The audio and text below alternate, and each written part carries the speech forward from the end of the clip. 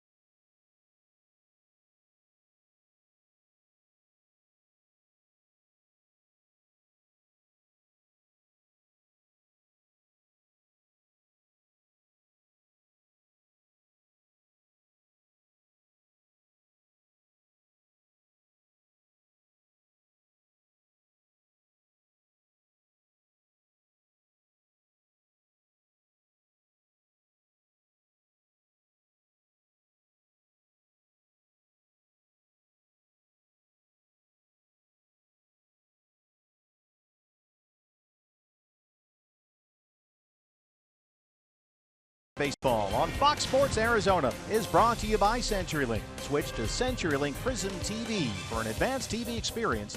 Learn more at cprismtv.com. By Jack in the Box and the Jumbo Jack, a home run for your mouth. By T-Mobile, get major league coverage. T-Mobile has doubled its 4G LTE in the last year. And by your Valley Honda dealers, where you get more standard features for less money. Oh, we are blessed. Just a beautiful night by McCovey Cove, AT&T Park in San Francisco. About 9 minutes away from first pitch here on Fox Sports Arizona. Jake Lamb of the Diamondbacks, first of 4 against the Giants. More from San Francisco after this.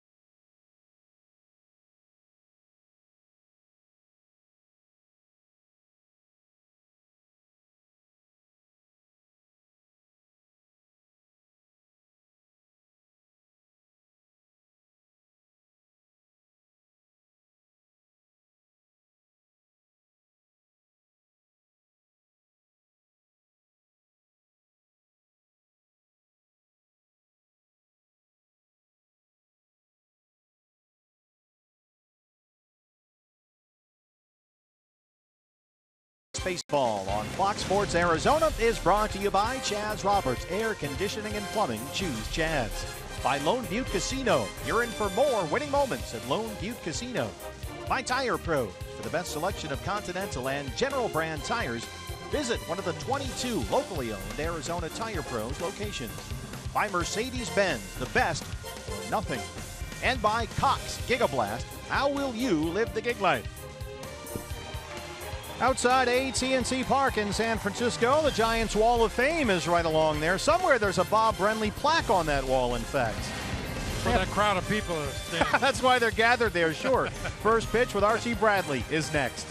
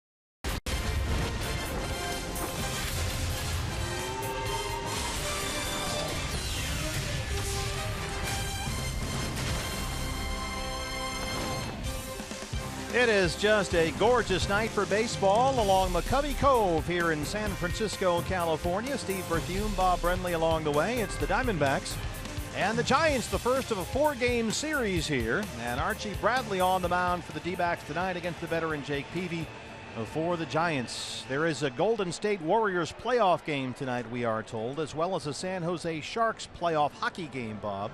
And I have to say, and it seems to be the general consensus from people who are here every day, this is as empty as we've ever seen this ballpark. Absolutely. I mean, this place is generally packed to the rafters. What is it, 412 consecutive sellouts here at AT&T Park.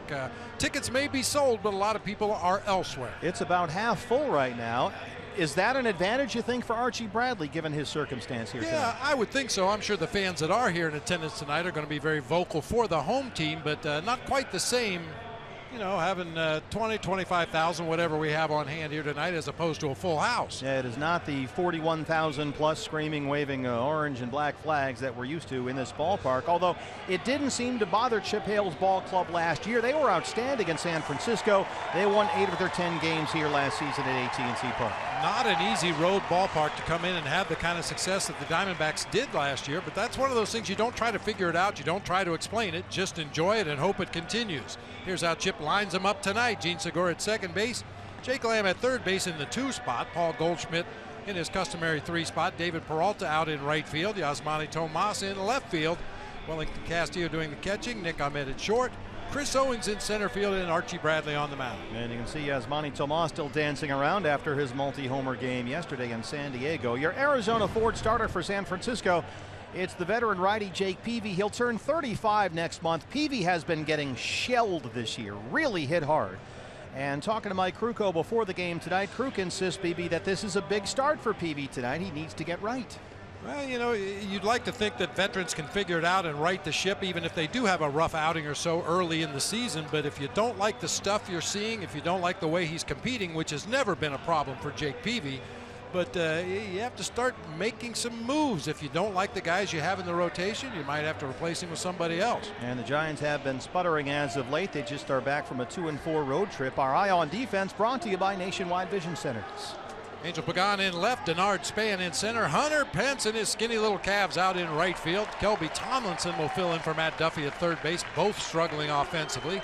Brandon Crawford at short, Joe Panik at second, Brandon Belt over at first base with Buster Posey behind the plate for veteran Jake Peavy. And your Valley Honda key to the game would be what? I know you worked on this all afternoon. Well, you know, it's a 4-game series in a road ballpark, so make yourself at home. This is a very comfortable ballpark to play in, very nice clubhouse downstairs, and those 4-game series always feel like a week, so make yourself at home. Gene Segura leads it off. Brian Knight is our plate umpire. We are underway with ball 1. Segura batting .333. He's got 3 homers.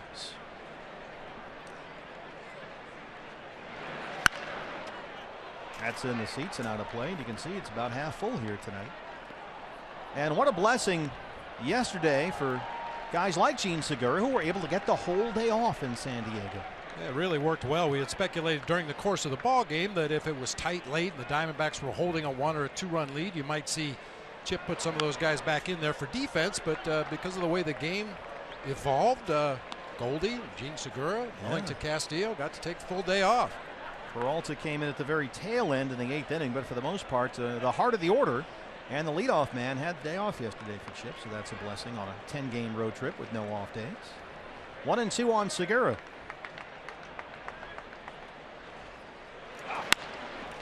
Back to the mound. It's under the glove of Peavy. Here comes Joe Panik, and he got him a close play at first. Todd Tishner, the first base umpire down there, and already they'll get the phone ringing to Alan Campbell in the video clubhouse.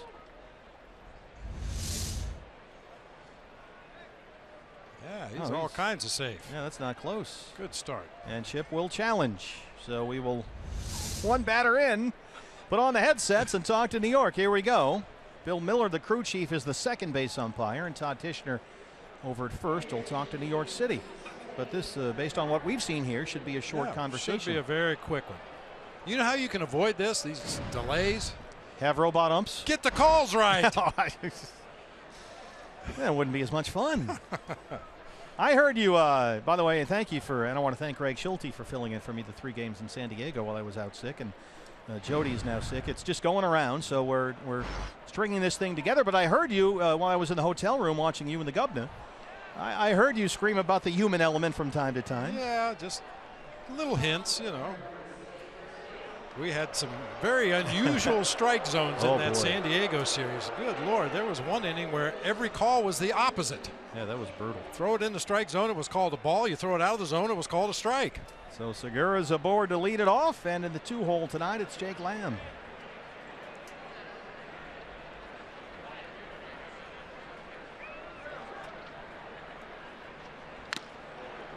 You know, if Jake Lamb was a little bit faster, just a little bit faster, he'd be an ideal number 2 hitter. Why so? Situations just like this, Gene Segura gets on base, opens that hole up on the right side of the infield immediately. Kind of nullifies that pull shift effect. And we know he'll go to the opposite field. He's a good hit and run guy, makes solid contact. If he could just run a little bit more. Now, why does the speed element change the equation? Well, you just like the first 2 guys in the order, you'd like to be able to run the bases swiftly with Goldie and David Peralta and Yasmani Tomas coming up later. You'd like some speed on the bases if at all possible. Take down 0-2. I was just thinking more of the holes that it opens up in the defense for him. And we know Jake can pull the ball down that right field line or in that hole between first and second.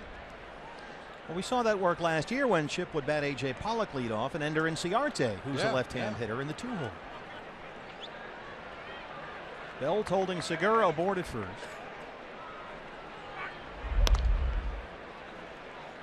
Well, Peavy holds true to form. You'll see a lot of fastballs. They may not all look like fastballs. He'll throw a 2-seamer that sinks. He'll throw a cutter, occasionally throw a high 4-seamer. Does have a curveball and a changeup as well, but throws a lot of the 3 varieties of fastball. Wind is blowing out to right center field right now. It's a very comfortable night here, very clear. Segura holds it first, and that misses, a ball and 2 strikes. Well, that's a great take right there. That ball, that's a ground ball waiting to happen if you swing at that pitch. A little cut fastball down there below the knees. He has become so much more patient up there.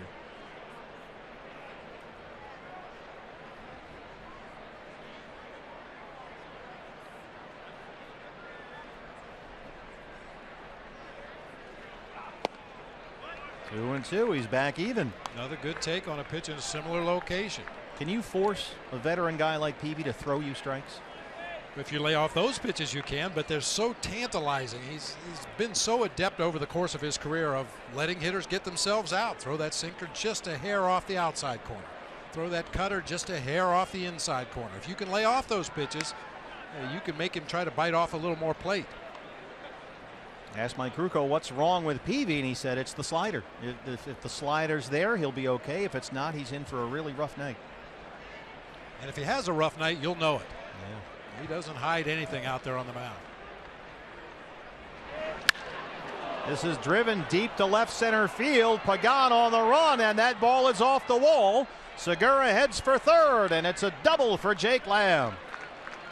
Boy, that left center approach continues to get better and better for Jake. Just bangs it off the wall between Pagan and Span. And we've seen him get a lot of base hits to the opposite field, but we haven't seen him drive the ball like this. That short hops the wall out there in deep left field. Pagan took a very shallow line, ends up retreating to the warning track, playing it on a hop. Diamondbacks have it cooking here early. What a crooked number up there. Second and third, nobody out for Goldie. Delta play way off the line at first.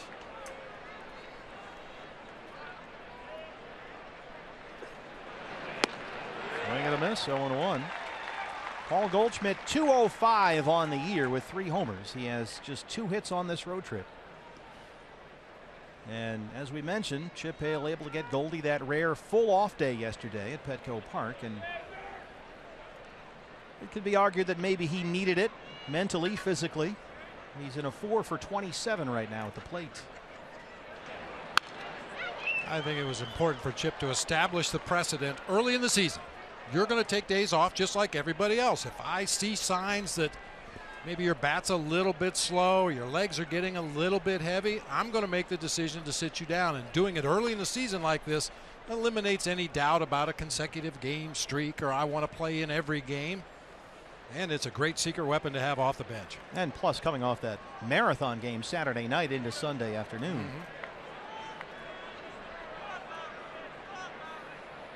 Segura at third, Lamb at second, 0-2 on Goldie. Shoots that one foul down the right field line.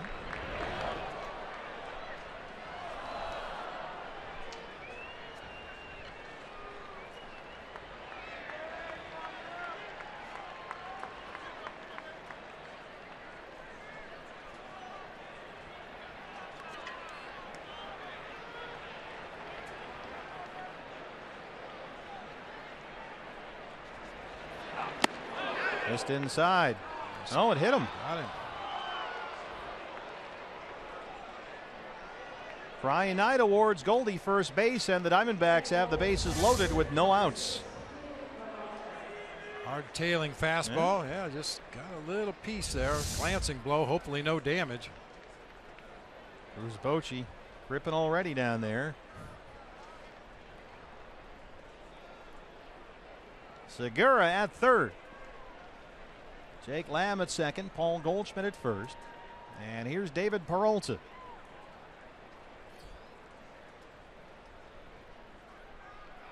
Chance to do some big damage early. Peralta 292. He's got 6 extra base hits, but he has yet to homer this year. What are you saying?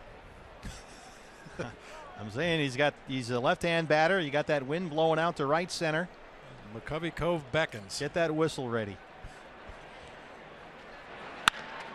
Bounced up the middle. Panic. Crawford turns it. Segura scores, and the Diamondbacks take a 1-0 lead.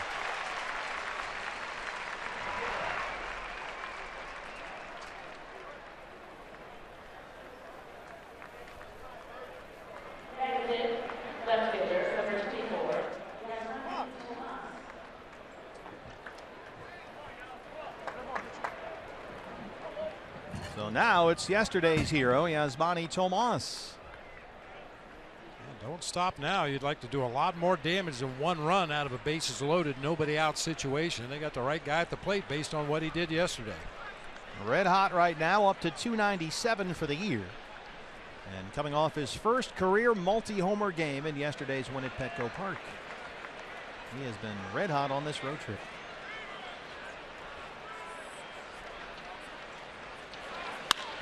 Drives the first pitch he sees right to Pagan in left.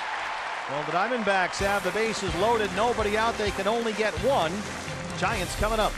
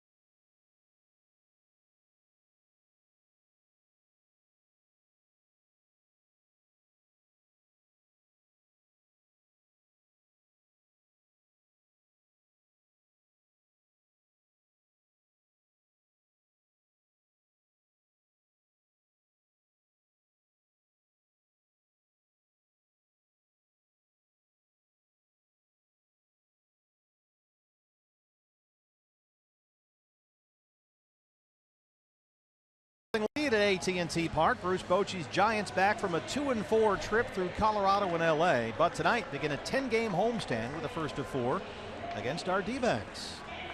22nd season as a manager for Bruce Bochy. You see his career numbers. He has really found a home here in San Francisco after starting down in San Diego. Here's how he lines them up tonight. Denard Span at the top, Joe Panic in the 2-hole, Buster Posey batting third, Hunter Pence out in right field cleaning up, Brandon Belt at first, Brandon Crawford at short, Kelby Tomlinson at third base, Jake Peavy in the 8th spot, and Angel Pagan batting ninth. And your Arizona Ford starting pitcher for the Diamondbacks, it's Archie Bradley, back on a major league mound for the first time since June 1st last year. Called up from AAA Reno after Ruby De La Rosa had to work in relief in Saturday's marathon at San Diego. Well, we don't know how Archie's going to do tonight, but I know he had lunch with Jake Lamb today. I saw him leaving the hotel, and you watch Archie walk around town. He, like I said, he does not lack for confidence. This is a young man that thinks he should be at this level. He thinks he can succeed at this level, and hopefully the first step toward that tonight. Denard Span, their new center fielder and leadoff man, steps in. He was hitless last night in their loss at Dodger Stadium. That snapped a 5-game hit streak for Span. And he takes strike one.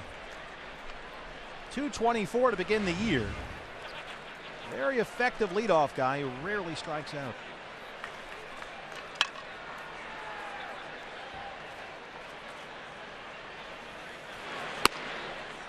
Giants offensively had some trouble getting out of the blocks this year. Only 4 first-inning runs in 13 ball games. Well, hopefully that trend continues here. Get Archie off to a nice clean start. Archie's, in fact, second ever big league start came right here at AT&T Park. That was last April 16th. Exactly 1 year and 2 days ago. Pitched very well against the Giants. 6 2/3 innings. Gave up just 2 runs, 4 hits, 4 strikeouts. Missing with that fastball, and that's something that has come and gone with Archie Bradley over the course of his minor league career. Fastball command. It's still not quite where it needs to be.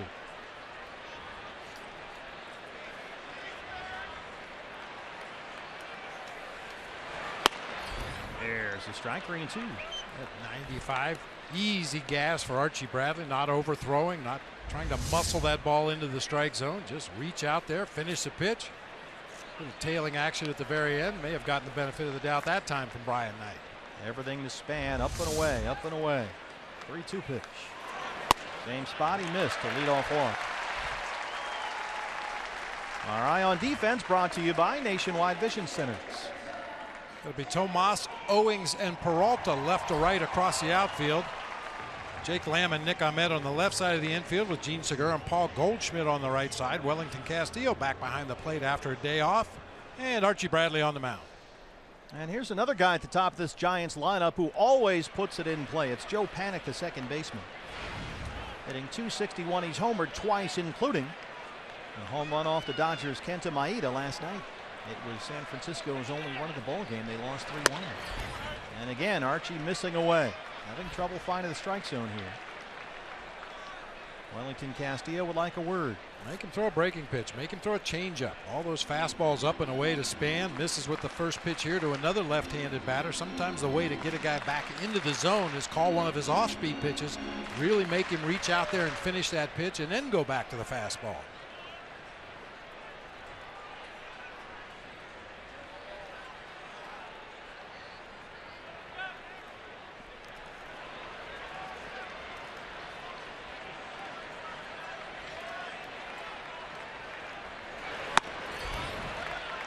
Down and away with another fastball, and he's behind 2-0. So far, 8 pitches, only 2 strikes.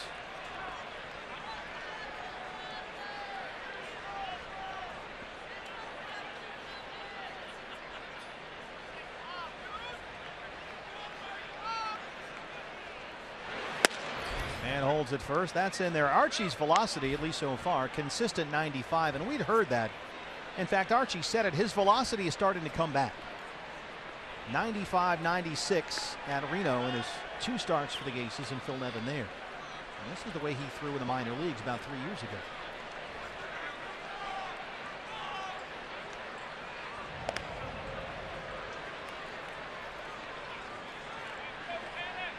Definitely want to keep the Giants out of scoring position. One of the more unusual numbers I looked at on their media guide here, or their media notes rather. They hit .318 as a team with runners in scoring position, .218 with nobody on base. That's how you win World Series. This is lifted out to Yasmani Tomas in shallow left, and there's Yasmani for the first out. Buster Posey.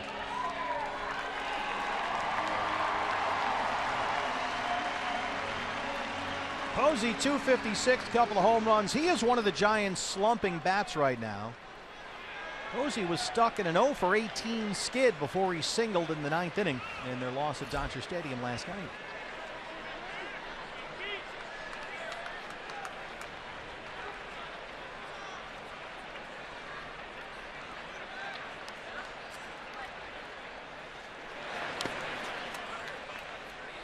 First pitch curveball to Posey that time. There you go. Bounced it in the dirt, but really finished it well.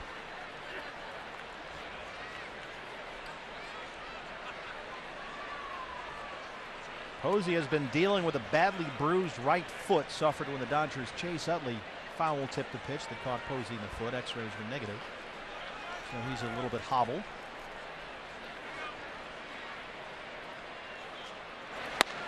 That's in there for a strike. Another fastball at 95, and it's 1-1.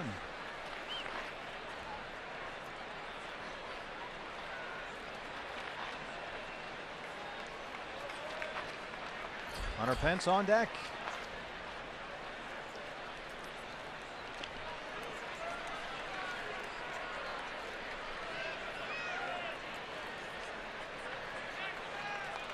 Pan takes off. He got a great jump. Posey slaps it foul down the right field line. That might have been a hit and run right there. I know Bruce Bochy likes to use the hit and run to try to snap guys out of hitting slumps. Eliminates any doubt as to whether you're going to swing at the pitch or not. Span looking back the whole way, which would indicate it probably was a hit and run. But instead, it's allowed strike 2.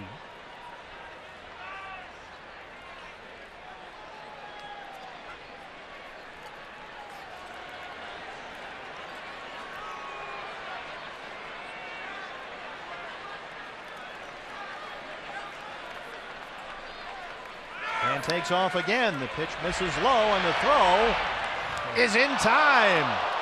Wellington Castillo throws out Denard Span. Bill Miller, the crew chief down there, the second base umpire, says he got him.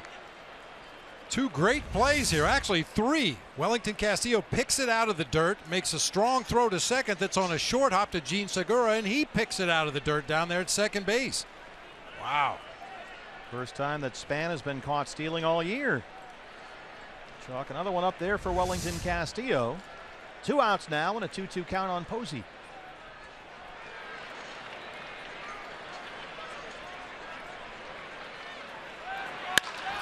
That's a fair ball down the right field line. Peralta over to cut it off. Posey will settle for the 2-out single. Remember, he's got that bad foot, so absolutely no thought that he might try and stretch that out into a double. You're right. Buster's not a burner, but I'd call him an average base runner, but really took him a while to get down that first base line on this single into the opposite field. And so now Archie Bradley will deal with Hunter Pence. 10 RBIs through his first 13 games. He's homered twice.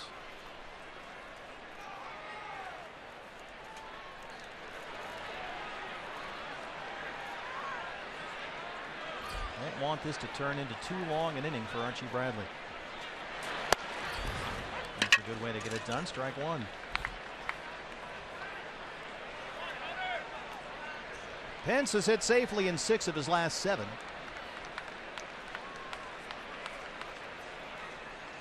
He's all armored up there. Look at that. Elbows, wrists, everything. He fell off his scooter. He's one of the Giants players that lives downtown here in San Francisco and rides his motorized scooter to the ballpark every day. It's been stolen a couple of times. They actually just found it. He donated one to charity, and somebody stole it, and they caught the guys that did it, thankfully.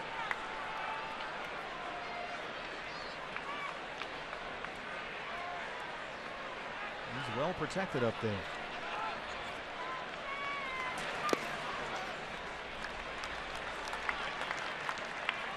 Two and 1, breaking ball.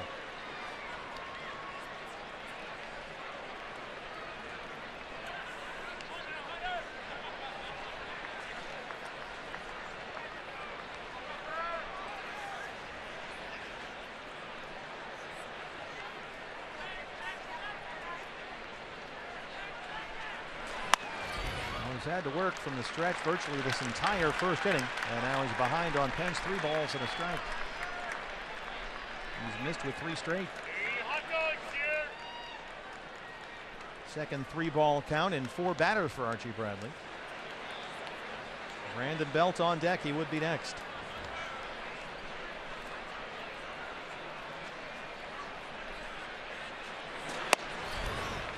Another fastball at 95.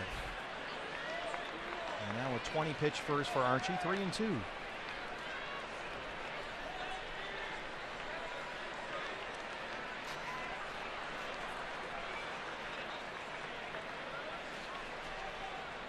Posey will be off with a pitch. There he goes. Missed ball 4. Second walk in the inning for Archie Bradley. And he's not really locating right now. Mike Butcher on his way out to the mound, talk it over, and maybe have seen something mechanically, maybe just giving Archie a little bit of a blowout there. 21 pitches already in the ball game.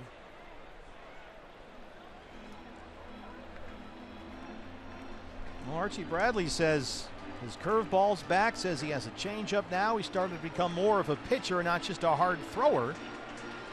But so far tonight, we've primarily seen the hard thrower, and he just doesn't have the command to get away with it. And we know major league hitters can turn around a fastball at 95, so you better be locating that pitch. And right now he's having trouble finding the edges of the strike zone. I mean, every fastball has been 95 with the exception of one to Hunter Pence. He hit 96. So Posey is at second, Pence at first. 2 outs, Brandon Belt.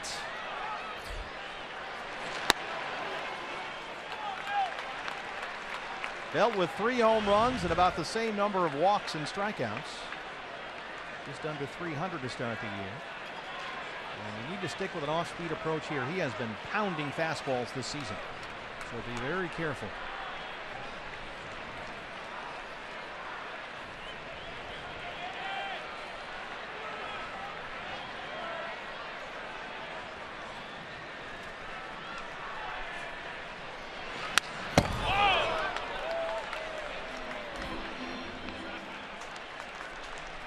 Brandon Belt now with a signature and a brand new 5-year, $72 million deal that was completed just shortly after the season began. So they have now locked him up long term as well.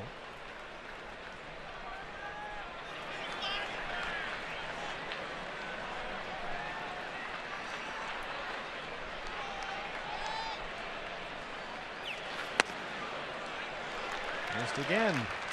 2-1. Playing half your games in this ballpark, it helps to have 1 or 2 or 3 or 4 left-handed hitters that can pull the ball, take advantage of that short porch in right. Only 309 right down the right field line. Of course, the high wall and McCovey Cove lurking behind. Brandon Belt has been a good fit in this ballpark. Swing and a miss. Nice one from Archie right there. 2-2. Good changeup. Not only the change of speeds, but you can see that tailing action as the ball got into the hitting zone. That's the pitch that he has really had to work on in recent seasons. The fastball and that curveball have always been there. That changeup, it's starting to come along. He's right. 2-2. Just missed away. Full count, 3-2. His third 3-2 count in 5 batters.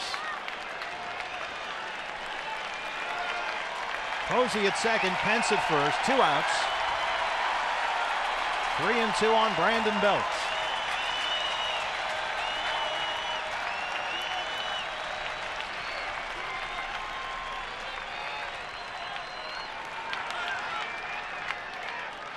There go the runners. Foul back.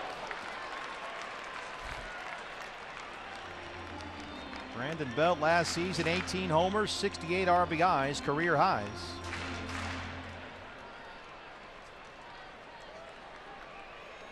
And he has gotten the job done with 2 outs and runners in scoring position so far this year.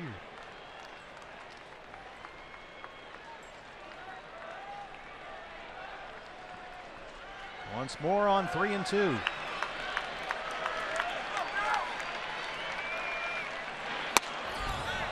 Walking.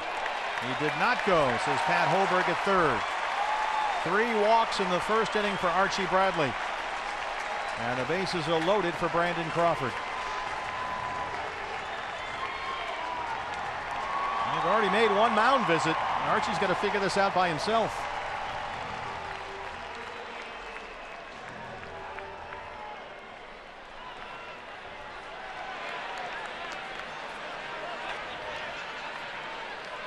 Roberto Kelly directing traffic at third. Posey at third, Pence at second, and Belt at first. Crawford 263, he's homered twice.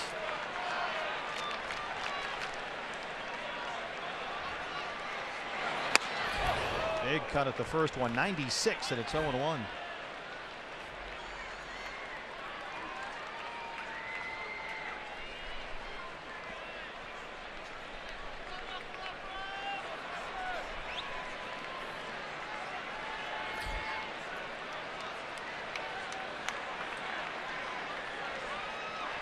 Pitch number 30 in the first inning on the way. Well, Crawford has become as big an offensive force in this lineup as he's been defensively. Last year he led the Giants with 21 home runs. He was second on the team in RBIs behind only Buster Posey. In fact, no shortstop in baseball had more RBIs last year than Brandon Crawford. He knocked in 84. Bullpen will get busy for the Diamondbacks. He just can't find the strike zone. 2-1. Tyler Wagner just called up from Reno today. They needed some length back there in case it was a short night for Archie. Wagner has been a starter his whole career. And he is the, in case of emergency, break glass guy tonight for Chip Hale. And we're just about there.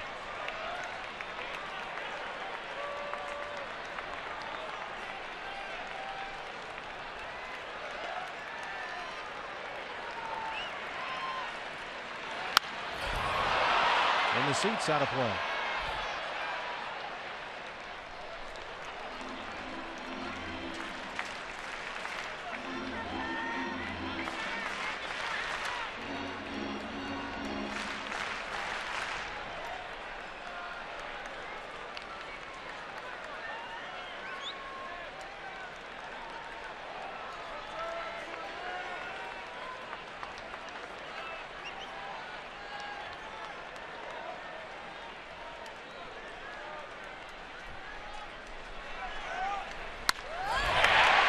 That is a foul ball. That would not have been good. No. And he didn't miss by much.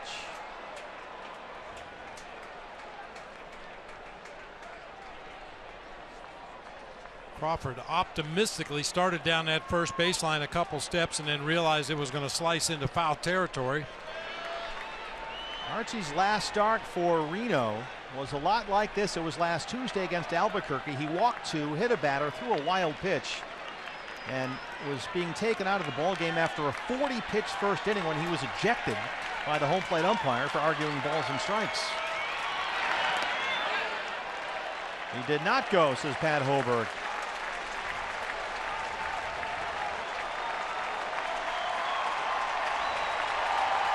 That's 4 3-2 counts on 6 batters for Archie. Bases full of Giants. 2 outs, 3 balls, and 2 strikes.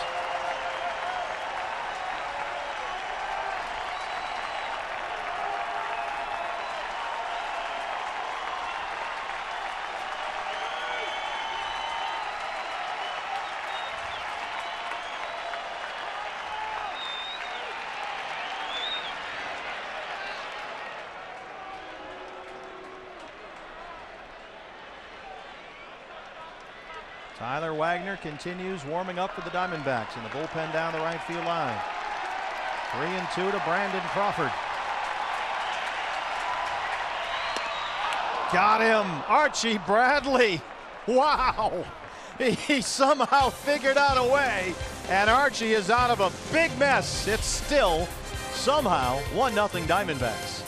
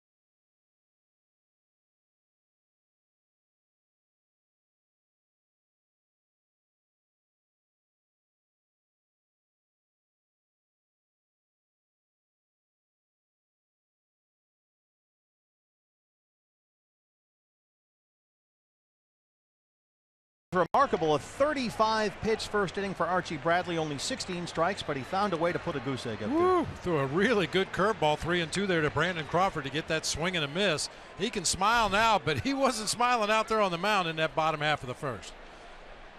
So here we go, top of the second now. It's 1-0 Diamondbacks. Segura led off with a single Lamb double. Diamondbacks only able to get one home on a Peralta double play. And so Castillo leads off the second against Jake Peavy. And there's ball one. Archie was fired up big time, man. And that was wow. Breathe. Yeah. And he's still in there swinging. And Peavy's got his own problems. Behind on Castillo, 2-0. Well, he had the day off yesterday in San Diego. He's at a $1.94 to start the year. You mentioned Jake Peavy. He has really had a rough time of it to start the year. 0-1 in 2 starts. The ERA is at 10. And Peavy, in 9 innings of work coming into tonight, had given up 21 hits in 9 innings. His previous start came last Wednesday. Now, it was Coors Field, so keep that in mind, but still he gave up 10 extra base hits in 4 innings of work, a San Francisco record. In fact, no Giants pitcher had given up more than 8 extra base hits in a game since 1913. Peavy gave up 10 in 4 innings. A home run, 3 triples, and 6 doubles. Yikes. Whew. That's a half a season for some guys. So he has really been struggling trying to find it. And he's behind on Castillo, a full count 3-2 to lead off the second. Base hit for Welly, rolls it into left. Third hit for the Diamondbacks against Peavy. Need to get him going. Well, it'll sure make a big difference for that bottom part of the order. Even in a situation like this, leading off an inning, get on base ahead of tonight Nick Ahmed hitting in the 7 hole. We know he's been hot.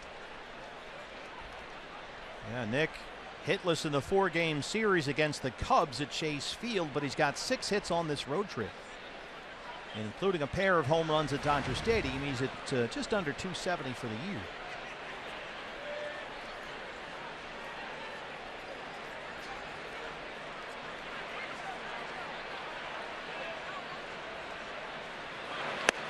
There's a strike, 0-1. Keep in mind also that Peavy, despite his struggles, still the guy who leads all active pitchers with 17 career wins against the Diamondbacks. In fact, in his last 6 starts versus the D-backs, Peavy is 5-1. That's basically a full season, 204 innings against the same opponent every day. Every start. Long time in the division with the Padres, now back with the Giants. He's ahead of Ahmed, 0-2. And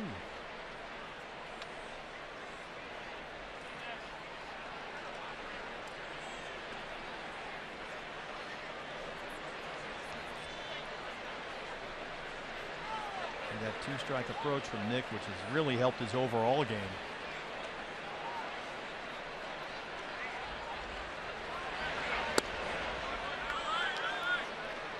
Ball and 2 strikes.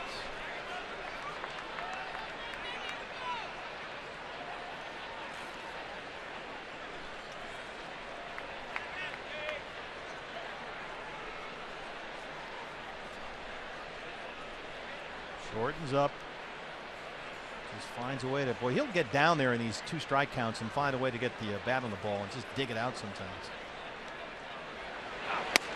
He's off that one close, but it's 2-2. Now Peavy's got that look. He gets it about every other pitch. He'll talk to himself. He'll yell at himself out there on the mound to the point where sometimes the opposing team thinks he's barking at the other dugout, but it's just Jake Peavy blowing off a little steam out there, mad at himself. Ahmed's become a tough guy to punch out. He's only struck out twice in his last 9 games. Lifts this in the air. Very shallow left center field. Pagan. Oh, wow. Well, this is a new combination now. Span is the center fielder. And Pagan has moved over to left. It's worked out really well so far. Well, that one was close. Now we're at that point of the evening. There's about a 15 to 20 minute window when the sun goes down and the lights haven't really taken full effect yet, and balls hit high in the air like that pop up off the bat of Nick Ahmed are really tough to pick up. I mean, that's what you're looking up into.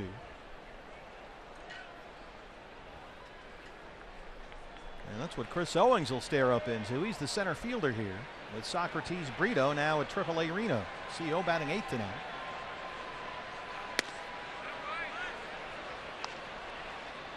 I thought we might see Brito in the starting lineup considering the size of this outfield here, Bob. And then we got to the ballpark and found out he was headed to the minor leagues. And you figure it'll be CO in center for most of this series. Well, and it could be a battle. This is one of the tougher outfielders to play in the major leagues, especially if you get that swirling wind later in the ball game.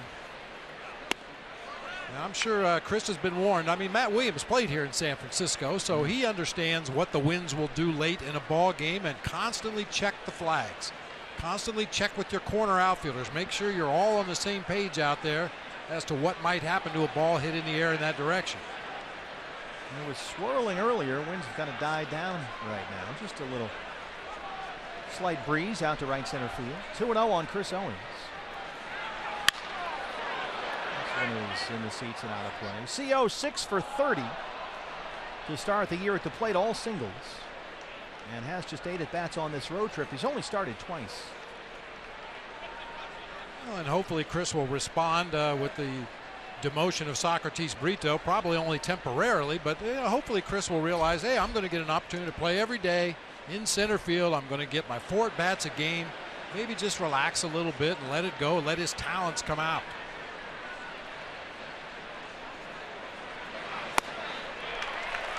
I imagine that can only help. Yeah, there's nothing worse for a ball player than having to check the lineup card every day when you get to the ballpark. First thing you do, you walk through the door, you say hi, hey guys, how you doing? And you walk over and look at the lineup card to see if you're playing or not. You like the feeling. Every player likes that feeling of showing up, and you don't even have to check. I know I'm in the lineup. I'm going to be hitting 6th. I'm going to be hitting 7th, whatever the case may be. You don't even have to look. 2-2.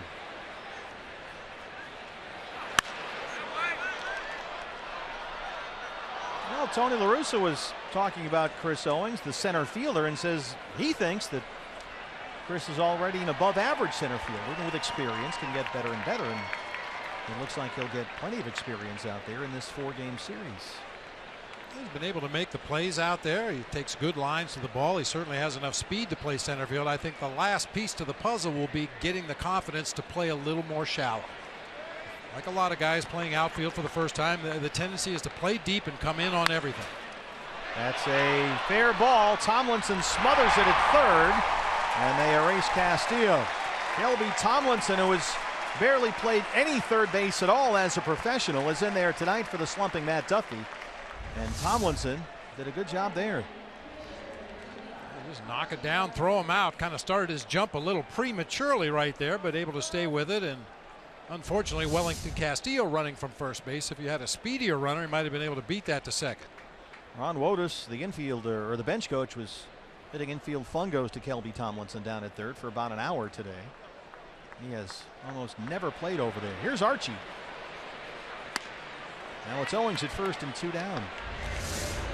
This was earlier this afternoon. Kelby Tomlinson working on third base. He did not play any third with the Giants last year. Mostly all second base, a little shortstop. In fact, he only played 9 games at third in the minor league, so this really is new for him. But Duffy is really in a slump right now, getting the night off. That's in there for a strike, 1-1. Well, we know Archie's an athlete up there, former quarterback.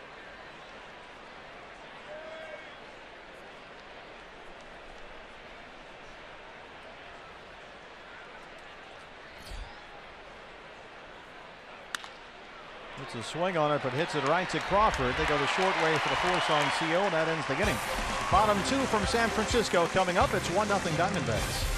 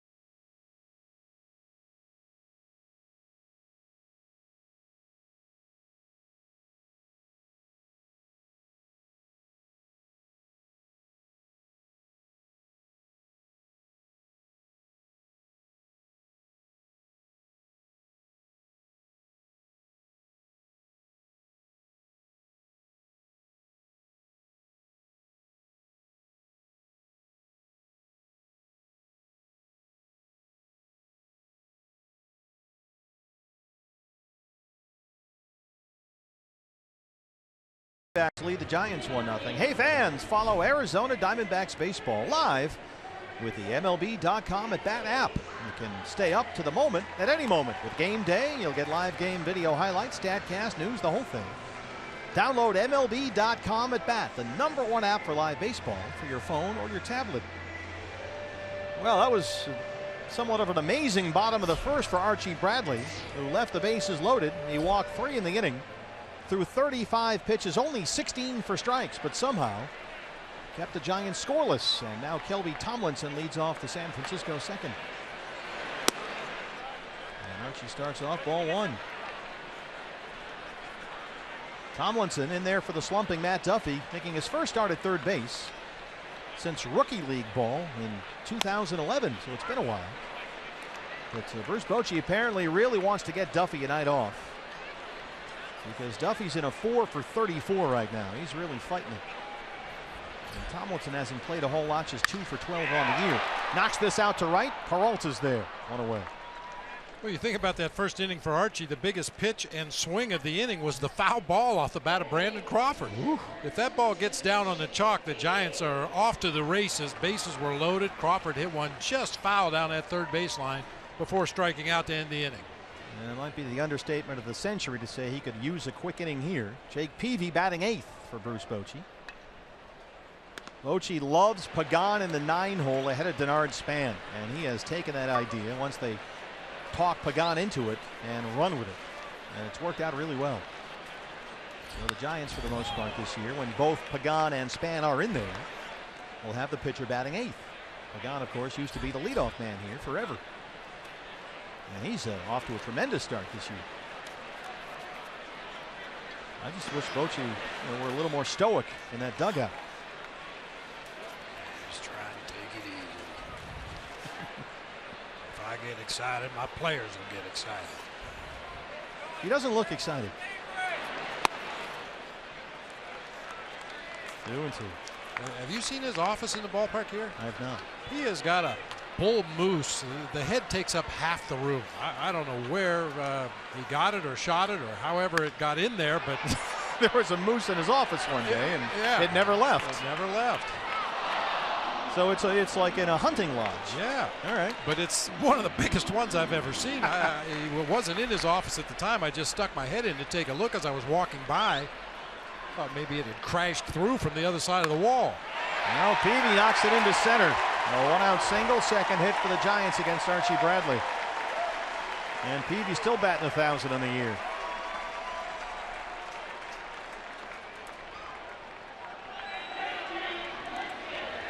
And now he'll deal with Angel Pagan, who is revitalized, re-energized, the whole thing.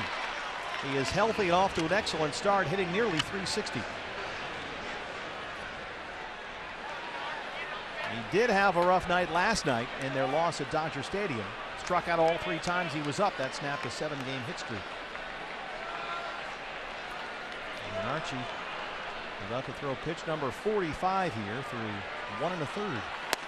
There's a strike going on. Well, the key for Angel Pagan, as you mentioned, has always been his health. When he's healthy, he's a very productive player, good outfielder, good switch hitter. But it's so hard to keep him on the field for long stretches of time. That's a fair ball down the left field line by a diving Jake Lamb. Tomas plays it off the bullpen mound. Roberto Kelly will stop Peavy at third, and it's a double for Angel Pagan. His hot start continues. A nice adjustment mid-swing. This is a slow breaking ball on the outside part of the plate. Pagan's front leg came down, and he almost stopped completely. Looked like he hit the pause button on that swing, let the curveball get a little deeper, and then spanked it down that third baseline for a double. And so Archie is right back in it here. Second and third, 1 out for the leadoff man, Denard Span. Span walked and was thrown out stealing in the bottom of the first.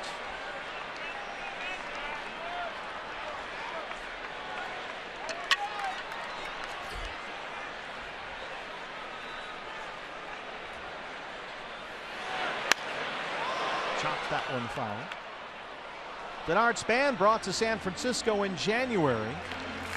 A 3-year, $31 million free agent contract. And he's another guy who's had real health problems lately. But a good leadoff hitter with speed when he's healthy. Always seems to make contact and puts the ball in play. Which in this case would likely mean a tying run home from third.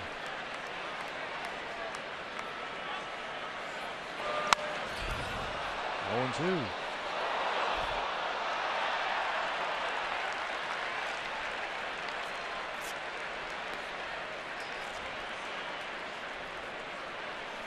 Span had quite a giant debut. Nick Ahmed will talk it over with Archie now. He homered and drove in 5 runs on opening day. But he's knocked in just 4 since then. He's been in a little bit of a tailspin, down to 224.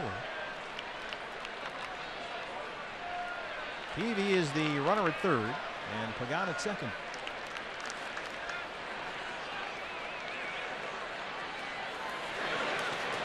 It kicks away from Castillo. Here comes Peavy, and the Giants tie the ball game.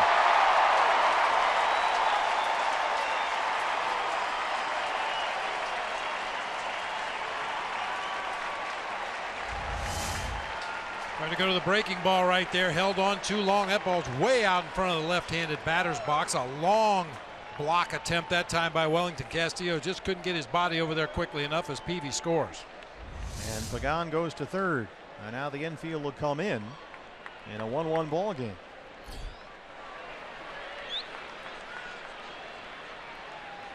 One and two on Span.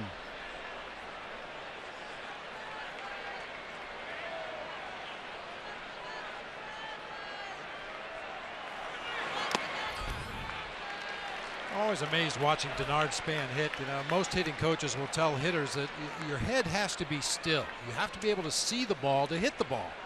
And your head should be very still. But if you watch Denard Span, he's very upright as he's waiting for the pitch to be thrown, and then he drops down into a crouch, and his head has to move a good 6 inches.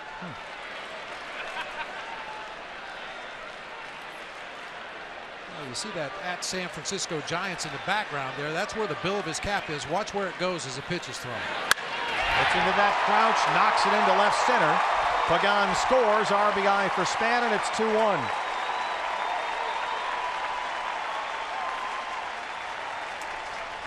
And it's turning into a rough night for Archie Bradley. Center cut 4-seam fastball, not much movement. We talked about it in that first inning. If you're going to throw a 95-mile-an-hour fastball, 4-seamer that's straight, you better hit your spots. Guys can turn that around. Archie has never had great fastball command. It's something that he's always struggled with. He's always thrown hard, but the command has not always been there or where they'd like it to be. Joe Panik now. And now you're getting into the heads of state of this Giants order. Panik, Posey, Pence coming up. Still just 1 out, 2 runs in. Panik flied out his first time up.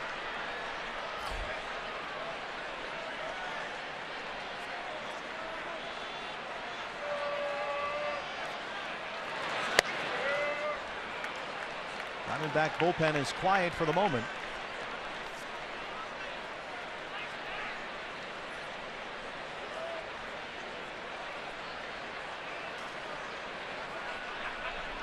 Tyler Wagner was warming up after the Giants loaded the bases in the first.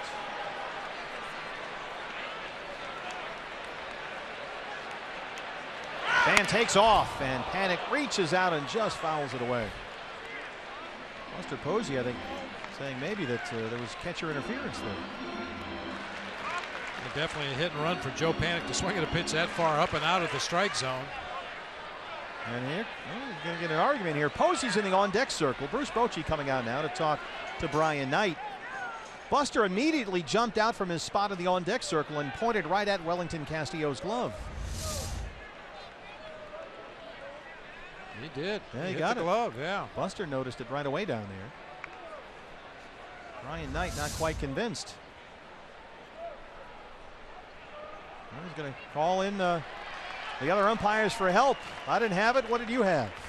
Usually you can tell by the sound. I mean, there's a very distinctive sound when bat hits ball, but if bat hits leather, that makes a distinctive sound as well. Brian Knight had the best vantage point.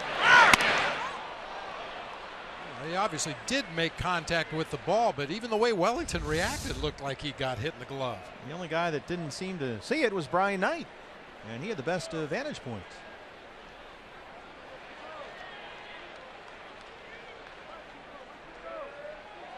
Wow.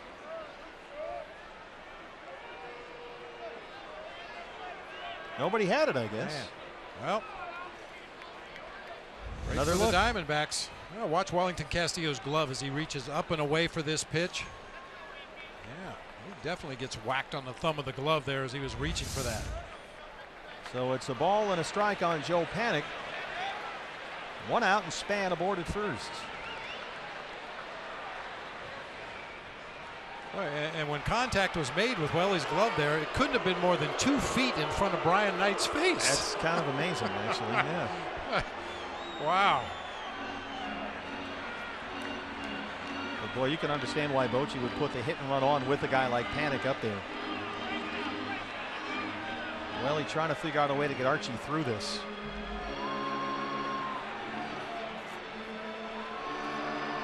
Already at 53 pitches. It's taken 53 pitches to get 4 outs.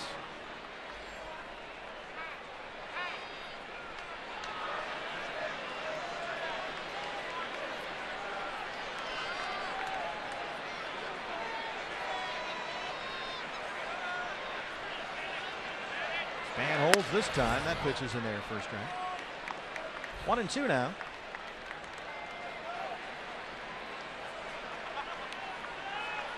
Panik hit safely in all 3 games of the Giants series this weekend in LA.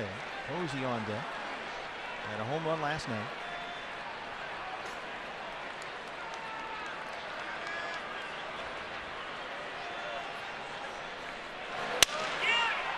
Off the mound, a slow roller. Ahmed for 1. Segura can't turn 2. Panik beats it out. It kicked off the mound. The Diamondbacks caught a bad break there. It seemed to slow the roll for Nick. It wasn't hit that hard to begin with, but yeah, once it hit the side of the mound, that slowed it down even more. And Nick tries to do everything he can to get that ball quickly to Gene Segura, but just not enough time to turn that double play with Joe Panik running. But they erase Span. 2 outs now for Buster Posey, who singled his first time up.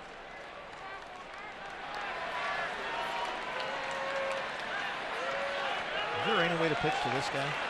Carefully. Thank you, Doctor. Yeah. Doc, it hurts when I do this. Well, don't do that anymore. The highest compliment you can pay a big league hitter when you sit in an advance meeting, all the guy will say, whoever's leading the meeting, the manager, the pitching coach, whomever, you can't pitch him any one way. You know, pound him inside his first at bat, throw him a lot of breaking balls away his second at bat, try to mix in some change ups, maybe elevate a fastball if you happen to get ahead, but there's no one way to pitch a guy like Buster Posey. Yeah, occasionally he'll get in a little bit of a funk, just like occasionally Goldie gets in a little bit of a funk at the plate, and he may open some holes in his swing, but when he's right and healthy and swinging the bat the way he's capable of, you just can't pitch him any one way. You really have to mix it up.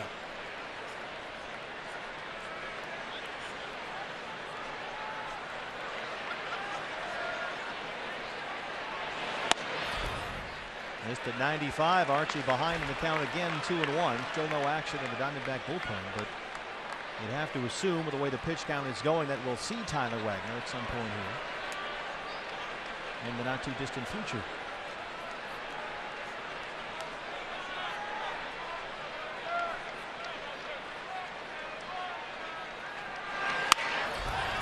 Segura at second. That ball's got some spin on it, but Gene is there from the right field grass, and he throws him out. But the Giants get 2, and through 2, they take a 2-1 lead.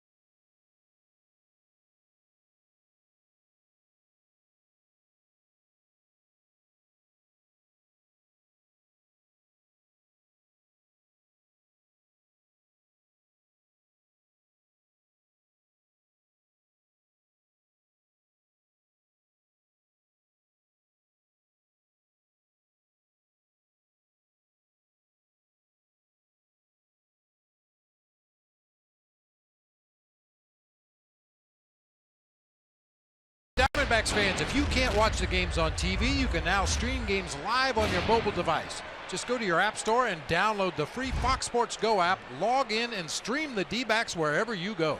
Now, Jody is sick. It's just going around. I missed the whole series in San Diego. Now Jody is on the sidelines, but she is live tweeting from the hotel as BB and I filled in on Diamondback Live pregame show, otherwise known as the Brian Henry Express. Yeah. And it was rolling through town. Do we know for sure that Jody's back at the hotel? She might be over at Sausalito or something. Excellent point. Enjoying the sights. At a wine party. Segura quickly down 0-2. Can we send someone over to verify that she's actually... She could have had somebody taking the picture and then texted it to her and then tweeted it from the party that she's at. Probably watching the Warriors. Everybody else is, apparently. Although the place is filled out pretty well, close to what we're used to. Segura singled and scored. Back in the first. Bounces this one to Kelby Tomlinson at third. He's in there for Duffy tonight. Throws it out and away. Now Jody is not feeling well, and I told her, I said, BB, I said 3 words: apple cider vinegar. Really? Oh gosh, I was gargling that stuff like there was no tomorrow. Well, it'll clear whatever you got in there, boy. It'll clear it out. I text her a little bit of a different remedy. Well, yeah, I'm not sure that one will work. 2 shots of bourbon every hour. Your throat will still be jacked, but you just won't care. Oh boy, if only. Jake doubled his first time up. Yeah, that apple cider vinegar. It took some rust off some car fenders outside the hotel as well. That stuff is that is weird, wild stuff, man. So she's on that remedy among other things. Or she's at a wine party in Sausalito, one or the other. Yeah, we need her to get back to work because she does such a great job interviewing the players. They open up to Jody like they would never open up to you or me. Oh, it's like having Barbara Walters on the sidelines. Charlie Rose.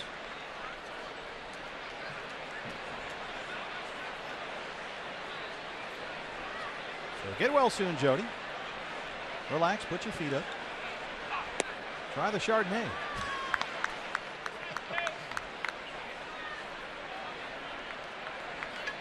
And again, I want to thank the governor, Greg Schulte, who filled in 3 games for the Padres. Mike Farron, who did a great job in his debut on radio play-by-play.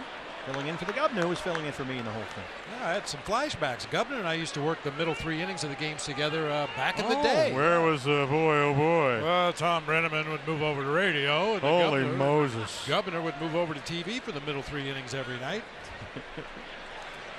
Do that on a throwback Thursday. Yes, he went. First strikeout for Peavy. And there's the governor, along with Tom Candiotti and the great Leo Gilmartin overseeing things. Now, Leo has noticed that he's on television and is trying to sit up straight. Look, he's trying to look official now, take the glasses off. Nobody's buying this, Leo. Come on. Well, Leo looked very serious there all of a sudden. Goldie hit by a pitch his first time up. It got him in the jersey, we believe. Best place to get hit. Only place if you're this guy.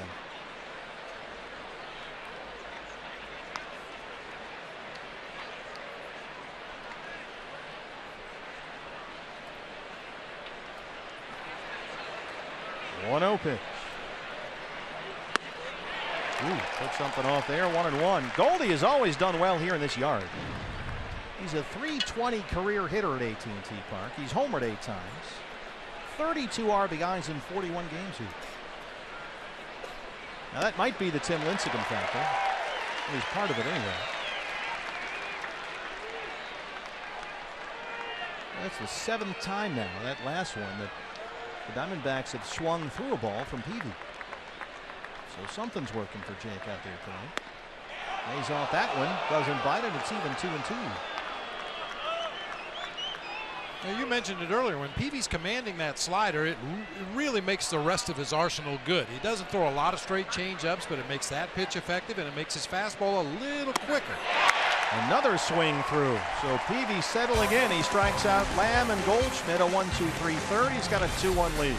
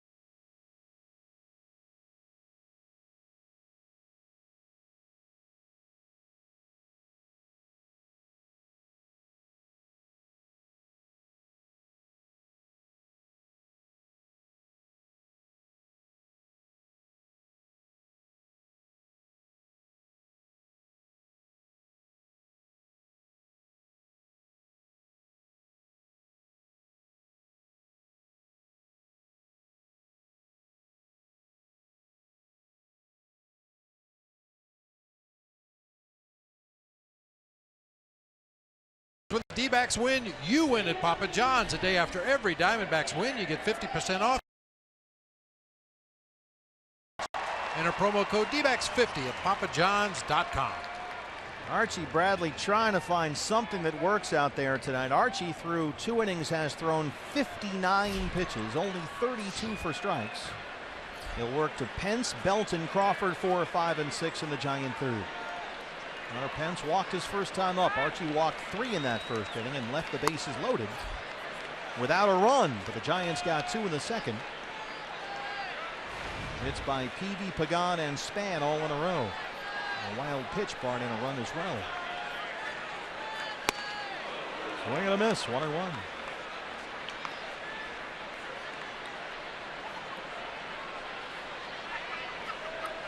Let's see if Archie can go a whole inning and just pitch from that windup, settle in. And you'll notice when he's pitching from the windup, Archie this year, and this is one of the things he worked on with Mike Butcher, has lowered his hands. He now starts from the waist. Before, he would have that glove right in front of his face when he started his motion. On a hop right to Segura. Looking for more of those, 1 away. Mike Butcher sat down to watch video with Archie after Butcher would hire here as the new pitching coach. And Mike said that he saw a guy when he looked at Archie who looked like he was trying to learn his delivery. And Butcher was sure that he could smooth things out with Archie's mechanics, make him a little more functional, get Archie to use that leverage to get the ball where he wants it to go. That has not been the case yet here tonight. But you see some of the physical differences, starting with his hand position there at the belt. Right. Yeah, you may remember last year we had a split screen of Archie with Curt Schilling. Some similarities at points in the delivery to Curt Schilling's delivery. Now this is last year. That's where he would start. Any idea what benefit that may give you? I know you're not a pitching coach, but you caught a lot of pitchers. Well, occasionally when you start in front of your face like that, as you begin your delivery, you could see Archie as he was dropping his hands last year, digging in the glove to get a grip on the ball. Sometimes that's a tip off to a hitter, what pitch might be coming. I'm not saying that's the reason they dropped his hands this year, but occasionally that can be a reason. And when a guy struggles to throw strikes, simplify, simplify, simplify. The fewer moving parts, but still getting your arm back in a good position to get in the slot you want to be to throw strikes. The fewer movements you have, the better, just like a hitter. When you're struggling and you have a lot of moving parts in your swing as a hitter, you try to simplify things. Well, rolls it right into the shift. Segura from the outfield grass. 2 ground ball outs here in the third for Archie. And it'll work to Brandon Crawford, who struck out with the bases loaded to end that Giant threat in the first. Now, talking about finding a delivery that works for a pitcher, whether it's Archie Bradley or anybody for that matter, stick around and watch Johnny Cueto pitch. We'll see him Thursday. Right? He'll have a different windup on every pitch. Sometimes he quick pitches, sometimes he turns his back to the batter like Louis Tiant used to. He gives you all kinds of look, and there's nothing consistent about any of it, but it works for him. He says he likes to create and invent out there. Another ground ball. Segura ties a record with 3 assists in the inning. And that's 4 in a row set down by Archie Bradley, who really needed that. Diamondbacks trail at 2-1.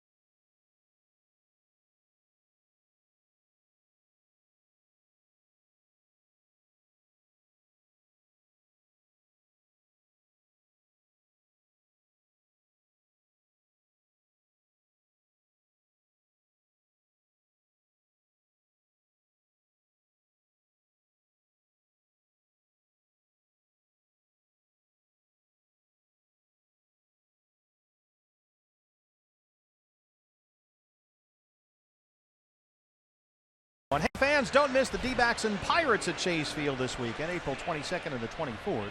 And on Saturday the 23rd, you can pick up the A.J. Pollock bobblehead, courtesy of Arizona Sports 98.7 FM. Get your tickets now at dbacks.com. Now, BB, the bobblehead today wanted to go see your plaque, which is alongside the Giants Wall of Fame here outside AT&T Park. And I don't know how much more I can take of this guy. Peralta hits one right to Brandon Belt on the short hop. I mean, he was like, you know, walking to the park, and he's like, oh, what's Brenly ever done? Didn't he see the catch I made here in this park? I should have a plaque up there. And it got into a whole ugly thing, and it's just become a long trip with this thing. Well, you know, he's been here, there, and everywhere so far and saved that baseball from hitting my plaque. I do appreciate that. Nice catch. What's he ever done? My catch was the catch of the year. It's just, you know. One away for Tomas.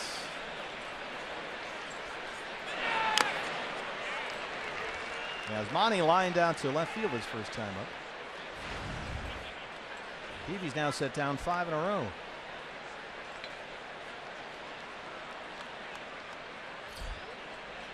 Do they have a ceremony when you get your plaque up there? Do they do anything, or it just appears one day? It just magically appears one day. Well, it looks good. It's quite an honor, I'll tell you. I was very fortunate to be the only catcher in the organization for 10 years. Throughout the 80s, there really wasn't a lot of pressure pushing on me from the minor leagues, so it was a good time to be the catcher for the Giants. Timing is everything in life. Absolutely. Brandon Crawford, a slow roller. 6 in a row set down by Peavy. And now here's Wellington Castillo. I will give a shout out to A.J. Pollock anyway. I was injured my first full year in the major leagues. Broke my collarbone with 2 days to go in spring training, so I opened the season on the DL. And it was quite a frustrating experience to watch every game knowing that this should be my at-bat. That should be me out there playing. And I know how frustrating that can be, A.J., but keep doing what you're supposed to do and you'll be back out there before you know. He is sorely missed. Well, he singled in his first at-bat against Jake Peavy. Plus, that was back in the day when they used to give you incentive bonuses. They wouldn't give you any money on your contract, but they'd say, if you get 500 plate appearances, we'll give you an extra nickel. Shrewd. Deep fly ball, center field, span at the track, at the wall, and he won't get that one. It is gone, a home run. Wellington Castillo, his second of the year. He takes Peavy deep, and we are tied at 2. Wow.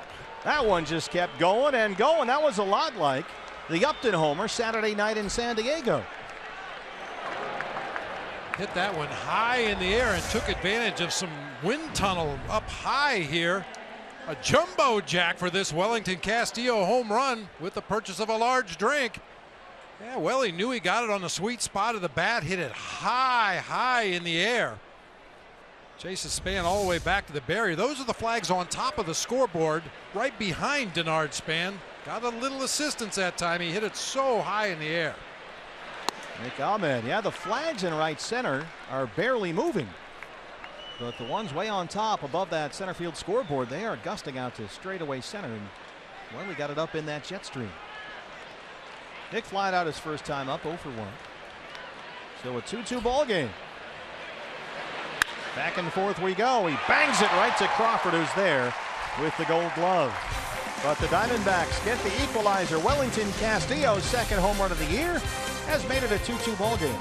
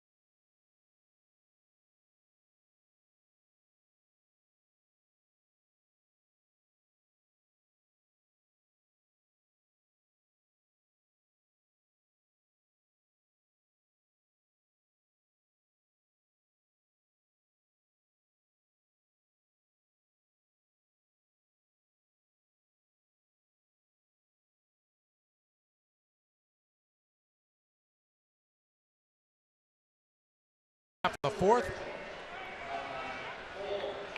Anytime the D-backs score 5 runs or more, Taco Bell is giving away 3 free tacos with the purchase of a large drink between 4 and 6 the following day at participating locations. Well, Archie Bradley back in a 2-2 ball game now after a 35-pitch first, a 24-pitch second, but a tremendous 9-pitch third. So maybe Archie can settle in here. He's retired 4 in a row. He'll work to the lower third of the Giant order. Shelby Tomlinson, the pitcher, Jake Peavy, then Angel Pagan, 7, 8, 9.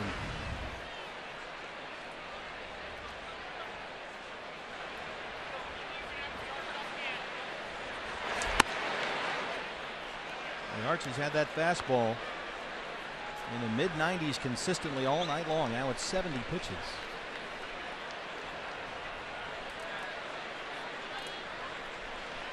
But only 39 for strikes. Along the right field line. Peralta gives it a look, but it's in the seats. Nice catch out there.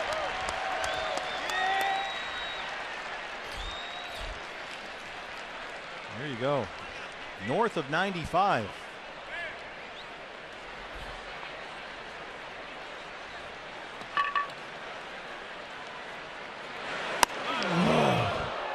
He almost walked right into that one. Man, that was close. All tailing up and in.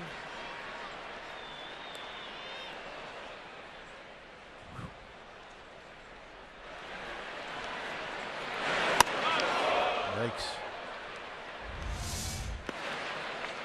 Full count, 3-2. There are times as a hitter, you feel like the Matrix. You see that pitch coming at you and you're sure it's going to hit you. That's going to square me up right in the throat. And somehow the ball misses you. Along the right field line, this will stay playable for Peralta. He's got it in foul ground, 1 away.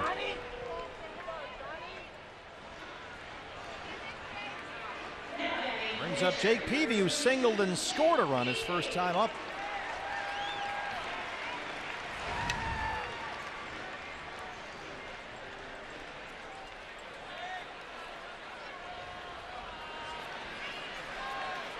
That was the 5th full count in the ball game for Archie Bradley. He's been behind all night. There's a strike. And that's been one of the things Archie talked about this spring. He knows he's got to start getting ahead in counts and not having to work from behind. And it's something he really struggled with last year. Even when he was successful very early in the year, he was walking too many guys. In his 8 big league starts, Archie had at least 3 walks in 5 of them. A lot of high pitch counts, a lot of 3-ball counts. And we've seen that again tonight.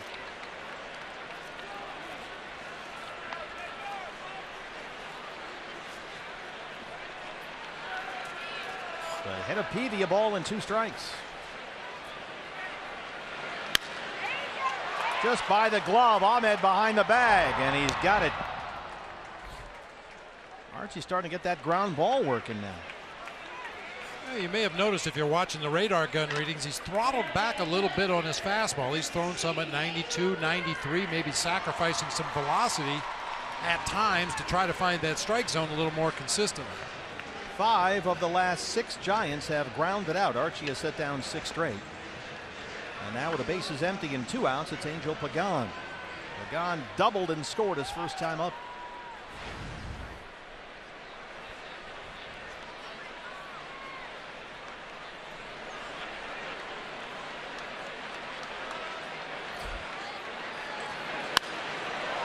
Jumps on the first one. Pagan has already homered once this year. You may remember last year, he didn't hit a home run until September 5th.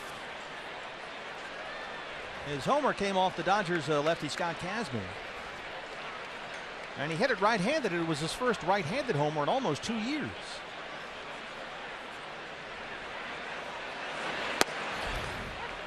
There you go. Archie's ahead now, 0-2. Coming off a 9-pitch third. His 4th 0-2 count in the ball game, now at 80 pitches. 46 strikes. Another nice quick inning right here. And try and get through 5.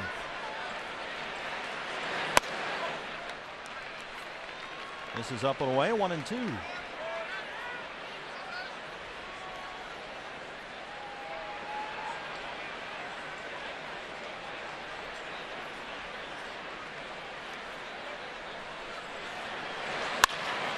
Look out, Archie. It rolls into center. Pagan 2 for 2. Boy, he looks really good.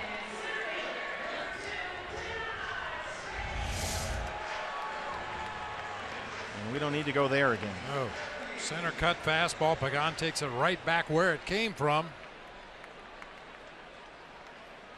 Archie is in marginally better fielding position now than he was before the Carlos Gonzalez line drive off his face. He used to really spin off toward the first base side. Occasionally would end up with his back toward home plate, looking back over his shoulder to see what happened at home plate. He's in a little better fielding position now. Span has walked, and he's got an RBI single. You know, Archie has admitted that when he returned from being struck by that cargo liner last April, it was very much still on his mind. And he mentioned a game in May at Miami when he came back. And the Marlins' Giancarlo Stanton came to bat, and Archie said he was looking at Stanton, standing there on the mound, and he said he can remember thinking, oh my God, if he hits it back at me, I might literally die. Imagine trying to pitch like that. Oh. But he would shrug it off last year and tell everybody it's no big deal. That's what you do. You're an athlete. You're a competitor. But he admitted now he was worried about it. And in fact, he said he thought about it so much in that Stanton at bat. He was more worried about that than he was thinking about how to get Stanton out. And that's when you really get into trouble, especially against guys like that. And Giancarlo Stanton, a guy that had taken a fastball off his jaw and has to wear that protective guard on his helmet. Who knows what was going through his mind? You don't think about baseball as a dangerous game where you could possibly get hurt, but every now and then it will remind you of how dangerous it can be. And you can see when he came back, and the Diamondbacks have admitted they probably should have had Archie go out on a rehab assignment rather than bring him right back to a major league mound so quickly. But he was a different guy after that, and the numbers, the contrast could not be more stark. Right. Behind on Span 1-0 after Pagan's 2-out single. Archie had retired 6 straight.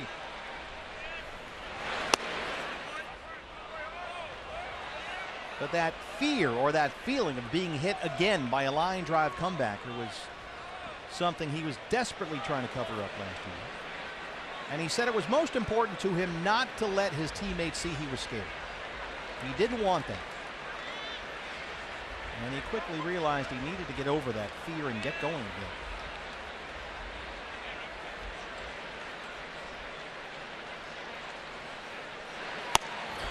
Big cut by Span that time, and Archie's ahead of ball in 2 strikes. And you mentioned it last year, and certainly I agree with you. I think his football background may have helped him a little bit withstand that shot to the face. I'm sure he'd had his bell rung a few times as a quarterback in high school. Yeah, if that was the very first experience with a blow to your face or head, it could be a terrifying experience, even more so than it was already.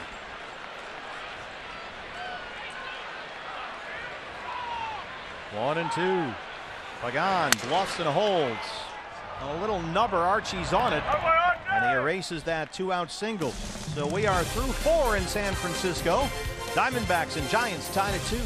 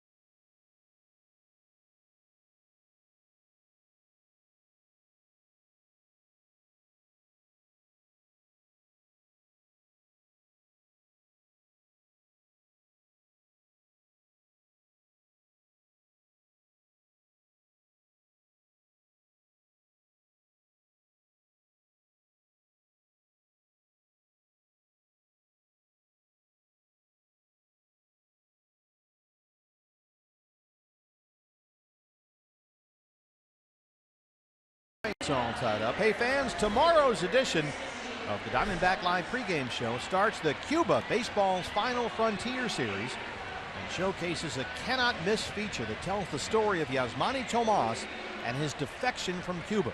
This is a tremendous program. Don't miss it.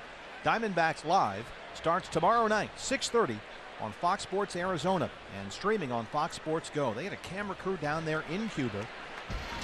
And Yasmani Tomas went through the whole story, and it is riveting. It's amazing to think about the things we take for granted and what some of the Cuban players went through just to get here to be able to play this game. And so please don't miss that because it's just an outstanding show. Chris Owings leads off the top of the fifth against Jake Peavy.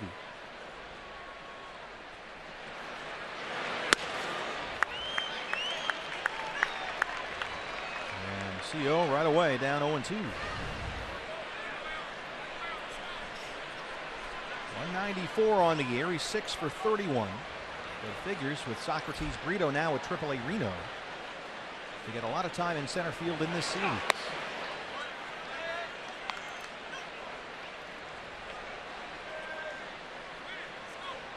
The veteran Jake Peavy. He's 34. He'll be 35 at the end of May.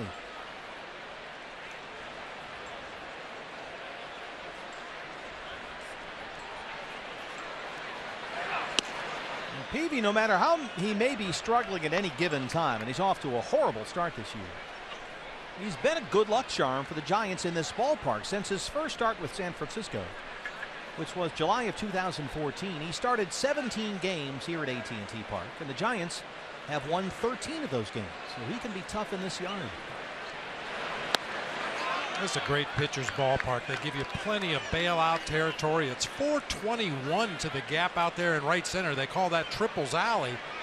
But if you can get guys to hit fly balls in that direction, depending on the wind direction in a given game, a lot of fly ball outs to the deep part of the ballpark. The infield grass tends to be a little bit thicker here than it is at some of the other ballparks in the major leagues, which slows down ground balls. This has always been a really good place to pitch.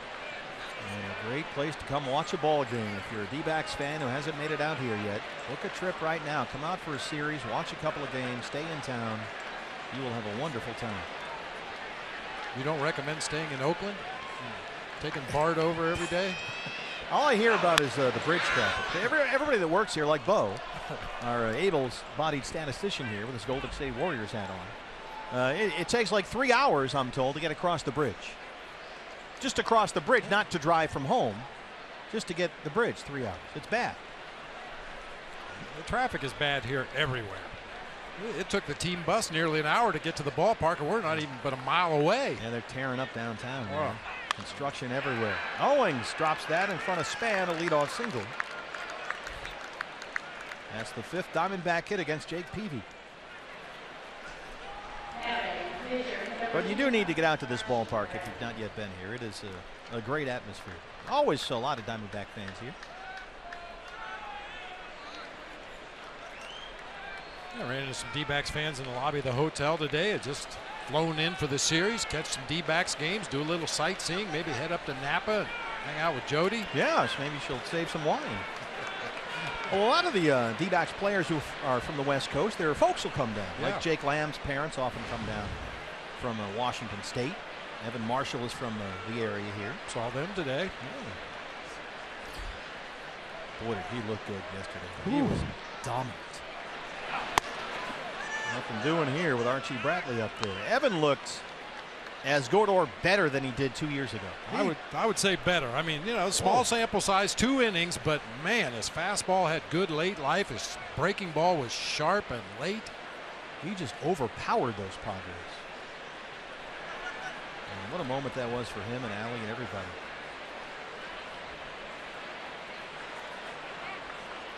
They're going to keep CO close over there.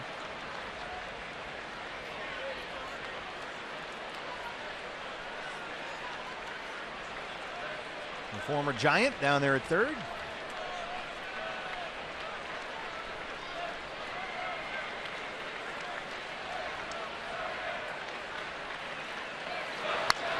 Archie swings away. That almost hits Segura in the on-deck circle.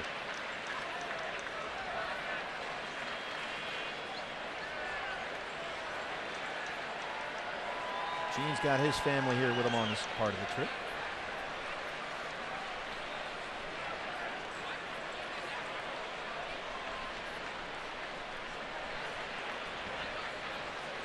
Archie squares and gets the bunt down. Peavy will not have a play on Owings, and they move the runner along. Nice job there by Archie Bradley. Peavy pump fake to second, but decided he did not have a shot at Owings, so a 1-4 put out there. And we'll look at Segura.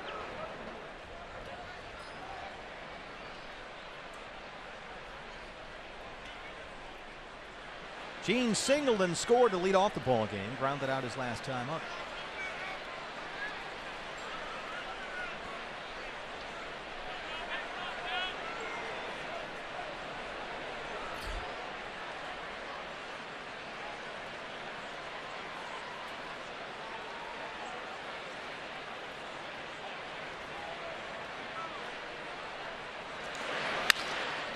A roller right to Panic.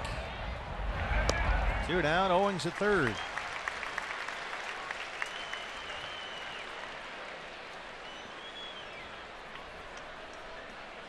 And now we'll see if Jake Lamb can pick up a 2-out RBI. Jake doubled back in the first, struck out his last time up.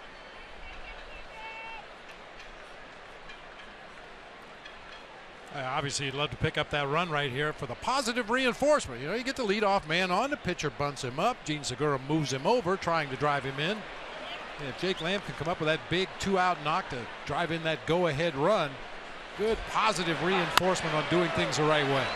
Thanks to cut up the first one from Peavy and knocks it in the seats. Yeah, Jake with that 2-strike opposite field approach, banged one off the base of the wall and left center his first time up for a double.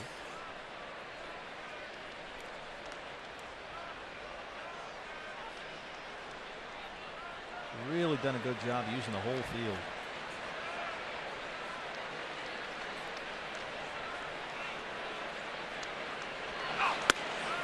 Well, now he's down 0-2.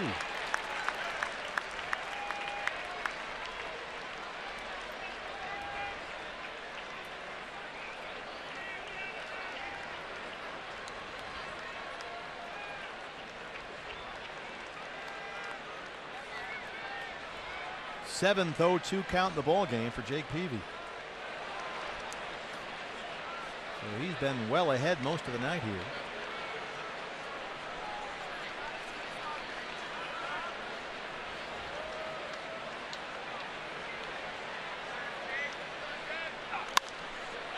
Popped him up third base side. Tomlinson is under it.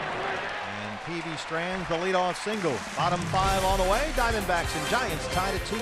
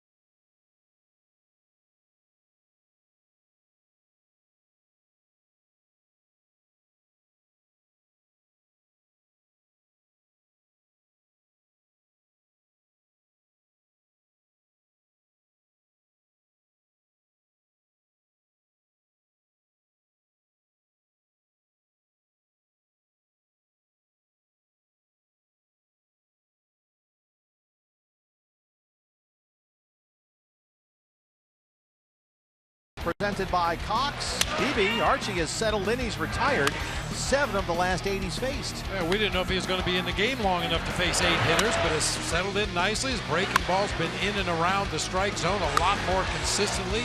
And as I mentioned in the last half inning, he throttled back a little bit on his fastball, tried to find the zone, and still can reach 95, 96 on any given pitch, but much better to pitch with command at 92, 93 than spray it around at 95 and 96.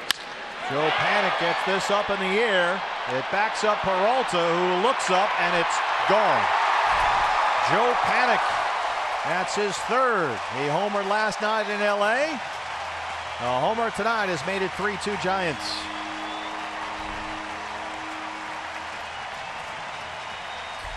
That wind has started blowing out a little bit more to right center. It got way up there in that wind and carried out. Boy, off the bat, I thought that was a fly ball to medium depth right field. Oh, look at that location now. Yep.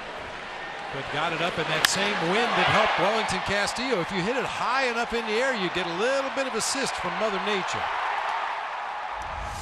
Just deep enough. Here's Posey, 1 for 2, a single in the 1st.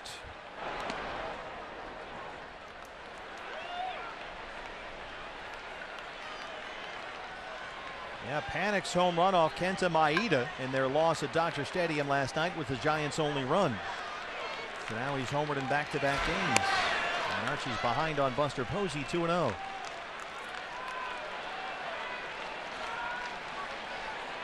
Diamondback bullpen will get busy. Randall Delgado is running down there.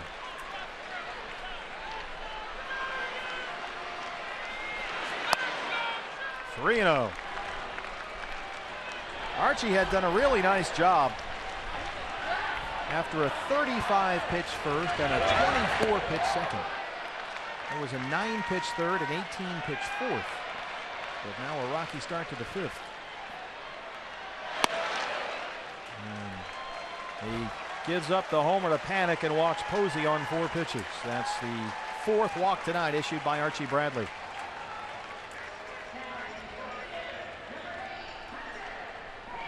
I believe we're going to have a visit to the mound here to stall for a little bit of extra time, although you can only get 30 seconds as a pitching coach to go out there and make the visit, but they're going to try to give Randall Delgado as much of an opportunity to crank it up down in that bullpen as they possibly can. Well, that's Archie's first walk since the 1st inning. He walked 3 in that 1st when he threw 35 pitches, only 16 strikes. Archie's never had great fastball command. His career minor league walk rate is about 12%. And that's a lot, and it's something that needs to improve in the big leagues. Last year, with the Diamondbacks, barely over half the pitches Archie threw went for strikes. And it's just really hard to succeed like that, no matter how hard you're throwing it.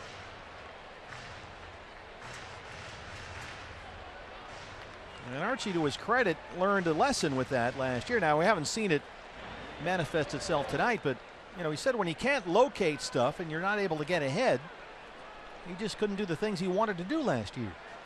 And that's been the case again tonight. Here's Pence, who has walked and grounded out.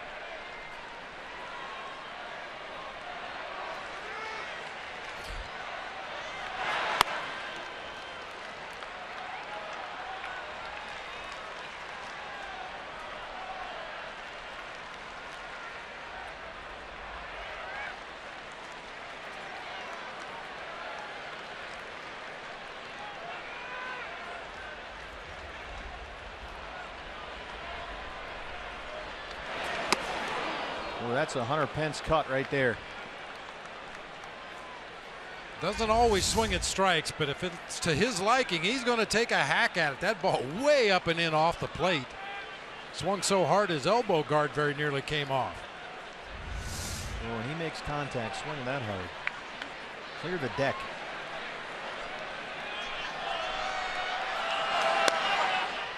Two and one. Buster Posey was talking about that the other day. He said that in batting practice, Hunter Pence hits balls as far as anybody. And so Posey has started a campaign to get Pence in the home run derby. Oh. So Buster's having a little fun with his teammate. He says Pence is on board. We'll see. All-Star game in San Diego this year.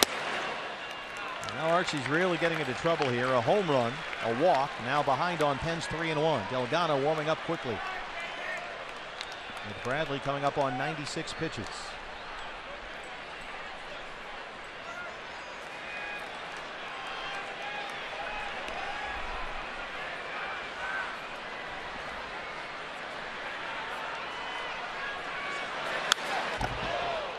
Boy, his feet move a lot. It's like he hops at the ball. Now, this is definitely not a guy you want your little leaguers to model themselves after. As far as his swing, the rest of his game, the way he gets after it every day, the way he competes, but that approach as a hitter will probably only work for Hunter Pence. 3-2.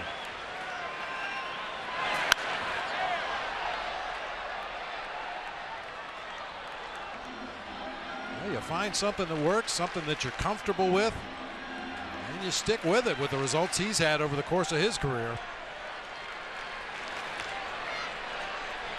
He's hit safely in 6 of his last 7 games.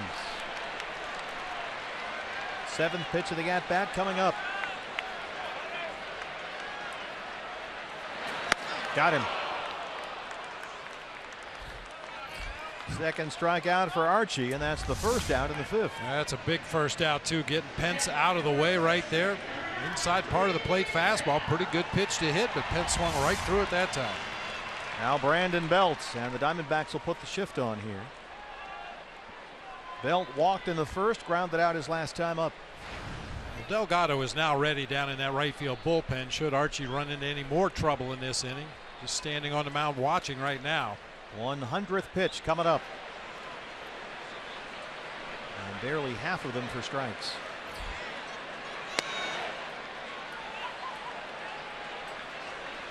Yeah, and occasionally we can say, well, the umpires really squeezed him back there, but there's only been a couple of pitches, I think, that maybe could have gone his way that didn't.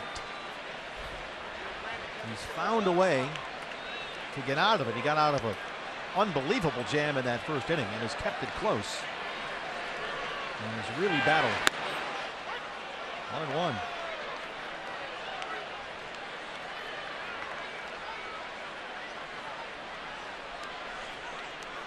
Jake Lamb right behind the second base umpire, Bill Miller.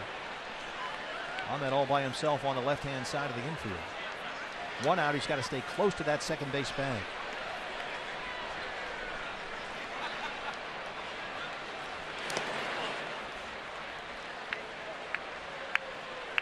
It's a good stop by Wellington Castillo. When a breaking ball hits that far out in front of home plate, because of the rotation on the pitch, it's not going to take a true bounce right up into your midsection.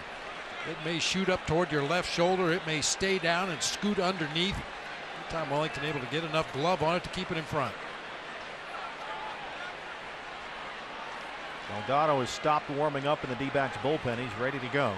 2-1 pitch. Missed again, 3-1. He's gone to 3 ball counts on the last 3 hitters.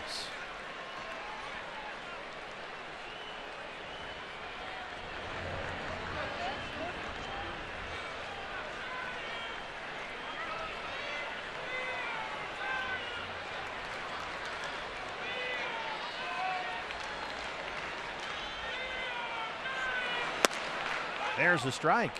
Hold on there, Brandon. Brian Knight back there says 3-2. Looked like I might have fell off that outside corner a little bit. Just a little bit of late movement that time. Tailing action from Archie.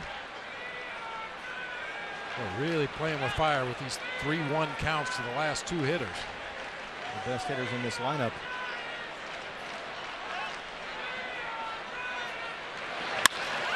Hard right over Segura. He hit it hard into the shift.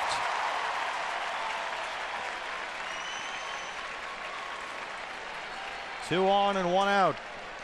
And that's going to be it. Here comes Chip Hale. Archie, 105 pitches, only 58 strikes. He walked 3 in the first, somehow left the bases loaded without a run. But as night ends here, it's 3-2 San Francisco.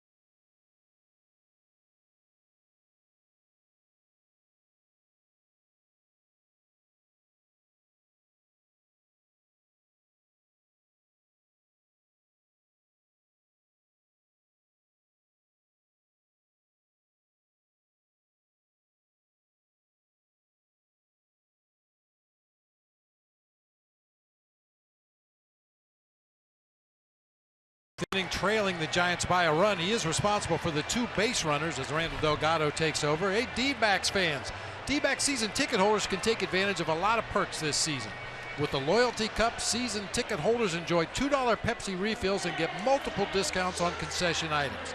Become a season ticket holder today and check out all the amazing benefits at dbacks.com/advantage. Well, Randall Delgado has seen this all too often already this year. He's been a workhorse out of the D-back bullpen already with 9 1/3 innings out there this season.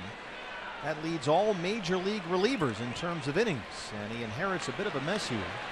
He's got Posey at second, Belt at first, a run in on the panic corner. Still just 1 out, and Brandon Crawford steps in. Crawford 0 for 2. He is struck out and grounded him. And there's ball 1. I don't know how much longer Randall can keep this pace up, because he has been the workhorse, the plow horse. He's been doing it all out there.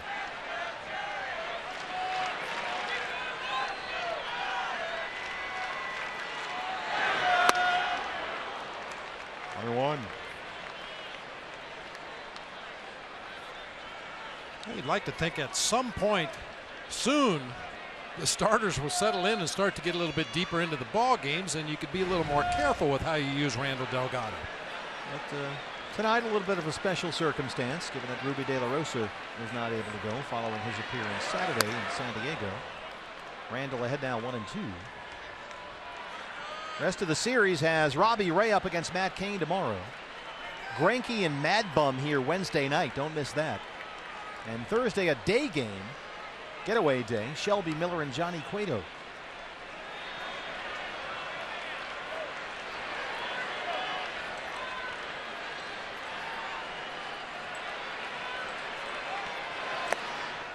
Two and two.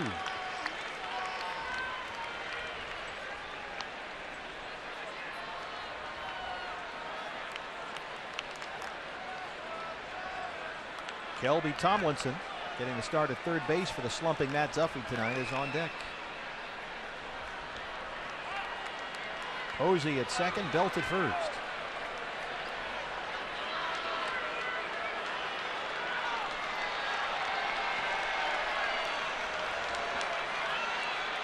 Wind is blowing in now from right center field. Just inside, full count 3-2.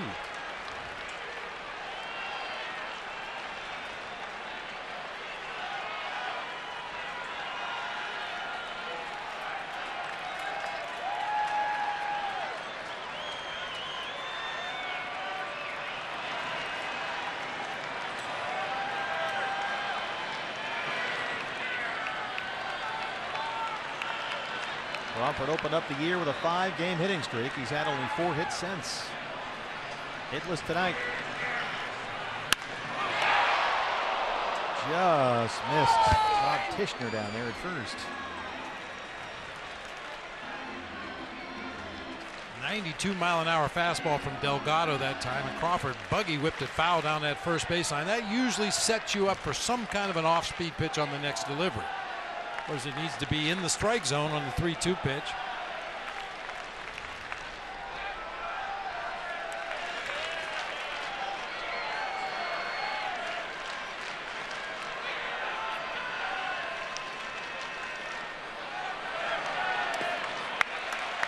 Ball 4. Did try to come back with an off-speed delivery. Unfortunately, bounced it in the dirt. Crawford not even tempted to swing at that pitch. And so the Giants have them loaded with 1 down and 1 run already in. Buster Posey is the runner at third. Brandon Belt the runner at second. And Brandon Crawford at first. And Kelby Tomlinson, who is 2 for 14 to start the year and 0 for 2 tonight, steps in.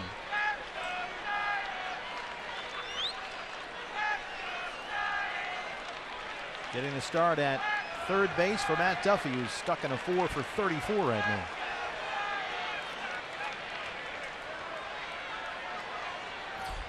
So Duffy getting a mental health night. There's a strike on 1.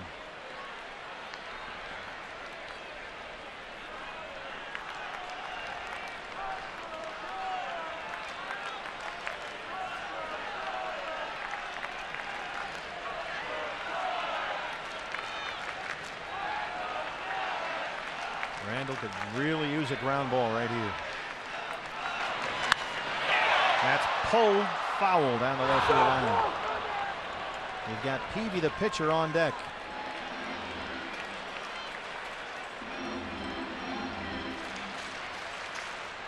He's actually hit the ball fairly hard twice tonight, a single and a ground out.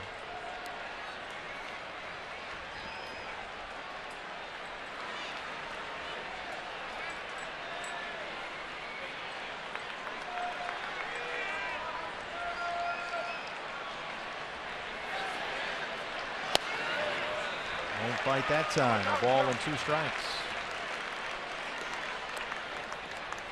Seemed like there were a lot more players with glasses back in your day.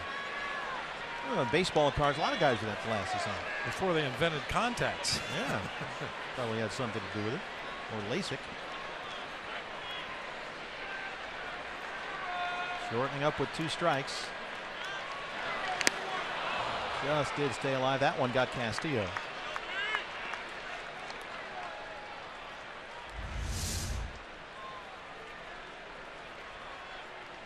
Off that right knee guard.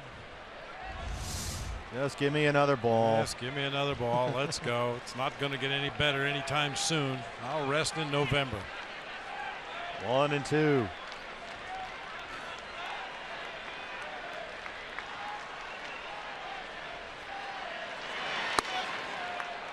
This with a fastball, 2 balls and 2 strikes.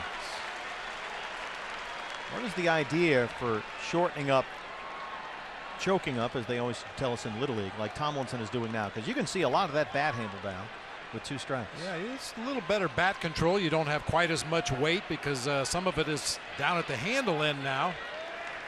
Shorter, quicker, later swing if necessary to protect the plate. Called strike 3. Brian Knight rings him up, and a big out number 2 for Randall with a pitcher Peavy coming up. Boy, what a great location. Tailing fastball starts just off the corner. Comes right back to that outside corner at the knees. Perfect pitch. Boy, and now you pitch Jake Peavy just like he's Buster Posey. Yeah. You know, he's not a pitcher right now. You've got ducks on the pond everywhere out there. Still a 1-run ball game. He's already got 1 hit in the game, and as you mentioned, hit the ball hard his other time back up the middle. Took a nice play by Nick Ahmed to take away that base hit. First pitch breaking ball. He did not go, says Todd Tishner down there. 1-0. So how would you pitch Buster Posey in this situation? Well, carefully. Yeah, there you go. It's a cure-all. Always carefully. For me, I like to jam pitchers. I like to make them make a decision quickly. Fastballs right in there. Look at the movement on that pitch. That started out on the outer half and broke back in toward the right-hand hitter. This thing is coming at you. Watch where this starts and look where it finishes. Right there.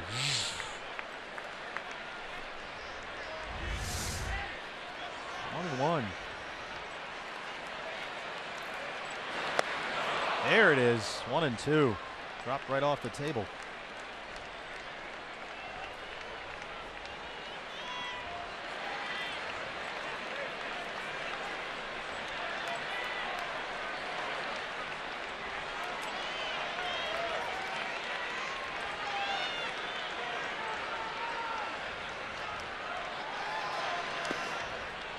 Seagulls are starting to congregate. Seems awfully early for them to be circling already. A little bit, a little bit. The smell of garlic fries is in the air.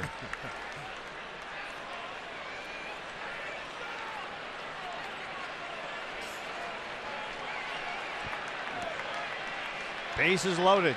2 outs. 2-2 on Peavy. The dangerous Pagan would be next. He's on deck. This is the out you want right here. Full count, 3-2. And now everybody will be off for the pitch. Posey at third. Belt at second. Crawford at first. And here we go.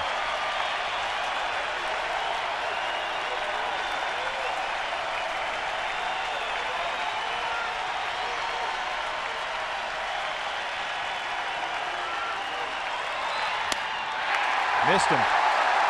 They walked and a run. 4-2 ball game. Second walk in 3 batters issued by Randall Delgado.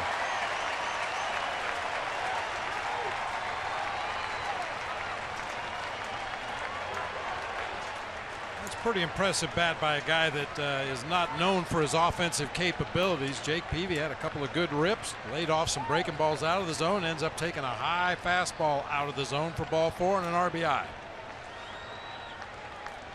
it's been a good night for Peavy at the plate. He singled and scored in the second. And now a bases loaded walk in the 5th. Mike Butcher.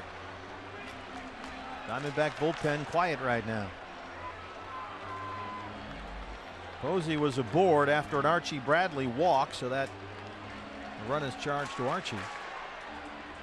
He went 4 1/3, gave up 7 hits, so far 4 earned runs. He walked 4, struck out 2. And now he's got some dangerous hitters coming up to face Randall Delgado.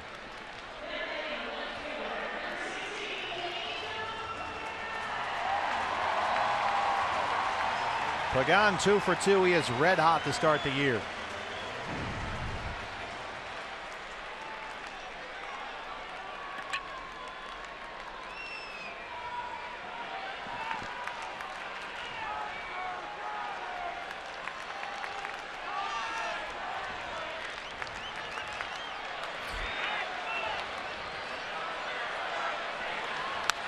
Jumps on the first one and just does get a piece of it.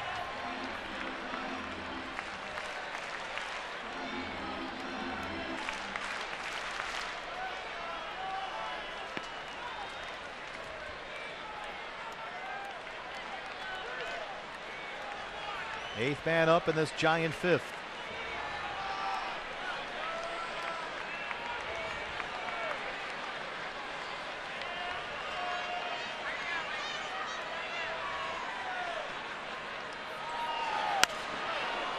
Oh and 2.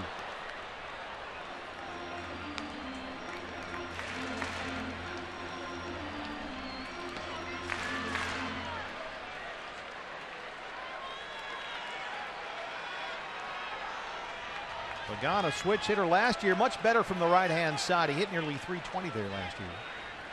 Under 240 as a lefty last season. But the left-hand side is his power side.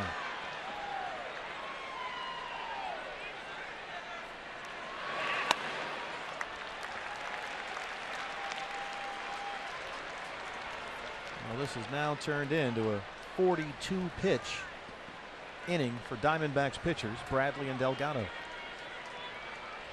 After Archie threw a 35 pitch first. And you start to get concerned about the defense, guys just standing around out there watching pitch after pitch after pitch out of the strike zone, waiting for a ball to be hit their direction. It's just human nature to end up back on your heels when that ball is hit your way. And moves Pagan's heels a bit there. Still no one throwing to the Diamondback bullpen. Pagan about 340 career with the bases full.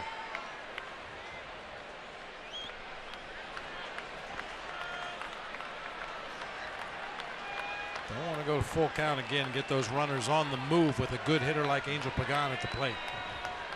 Make something happen right here. Make your best pitch of the at bat right here.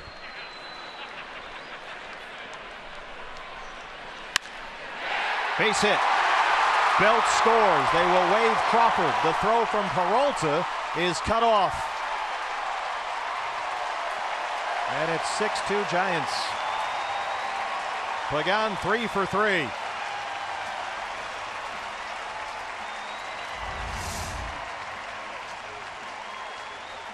Fastball down in the zone.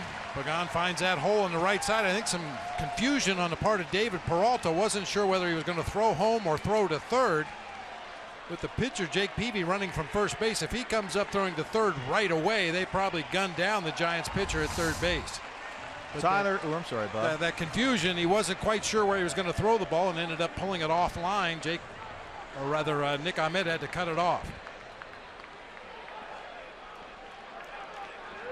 So it's a 4-run inning for the Giants. Tyler Wagner once again throwing the Diamondback bullpen, called up from AAA Reno today. Socrates Brito was sent down. As they want some length back there, they go with the extra pitcher. Span has walked. He's got an RBI single.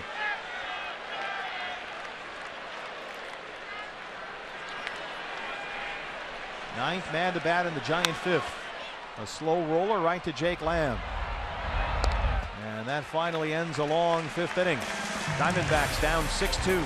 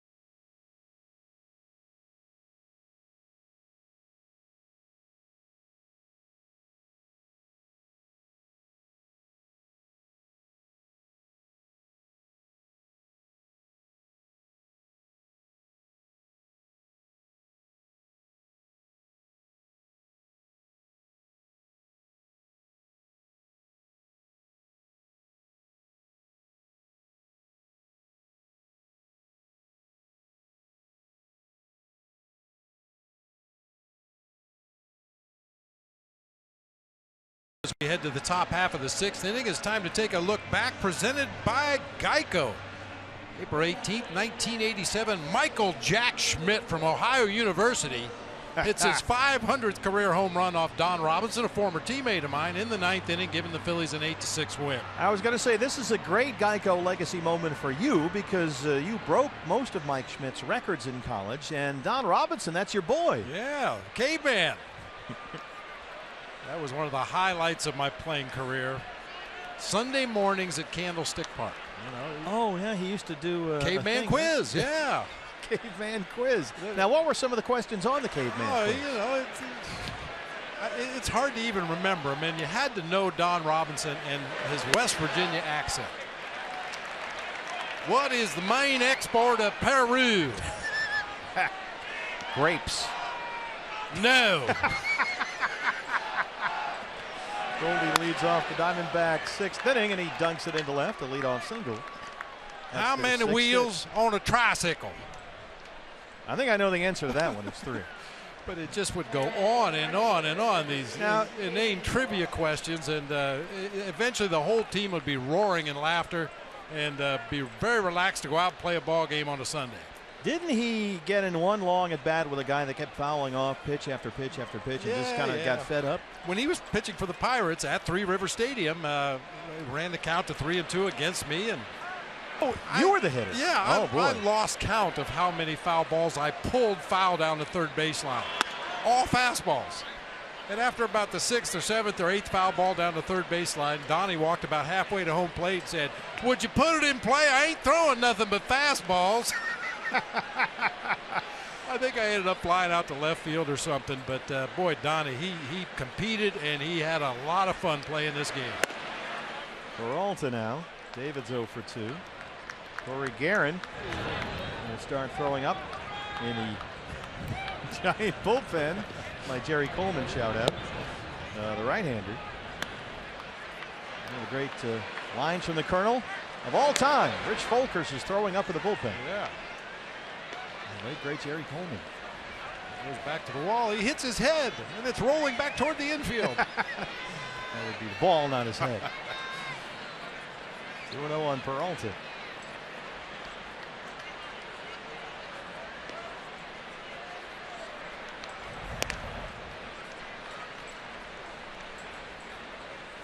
Don Robinson on that great 1979 Pirates We Are Family World Series winner that was honored I think it was yesterday by the Pirates. They wore those uniforms. 79 unis, Those great yellow shirts, the pullovers. Peralta knocks it headed toward Triple's alley, and the freight train is on the tracks. Here we go. Here comes Goldie. He will come in and score, and Peralta's in there at third. It's an RBI triple for the freight train. Boy, this ballpark, he hit it in the perfect spot for him right there. Boy, absolutely. Fastball elevated over the heart of the plate. Pagan playing, or rather, Span playing a few steps over toward the gap in left center, and he makes him pay. Goldie motoring around. He'll score from first base. That's our Chaz Roberts air conditioning cool play of the game. Second triple of the year for David Peralta. And the Diamondbacks have now trimmed that giant lead. It's a 6-3 ball game. A single and a triple to open up the inning against Jake Peavy. Boy, I tell you what, you hit the ball in that spot, you can really run around the base. Yeah. They got to go a long way to get it. Guys that really run well, that's possible inside the park territory out there. It's 421 feet from home plate all the way to the wall out there in right center. And especially when you have the defense spread wide apart like the Giants did that time, you can run all night. Well, that might be it for Peavy. Bochy waited until Peavy was about ready to deliver a pitch to Yasmani Tomas and decided to go for a stroll.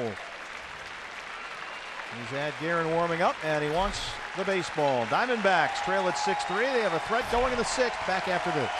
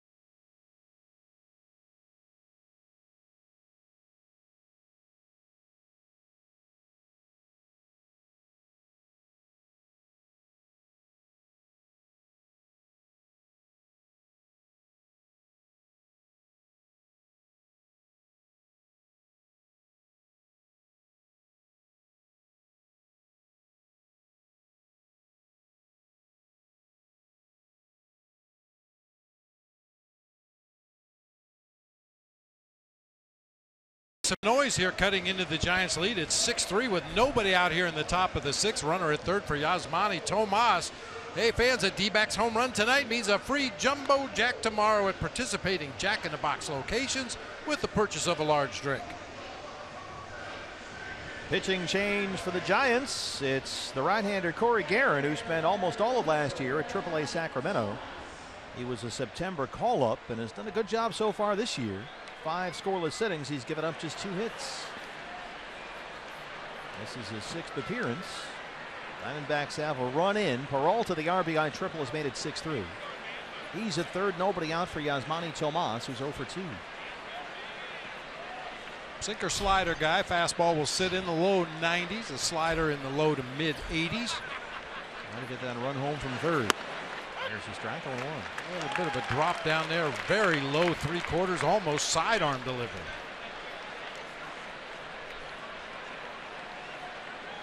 Well, we'll see if Yasmani can keep this hot streak going.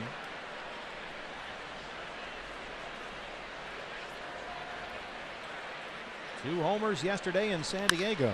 There's a bouncer right to Panic at second. This will get the run home. Peralta scores. RBI for Tomas, and it's a 6-4 ball game.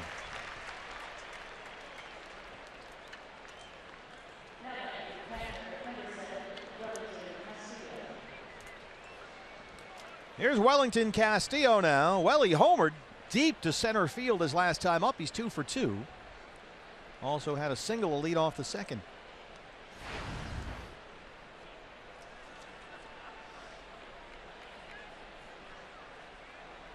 Welly coming off a day off yesterday at Petco Park.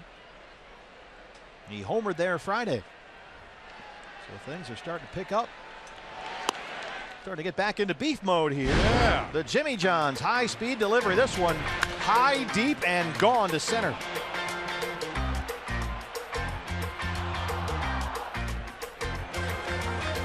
Tell you what, he hits it there again right now. He might take a couple of seagulls down with him. That'd be all right. Yeah. Late swing there, 0-2. A Frisbee-like slider from that low 3/4 delivery. Starts it right at the right-handed hitter, trying to work it back to the inside corner. A little discussion with Brian Knight back there.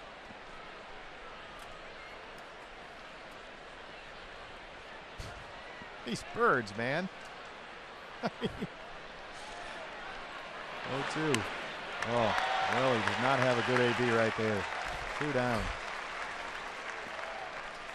Got the slider on the inside part of the plate for a swing and a miss, and then chases one right out of the zone. Well, it's very flat. Doesn't have a lot of downward movement, but Guerin, at least in that at bat, able to control that slider. Nick Ahmed now. 6 hits on the road trip. 0 for 2 tonight. He flied out to left his first time up, lined one right to Crawford at shortstop to end the 4th.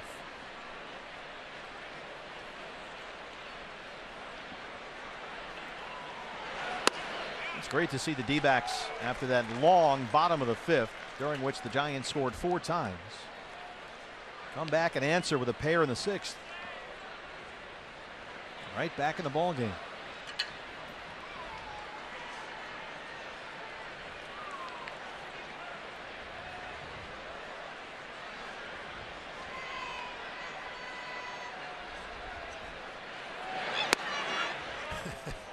Guerin looks like he's trying to make up his mind whether to throw the ball or not. He's pounding the ball in his glove and kind of leaning back and leaning forward. Very odd setup out there. Of course, you can get away with it with nobody on base. With a runner on base, he could balk about 7 times. Okay. Not comfortable quite yet. Pound the ball a couple times and then throw a slider on the inside corner. Boy, he is fidgety out there, to say the least.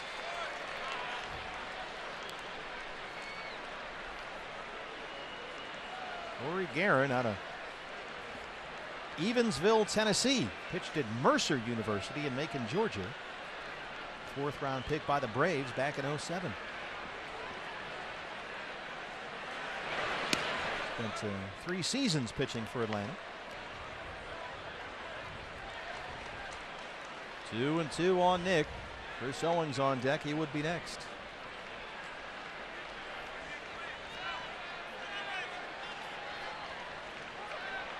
It looks like he's just uncomfortable, like he's wearing an itchy sweater. Get this off me. I'll tell you what, Nick, with that 2-strike approach, he almost always finds a way to spoil a good one and sometimes just dunk it into the outfield for a base hit.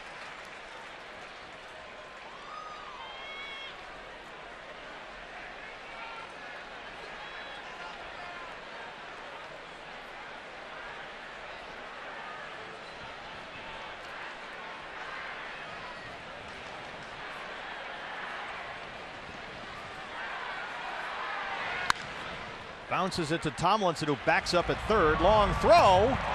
And Belt has it. But the Diamondbacks answer. Goldie starts it off with a single. Then it's an RBI triple for the freight train. Tomas adds an RBI. It's a 6-4 ball game.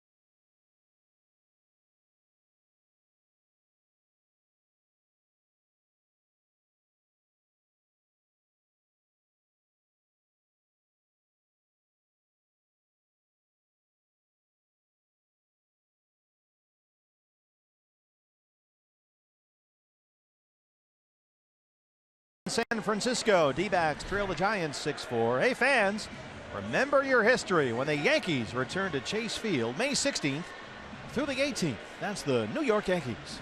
Guarantee the best seat for the lowest price when you buy a mini plan, and you can customize your own pack and include tickets if you want to all 3 Yankees games. Check dbacks.com/tickets. Defensive changes all over the outfield for the D-backs. Brandon Drury replaces Yasmani Tomas in left field. David Peralta moves from right field to center, replacing Chris Owings, and Tomas, who was in left, is now in right. So Chris Owings out of the ball game, and Brandon Drury in.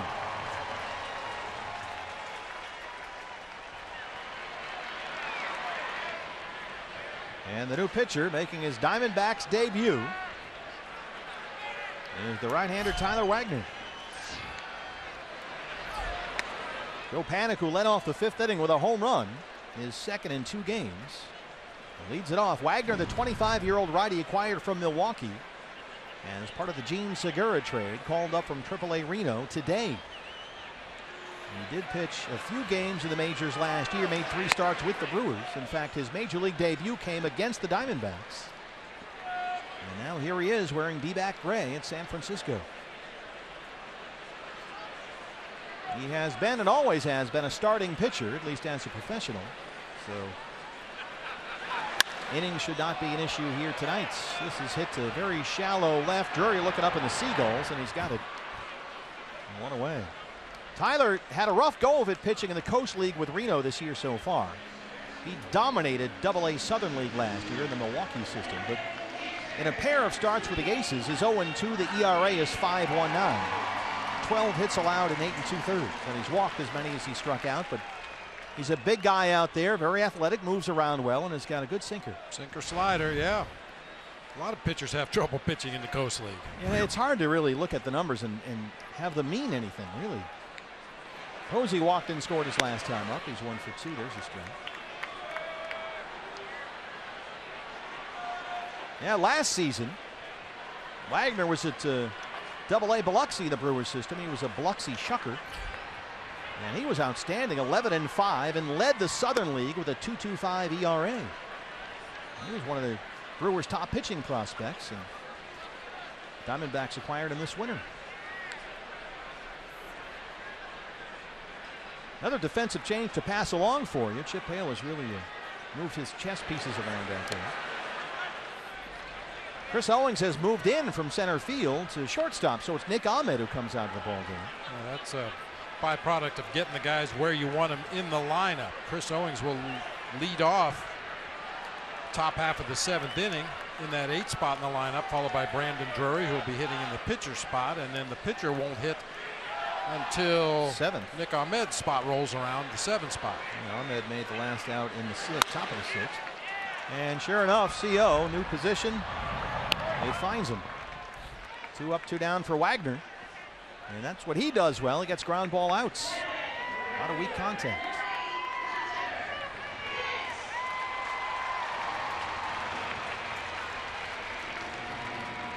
Yeah, Wagner last year, 25 starts, that 2.25 ERA at AA. And made his debut against the Diamondbacks at Miller Park. Went back to the minors after that start. It did not go well for him.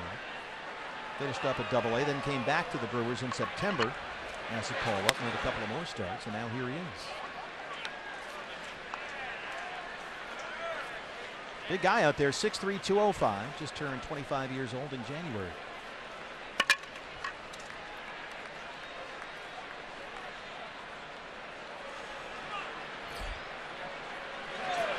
Pence has walked, grounded out, and struck out 0 for 2.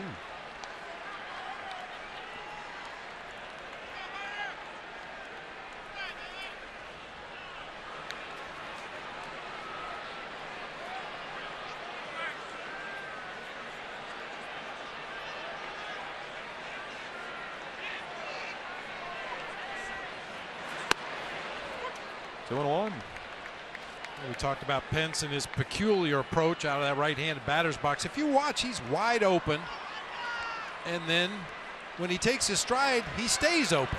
He's always looking for something middle of the plate he can pull, or occasionally inside out to the opposite field. And he knocks it to the opposite field.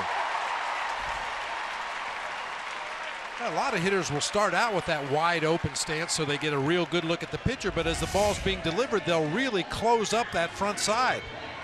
Yeah, Hunter Pence with the big leg kick and then puts that foot right back down almost where it was, still wide open. And this time slaps it into right field for a 2-out base hit. He's always open. He's like one of those convenience stores. Absolutely. Well, and you don't realize how big Hunter Pence is, but you can see him standing over there next to Paul Goldschmidt. And we know how big Goldie is, and Hunter Pence maybe looking down at Goldie a little bit. Hunter Pence is a wall of muscle, 6'4", 220. Belt has walked, singled, and scored a run. He's 1 for 2. Carves that one foul.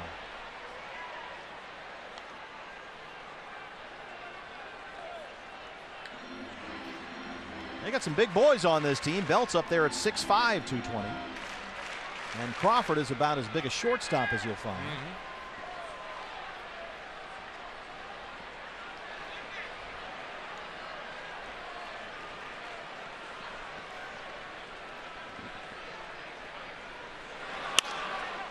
Roll to right to Goldie, and a nice job by Tyler Wagner in his D-backs debut. We are through 6 in San Francisco. Diamondbacks down 2.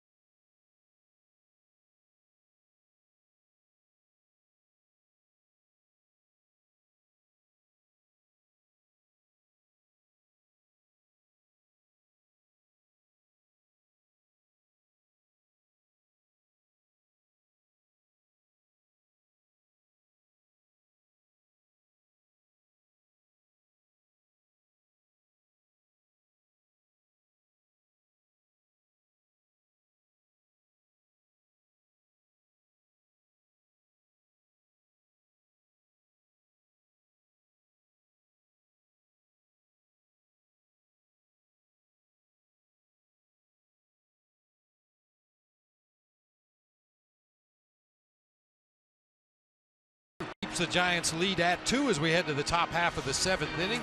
Hey, the Fox Sports Arizona Fan Express, presented by Cox Communication, has returned and ready to take you to a Diamondbacks game. Stop by this month's participating Cox Solution Store in Phoenix on Bell Road. To enter for a chance to win 2 seats on the Fan Express bus, you'll receive round-trip transportation to the Diamondbacks game on April 30th. Registration ends April 25th. For more information, visit foxsportsarizona.com. Boy, that is a good-looking bus. Well, the Diamondbacks, who won 8 of their 10 games in this ballpark last year, trying to win number 1 in 2016, but they trail at 6-4. Corey Guerin back out there for San Francisco, and Chris Owens leads off the D-backs 7th. CO singled his last time up. He's 1 for 2. It'll be Owens, Drury, and Segura, 8, 9, and 1 for the Diamondbacks, and that's a good way to get it started. CO, his second hit tonight, and that's 2 at bats in a row. He has led off the inning with a single. Good job by Chris Owens. Led off with that single back in the 5th. Archie Bradley promptly bunted him into scoring position, but Gene Segura grounded to second. Jake Lamb popped up to third. See if we can't do a little more with that leadoff single this time. Well, here's Brandon Drury. His bat has come alive on this road trip with more consistent playing time. He's up to 241. And yesterday in San Diego had a home run and a triple.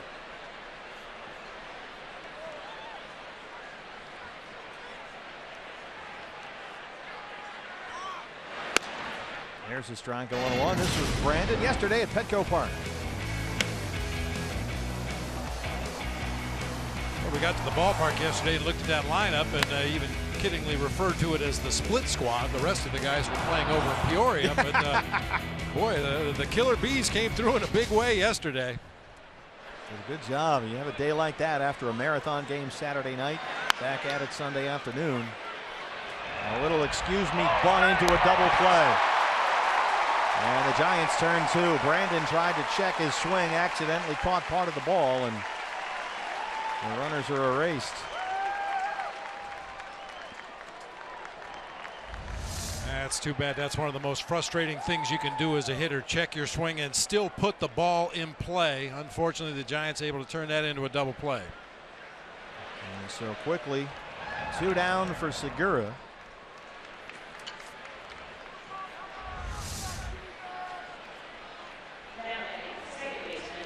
Josh Osich has started warming up, the left-hander for the Giants.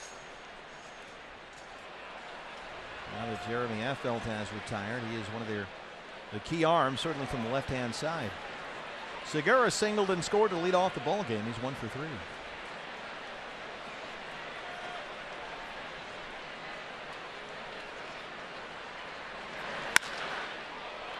Base hit back up the middle. Segura, a 2-hit night. He's got the lefty warming. He's got Lamb coming up. After Guerin got 3 outs in the 6th.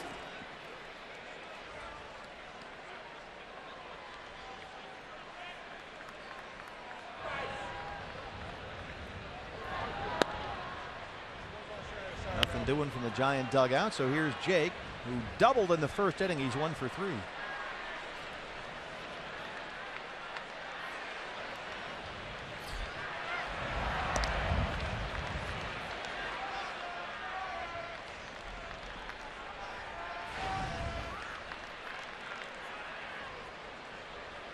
Remember, with nobody on base, Guerin was out there like he was leaning against a lamppost on Rush Street, wavering back and forth. With a runner at first base, that could be considered deceiving a runner. What a jump Segura got. Holy Toledo. He was almost on the second base bag before Guerin was able to throw the ball. Watch this. Well, you can see Guerin. We talked about him earlier. He just didn't look comfortable out there. Has a lot of things leaning back and forth, and give Dave McKay an opportunity to watch a pitcher on the mound for a couple of batters, and he'll find something to allow his runners to get a big jump. 3rd stolen base of the year for Gene Segura.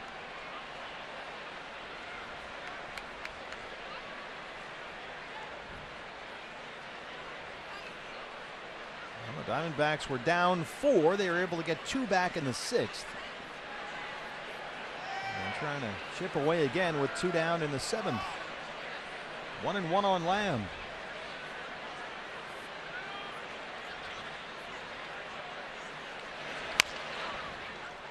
Tell you what, the way Jake goes to left center, I'm trying to figure out defensively, how would I play Jake Lamb? I'm not sure what the answer is.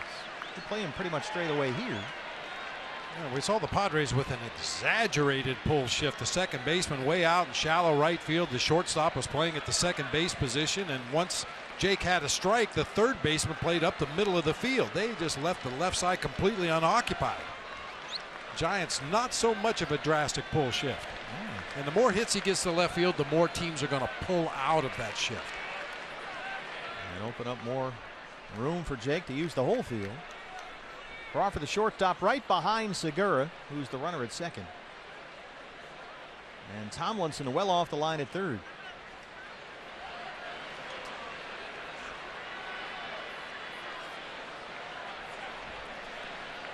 For a guy that doesn't play third base very often, Kelby Tomlinson has to feel like he's about a quarter of a mile away from the bag at third.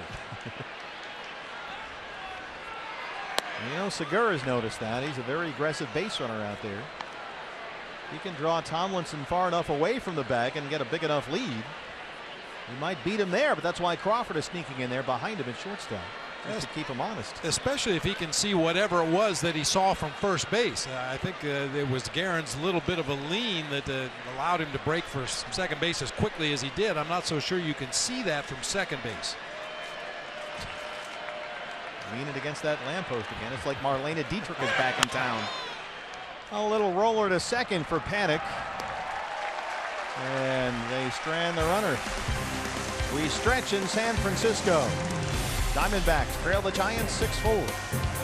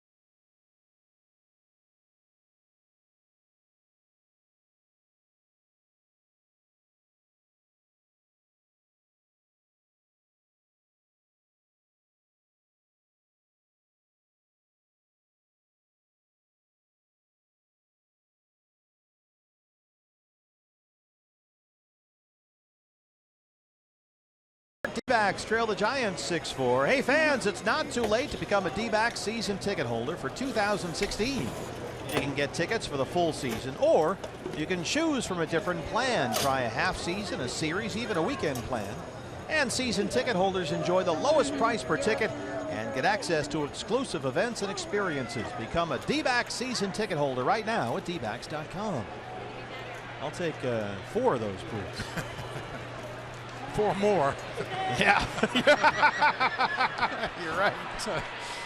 Yeah, good eats here at this ballpark. Yeah. Brandon Crawford leads it off against Tyler Wagner in his Diamondback debut. Crawford walked and scored his last time up. He's 0 for 2. Tyler Wagner out of Las Vegas. He pitched at the University of Utah. Brewers got him with a 4th rounder in the draft 4 years ago. Dunks that one down the line and left. That's a fair ball. It's in the bullpen. Drury has to fish it out of there, and he gives up. That's a book rule double. A fan reached over the railing there and grabbed the baseball before Brandon Drury had an opportunity to make a play. Sir, you are not in the game. Please stop doing that. Little jam shot floater right down that third base line. Of course, the bullpen's down the left and right field line on the field of play.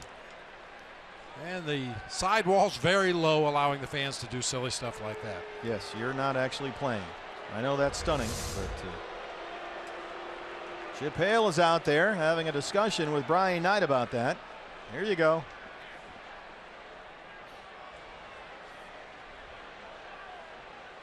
And now the umpires are going to get together and huddle up here.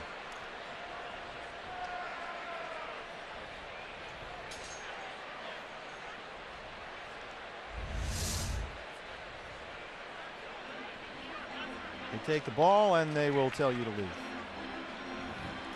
Good.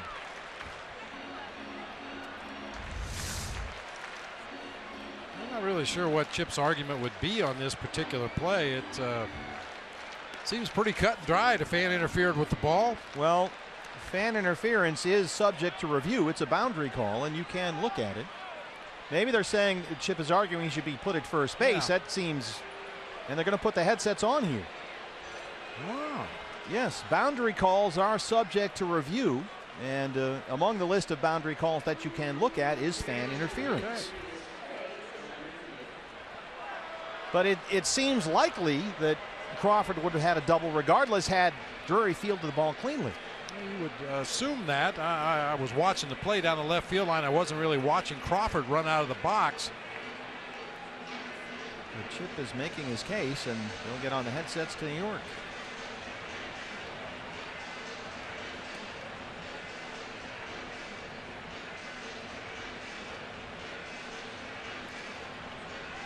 And placement of base runners on boundary calls is now, as of this year, subject to review. You can look at some of the Skycam shots here, figure out, or at least they can in New York, where the runner would have been. You can make your best judgment call on it, and you can put him at any base you like. And that is new for this year.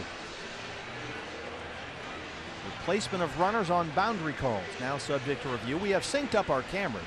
Let's take a look. Should Crawford get first or second here? He's not running at all out of that box. Not initially.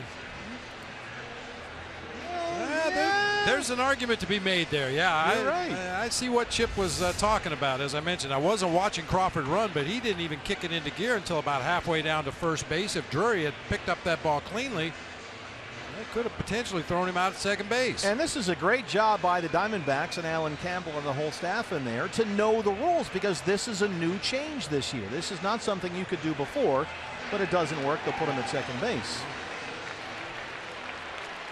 But that's something to keep in mind, fans, as we continue on here in 2016. You can now look at all that stuff and use the video to figure out where the runner might have been and place him accordingly.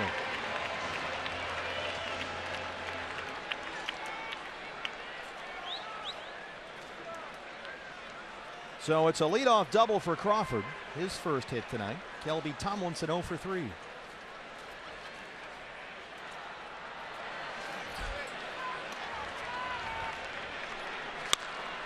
Right back up the box by Wagner's glove. Owens is on it. And Crawford's in at third, one down.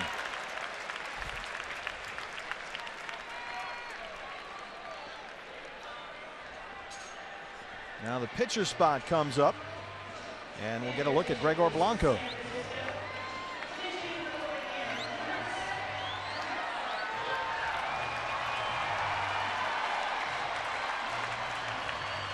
Gregor Blanco just 2 for 13 to start the year. Infield will come in for Arizona, with Crawford at third and one down in a 6-4 ball game.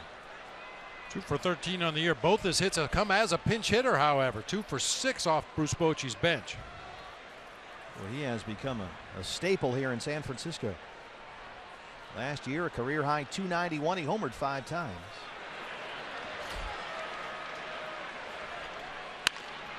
It's a big cut at that one, fouls it off. That 291 for Blanco last year, his highest batting average during his 4 seasons with the Giants. That's now included a pair of World Series rings. He's been a valuable part of this ball club.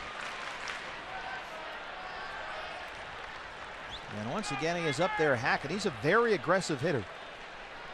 Often swings at the first pitch, and he's down 0-1.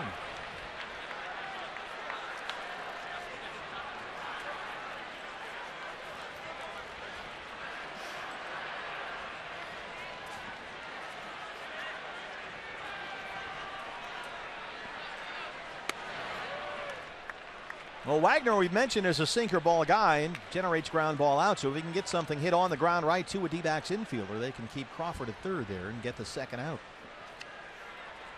And with Pagan on deck, I doubt if he'd be going on contact. Pagan has been one of the hotter Giants hitters, and definitely don't want to run into an out at home plate with one of your best hitters in the on-deck circle. Pagan 3 for 3 tonight. Fouled away. It's 1-2. And that time Brandon Crawford had planted his right foot and was leaning back toward third base as contact was made. It's one thing as a manager, you root for a foul ball with a runner at third base to see whether he's breaking toward home or is he holding his ground and waiting to see where the ball's hit. That time Crawford was holding his ground. And Lamb right on the bag at third. Infield in, 1-2 pitch.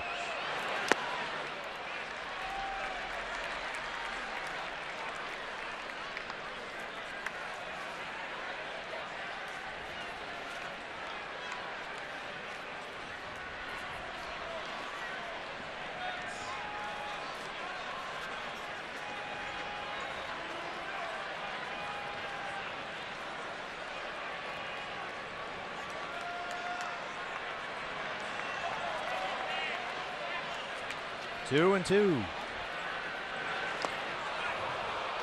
He'll complete the strikeout. A big out, number 2 for Tyler Wagner. And now he'll deal with Pagan. Well, a lot of pressure on Wellington Castillo right there. You mentioned a very aggressive hitter in Gregor Blanco. You like to lead him out of the strike zone. That means bouncing it in the dirt, but Wellington Castillo does it perfectly and throws on the goalie to complete the strikeout. Well, Pagan started the night hitting nearly 360. He's gone 3 for 3. A double, a pair of singles. He scored a run he's knocked into. And has been enormously productive in the 9-hole this year for Bruce Bochy. This experiment has worked out really well. Pagan batting 9th, Span the new leadoff man here.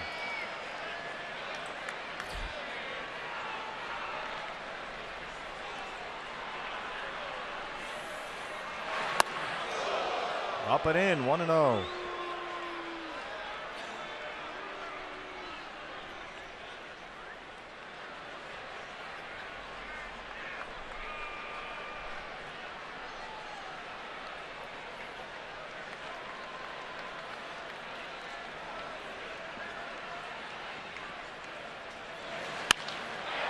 That's pulled foul.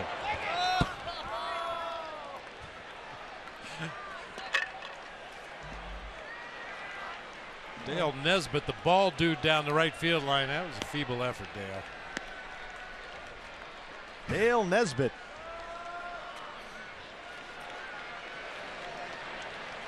Well, it's early.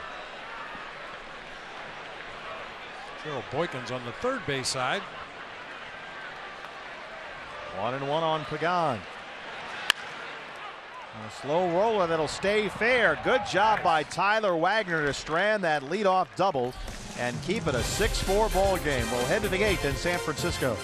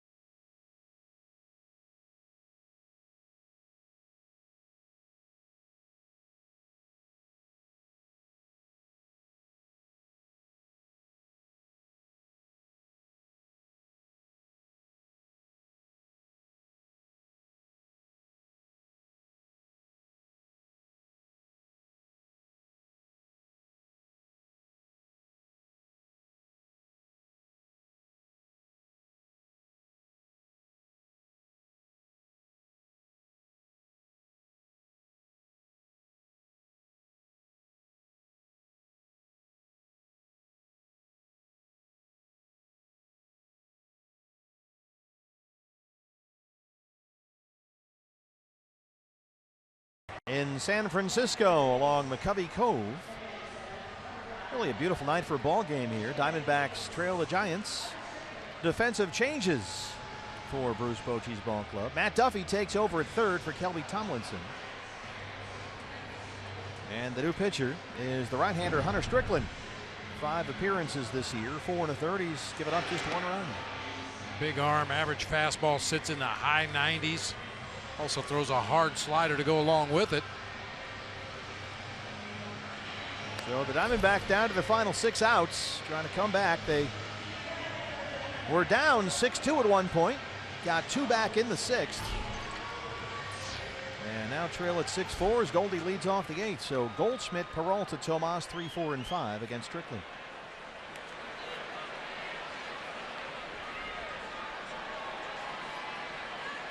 Turn it up. Strickland likes his fastball. He throws it about 3 out of every 4 pitches. And as I mentioned, it's up in the high 90s. Duffy will hit 7th in the Giant order. Pitcher spot is now 8th for San Francisco. Like it was earlier. Here's a strike to Goldie, who singled and scored his last time up. Gonna have to print these books differently now. We used to put little stat lines in there for the 8th place hitter, but now it's always the pitcher. So just one more we evolve here. The evolution continues. Yes. Got to join up. Used to have a little stat places in your scorecard, 1 through 8, and then you'd leave 9 blank. Of course, that would be the pitcher. Well, those days are few and far between now. Strickland throws hard, 1-2.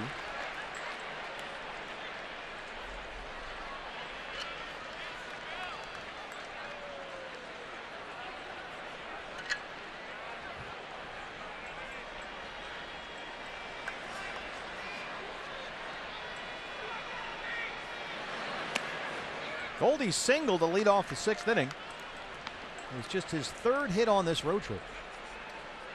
And he started the ball game hitting .205 for the year.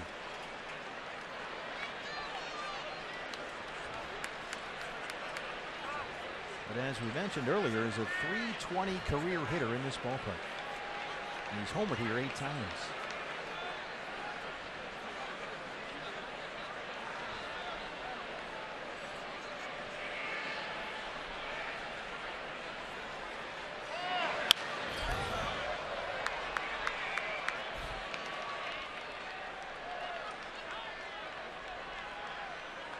Giants have always had, through this World Series run, that core 4 of bullpen guys back there. But Affeldt is retired. Romo is injured right now. He's on the DL.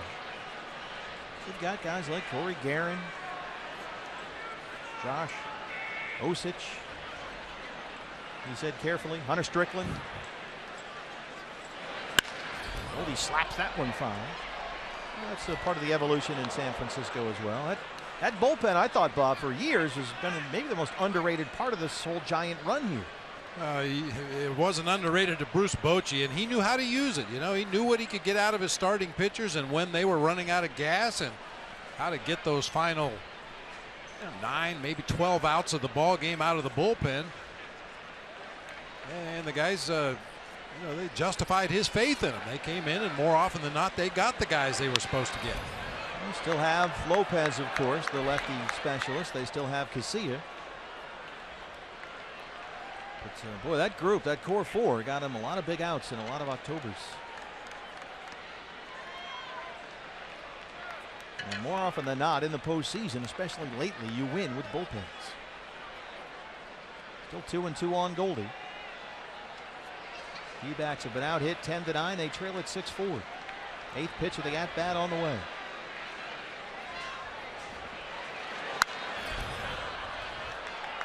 They're spoiling some good ones. Make them work. Yeah, that's always key in a 4-game series. If you can eliminate one of the relief pitchers for a day or 2 of the series by running up a pitch count on a guy like Hunter Strickland, maybe he wouldn't be available tomorrow, maybe not available for a couple days. If you can run up enough of a pitch count by doing what Goldie's doing, foul off pitch after pitch on the edge and hope he makes a mistake.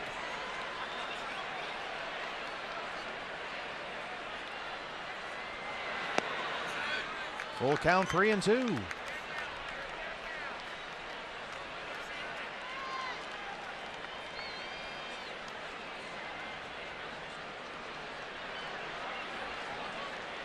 This is how the Diamondbacks started in the 6th. Goldie singled, Peralta tripled and scored on a Tomas groundout. They got 2 runs back. See if Goldie can get aboard again here to open up the 8th. Slow roller, tough play. Duffy was back. He's got to come in, and he's got no play.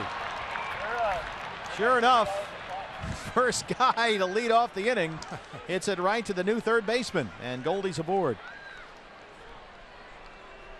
I want to see the sabermetricians do that. What? Sabermetricians. Exactly. Look up how many times a guy comes into the game as a defensive replacement and the first ball is hit to it. Could just be anecdotal, but it seems like it happens all the time. It's amazing. As soon as Chris Owings moved from center field to shortstop, he got the first one.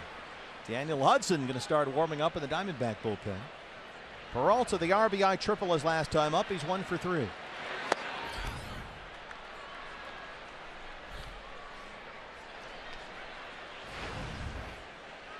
He's the tying run at the plate in the 8th.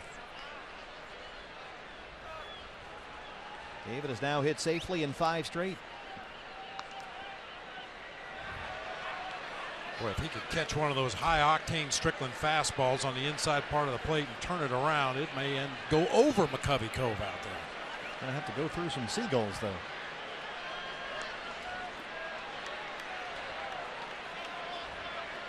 Still a little wind blowing out to right center. He hits it hard on the ground and into right. Goldie will stop at second.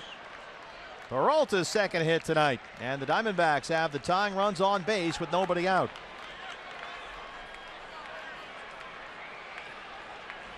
Got to get the middle of this order, BB, going here. And we're starting to see it come around. Dave Righetti to the mound now. No one is warming up at the Giant bullpen for the moment. It's been a theme on this trip, it seems. The middle guy. You know, Goldie's had a little bit of a slow week here. Peralta had a great start. He slowed down a bit.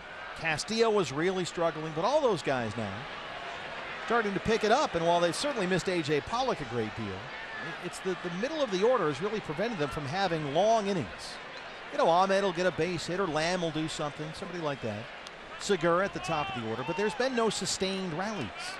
No multiple run innings. They've scored a run here and a run there. They did get 2 back in that 6th after the Goldie single, the Peralta triple, the Tomas ground out. But when was the last time the Diamondbacks put a 4 or 5 or 6 spot on the board?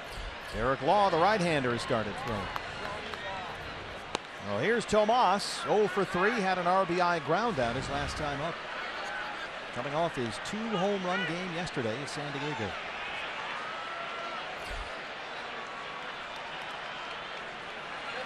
Swings at the first pitch and fouls it off.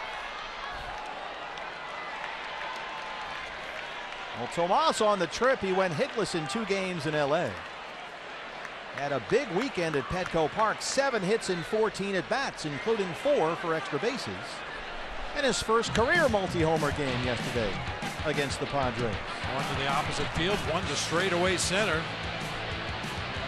And that first home run, the one you just saw there, was the 3,000th homer in D-backs history. Off of Robbie Erlin. Makes another big cut, and he's down 0-2.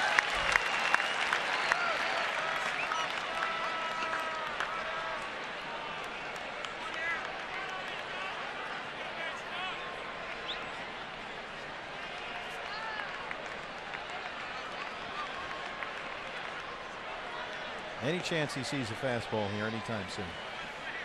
Yeah, I guess in an 0-2 hole, Strickland throws that 88-mile-an-hour slider. I'm guessing they're going to go that direction, but we'll see. Another hard fastball at 96 up and out over the plate. Actually, not a bad pitch to hit on a 2-strike count when you're trying to protect the plate. Yasmani yesterday, 2 home runs. He said he felt really happy because it was the first series win for the D-backs this year. And that, for him, was what made it so important. It was good to do that for the team, not just himself. Team could use another hit right here. Fly ball center field, Span backing up, and he won't get there. It rolls all the way to the wall. Here comes Goldie. They're going to stop him at third. Oh, no, Matt Williams put the brakes on, and Tomas has to hurry up and get back to first. The Diamondbacks have the bases loaded. Everybody had to hold up, and by the time the ball was on the ground and by Span, it was almost too late to send the runners home. Yikes. Yasmani turns around, a fastball on the inside part of the plate, pulls his hand in, get the barrel on it, really tied up Denard Span out there in center. Ball just kept slicing away from him. Goldie went back to tag, and then he saw the ball on the ground. I thought he was still going to score easily, but Matt Williams throws up the stop sign with nobody out in the inning to make sure you don't run into an out at home plate. I was a little more concerned with David Peralta and Yasmani Tomas. They were both nearly standing on second base at the same time, but everybody able to get back safely. And had all the makings. So here we go. Diamondbacks down 2, have the bases full, nobody out in the 8th. And here's Wellington Castillo, who homered back in the 4th.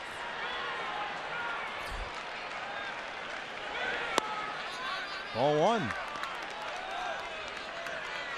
Well, you don't see Denard Span play too many balls to center like the one he just saw there. There's not much wind to speak of out there right now, and the ball was not hit that high in the air. Pitcher spot is up next. Ricky Weeks Jr. in the on-deck circle. So Castillo a homer Friday at San Diego and a homer tonight here. Trying to get into beef mode.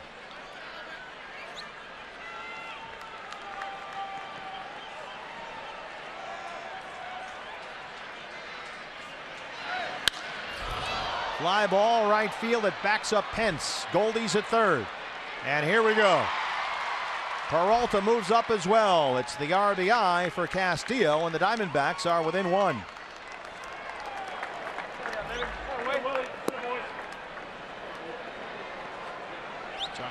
Diamondbacks score their 5th run of the game, which means tacos tomorrow with the purchase of a large drink. I'll tack a couple more on there. Second RBI tonight for Wellington Castillo. And Ricky Weeks Jr. will be the hitter. A run is in. They're on the corners with one out. Ricky Weeks 2 for 9 with a double to start the year.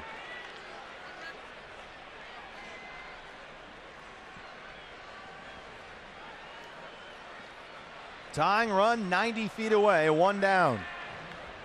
Derek Law looks ready in the Giant bullpen. Peralta is the runner at third, and Tomas is the go-ahead run at first.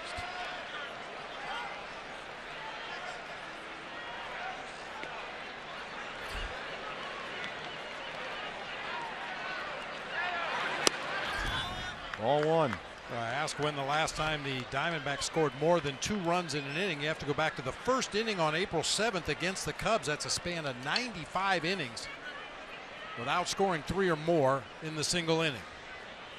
Well, the middle of the order starting to perk up here offensively. Goldie, Peralta, Tomas open up with singles. Castillo, the fly ball, gets 1 run in. And it's a 1-0 count on Ricky Weeks Jr. Just inside. 2-0. Hunter Strickland in a mess.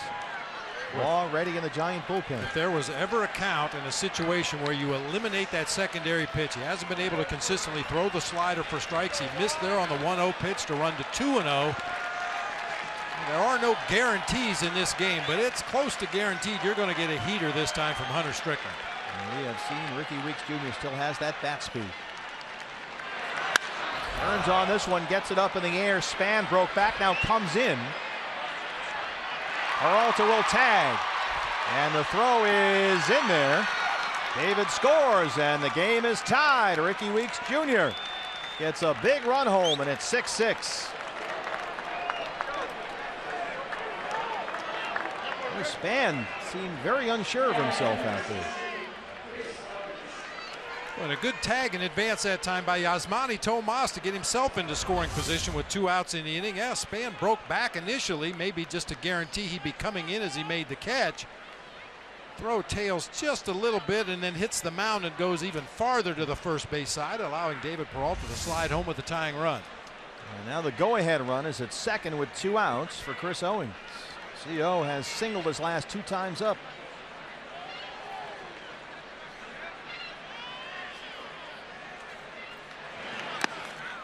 Ball one. Another slider in the dirt from Strickland. You can almost eliminate that pitch right now until you get to a 2-strike count, and then you have to protect against everything. Daniel Hudson still warming up at the Diamondback bullpen.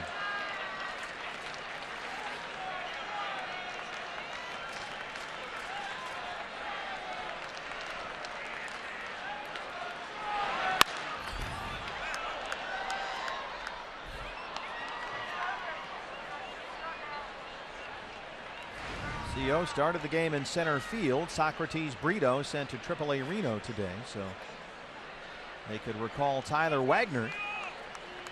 Wagner tonight pitched well in his Diamondback debut. Owings has moved from center field to shortstop. Tie or go-ahead run at second base. 2 down. 2 balls and a strike.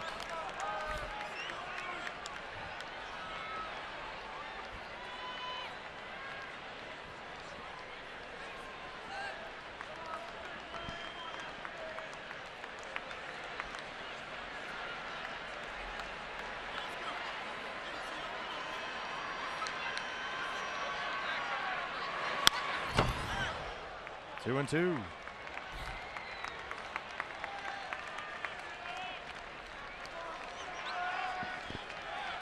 Well, it's been a wild ball game here. First of 4, D-backs and Giants.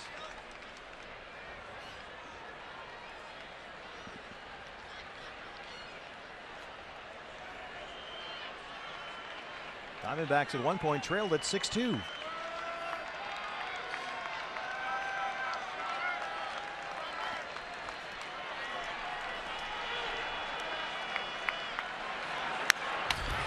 Just does get a piece to stay alive.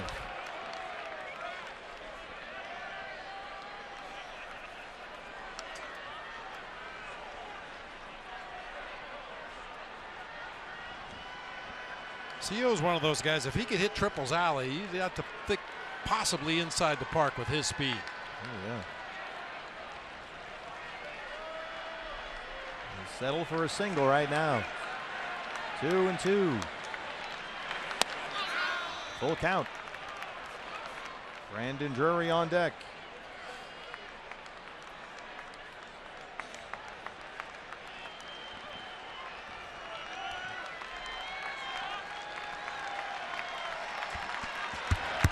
Daniel Hudson will get the bottom of the 8th. 2 outs, 3-2. Got him. But the Diamondbacks get 2. They tie the ball game. We're in San Francisco. We're at 6-6.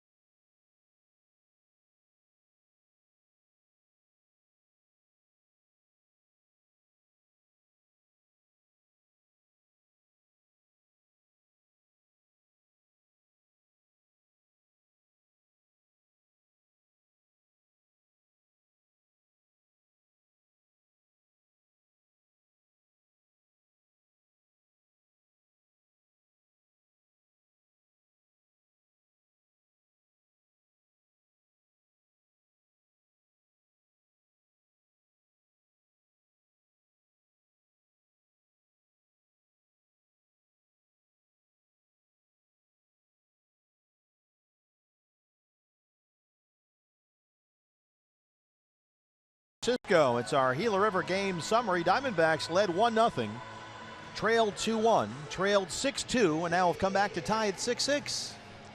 Looking more and more like a Cactus League game with the double-digit hits on the board. Now, BB, as we mentioned, Jody Jackson, who is under the weather, has been live tweeting the ball game, and I think she's doing this allegedly to prove that she's watching on the Fox Sports Go app, which is great, but she's got the apple cider vinegar, which I urged her to buy.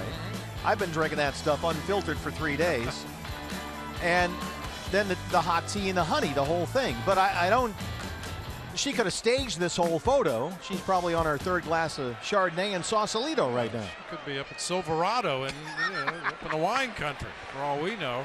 Jody not pictured here.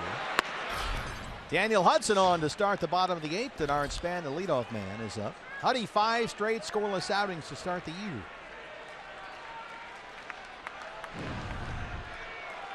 But we wish Jody the best. I know what she's going through. It's not fun, but you do what you can with the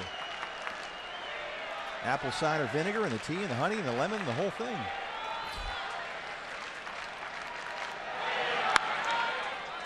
Oh, 0-2. She could have taken that picture this afternoon It seemed like when you know, they have the guy where they have him hold up the newspaper with the date on it to prove it seemed like she had the game up there to prove she was watching the game. She could have somehow doctored that photo. I don't know. Could have been a game in the archives from last year when we were here. Go back MLB.tv and dial up a game.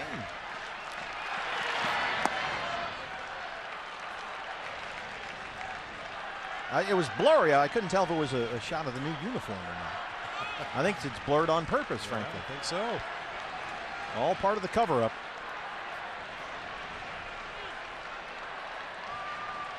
I'm going to get a night off in San Francisco. You can't sit around the hotel. 1-2. That is yanked foul down the right field line. I was going to say we could have our investigative reporter check it out, but Jody is our investigative reporter, so fairly problematic.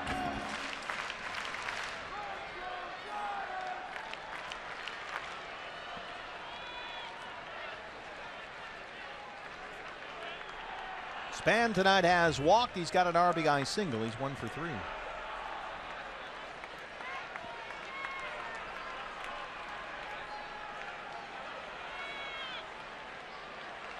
Look at that crouch.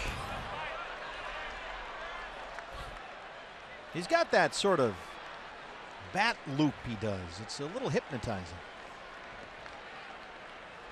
He just stands there with his front foot sort of tilted and then just sort of spins that bat around, staring at you. And then, as Bob mentioned earlier, as soon as the pitch is thrown, he sort of tucks down into that crouch.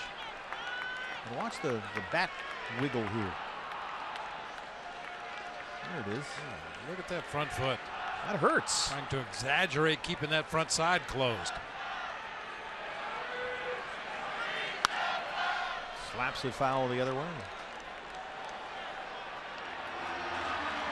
Well, Span 2 seasons ago had a big year with the Nationals, hit .302 and led the league in hits.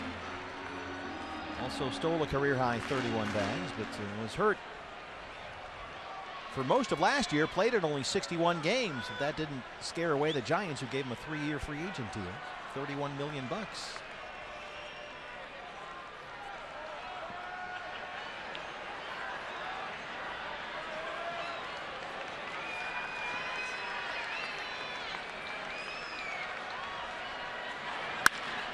That's in Triple's alley, and that's headed for trouble. Span can run.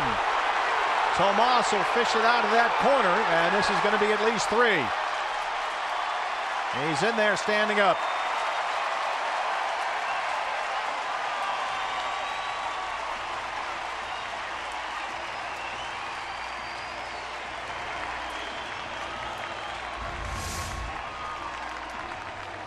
That ball's off the outside corner and went out and hooked it back to Triple's alley in right center field. And you mentioned he runs well. Boy, any mishandling of this ball either by Yasmani Tomas or the relay man or Paul Goldschmidt in the middle of the infield, and Span may circle the bases. First triple this year for Denard Span, and in this ballpark he's likely to have a few more. So now the Diamondbacks, with the go-ahead run at third and nobody out, have to bring the infield in for Joe Panik, who almost always puts the ball in play.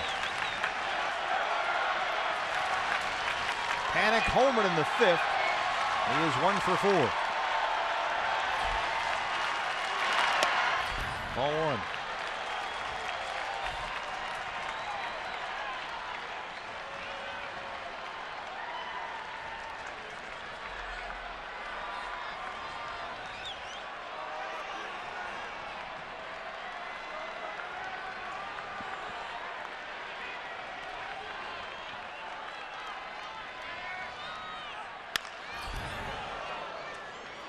Right by first base coach Bill Hayes down there. A ball and a strike on Joe Panik, and then you've got the sharp end of the Giants order coming up behind him. Posey, Pence, Belts, and then Crawford.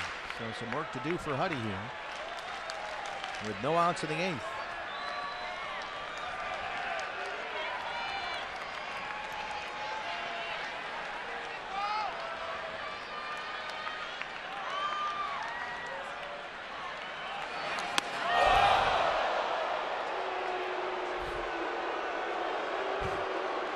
had to go Matrix right there. I was going to hit him right in the rib cage. Somehow manages to jump up and out of the way.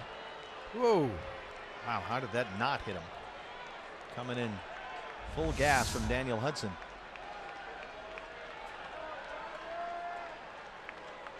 Two balls and one strike.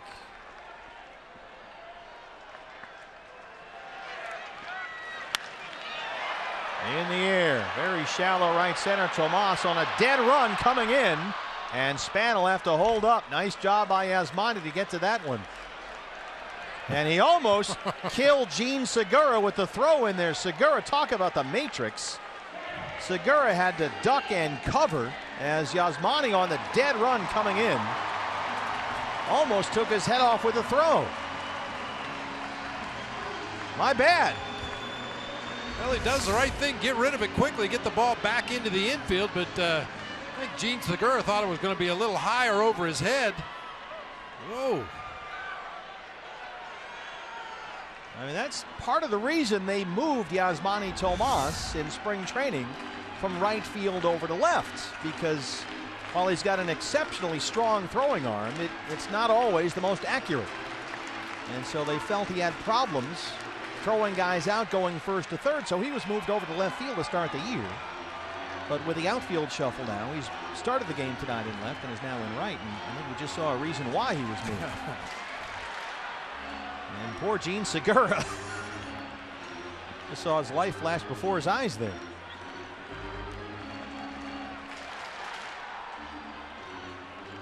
But an important out, number one.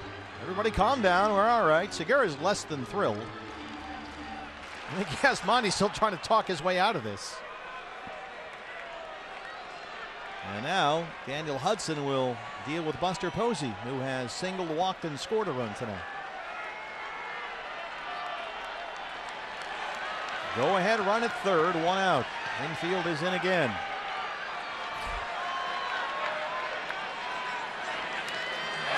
And Span will come on in and score.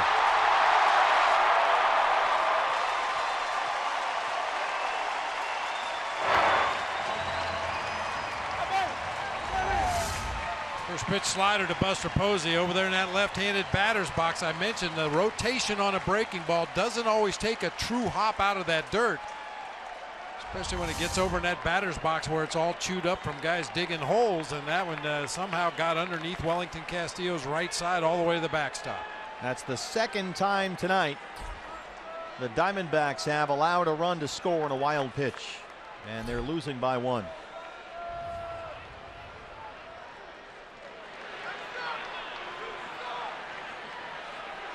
The last one was by Archie Bradley back in the second inning.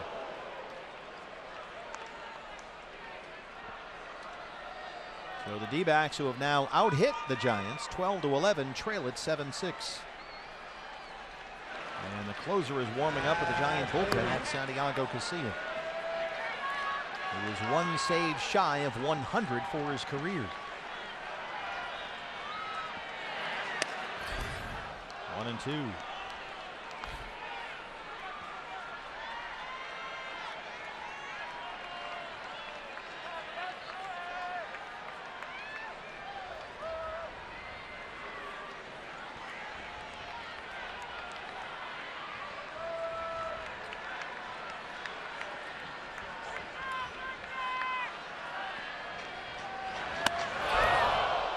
Up and in at 96. Second time in this inning that Huddy has come close to hitting a Giant batter. This gets under that fastball a little too much, tries to overthrow it, put a little extra on it, and sailed up and into Buster Posey.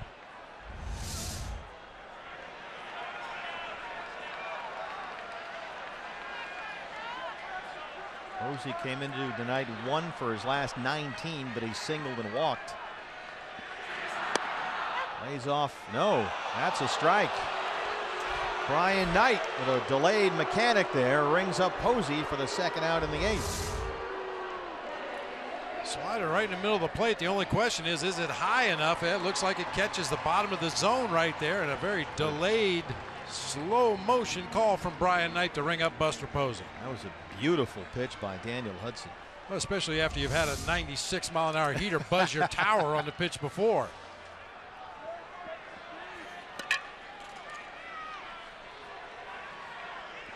So now it's Pence who has walked and singled, 1 for 3. Diamondbacks against Casilla in the 9th. We'll have Drury, Segura, Lamb, 9, 1, and 2. As Casilla will go out there looking for his 100th save.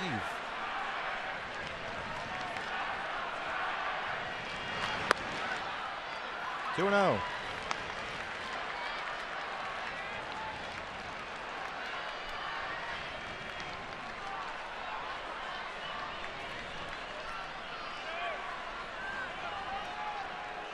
This game has been nothing if not entertaining. We've seen a little bit of everything here tonight. Diamondback baseball on a Monday for you. Big cut by Pence. 2-1 now. Even the seagulls have stopped flying around. They've been watching lately. They're all lined up on the roof of the stadium down the left field line. Yeah, they have their own schedule.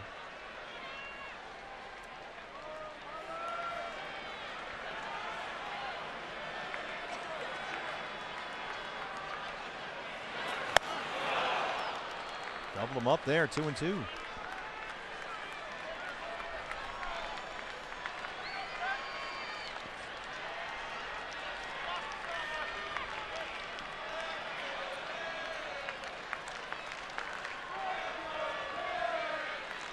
First time all year Daniel Hudson has given up a run. A triple and a wild pitch have made it 7-6 Giants.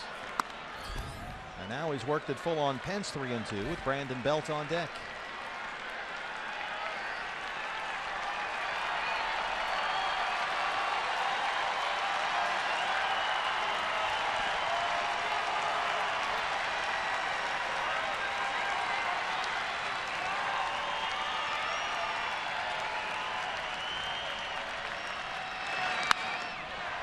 Hopped up, very shallow left field. Who wants it? It's Owings. And CO has it. So we go to the 9th inning. Casilla coming in. Diamondbacks down 7-6.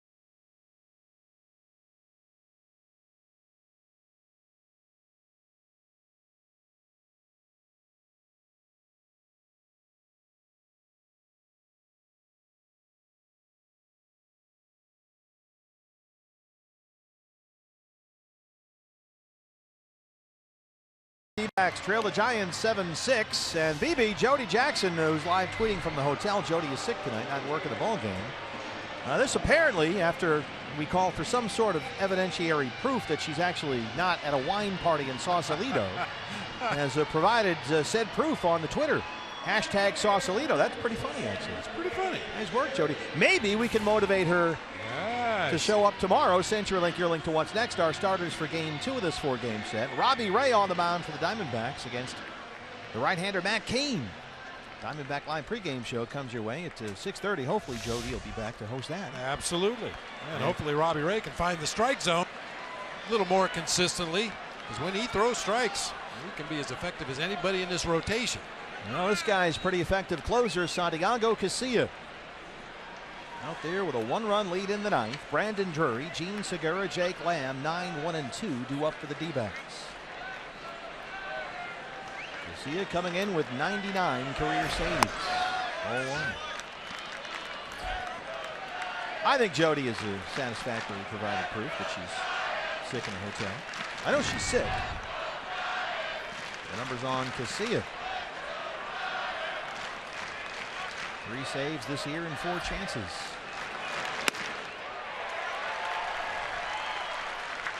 Casillas, unlike a lot of closers, he throws a fastball with a lot of tailing, diving movement, but throws 2 breaking balls. So it's a curve and a slider, almost about the same amount of times. I guess depending on the hitter and their vulnerabilities, where the holes are in their swing, he might go to the flat slider or go to the big curveball.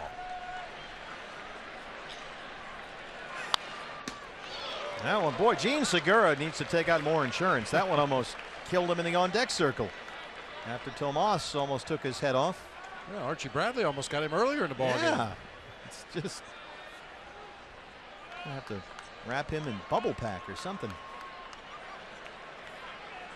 Drury homered yesterday in San Diego. Looking for a base runner here, down to their final 3 outs.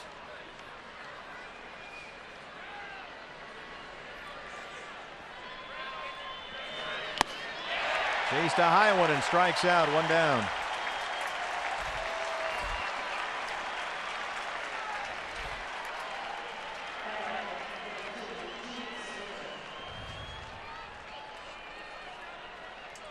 Well, here's Segura, who's 2 for 4. He has singled twice, scored a run and stolen a base. And Gene, as of this moment, he's now tied for second in the major leagues with 18 hits. Cargo leads everybody. He's got 20. And Segura with 18 base hits, tied with Manny Machado with the Baltimore Orioles. He's at 346 on the year.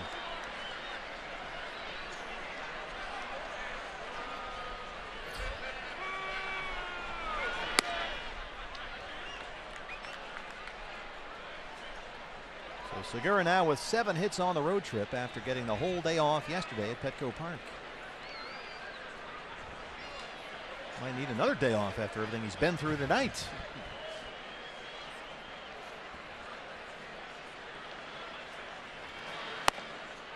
Love it when those seagulls fly right in front of the camera in center field.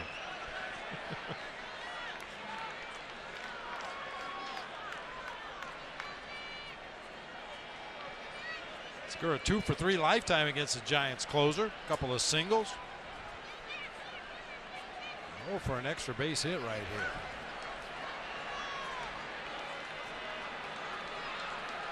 Get on base, get some of the big boys up there. 2-0 was in there for a strike.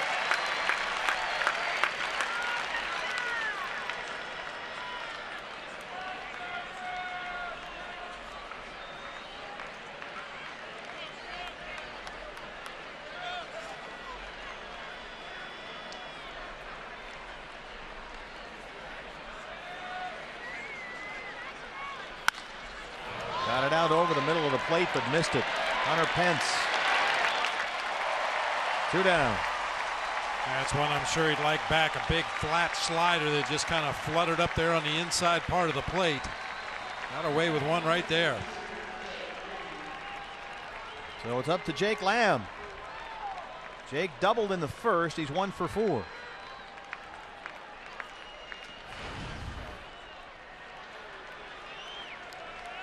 Trying to get on base for Goldie.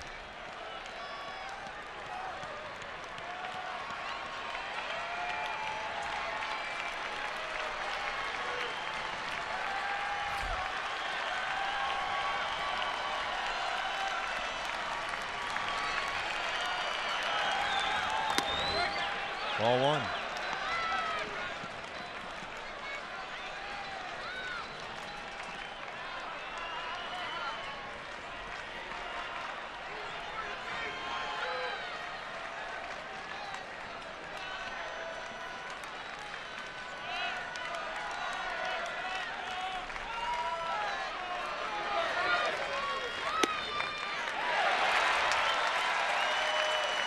Jake, after that double in the first, has not hit the ball out of the infield. He has struck out, popped up, and grounded to second.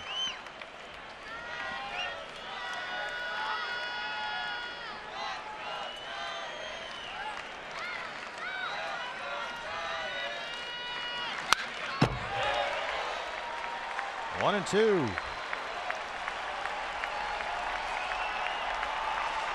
Robbie Ray and Matt Cain tomorrow. Reaction from Chip Hale. Diamondback Live postgame show follows our ball game here tonight. Garcia looking for his 100th career save. Diamondbacks trying to stay alive.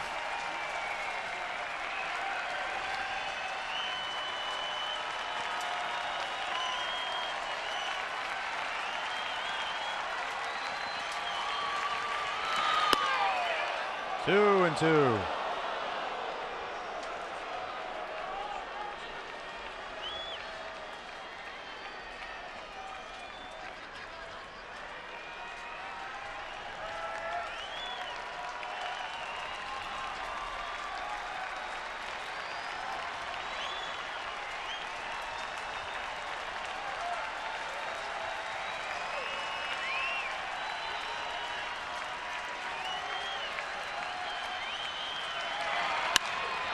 Fly ball, deep right field. Does it have enough?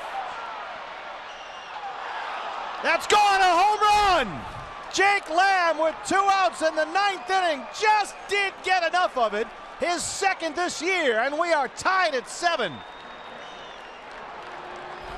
Just cleared the Levi's landing out there. It hung up, not a whole lot of wind out there, BB, but he just did get it out of here. You really couldn't tell from Hunter Pence's reaction. He went back to the wall as if he were going to make a catch out there on the warning track, and that ball sailed right over his head, just enough to be considered a home run out there in right field. Diamondbacks have come back again, and it's 7-7. Here's Goldie with 2 outs.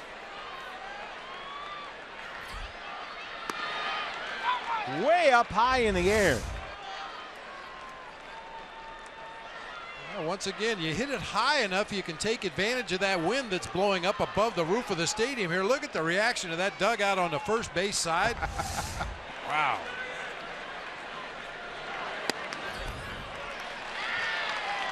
Oh, and 2. Boy, there's almost no wind out there right now. He hit that one early in the ball game. It'd be in the Cove.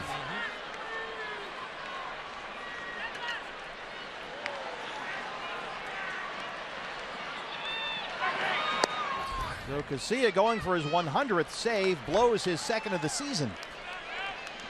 And we'll start all over again. Diamondbacks have been coming back all night long. They were down 2-1 and 6-2. Then 7-6. And now it's 7s across the board. 2-2 on Goldie. Peralta on deck.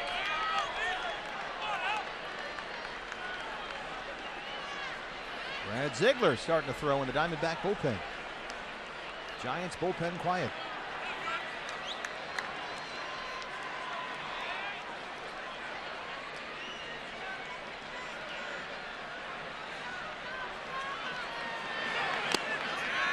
Able to hold off there, and it's a full count, 3-2. Goldie has singled and scored his last 2 times up. Well, that Jake Lamb home run really got between the ears of Santiago Casilla. He threw his hardest fastball of his appearance to Paul Goldschmidt, and this at bat hit 95. Guy that normally pitches 90-91 with his heater. Overthrew a slider, shaking his head, walking off the back of the mound. Make another mistake. Giants have been struggling a little bit. They just went 2-4 on a 6-game road trip through Colorado and LA. This does stay alive, so the Giants are gripping a bit right now. They come into the ball game tonight with a 7-6 record. Things have not gone their way lately. Matt Duffy is slumping badly. Posey's been scuffling a bit.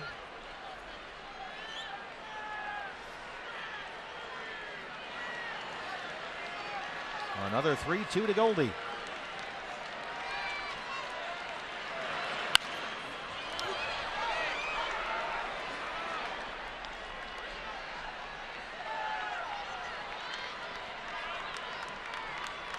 Remember, the Diamondbacks have played well here lately. They won 8 times in 10 games in this ballpark last season. Trying to keep that mojo going tonight. First of 4 against these Giants here.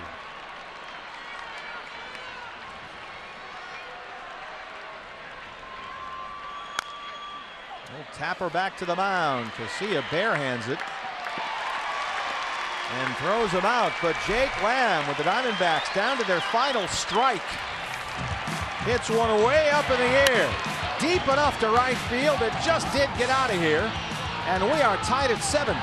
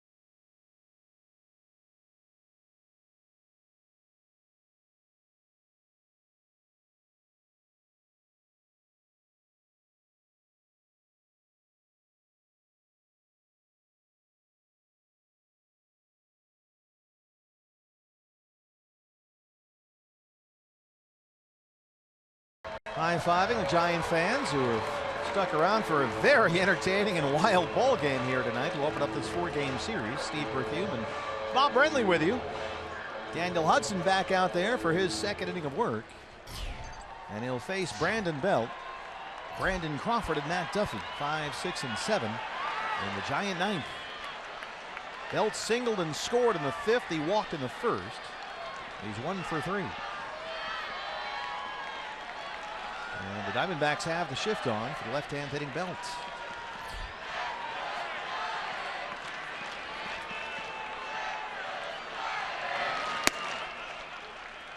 Well, I would think, Bob, 7-7 bottom 9 and all that room on the left-hand side. And he would find some way to just squirt it over there somehow. I think some guys are of a mind that, well, they didn't sign me to that contract extension to bunt the ball to the left side of the infield. They pay me to hit the ball in McCovey Cove. Well, maybe try to knock it that way there.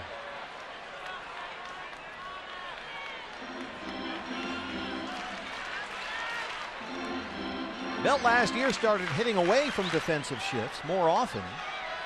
Much more inclined going to left center than he'd been earlier in his career.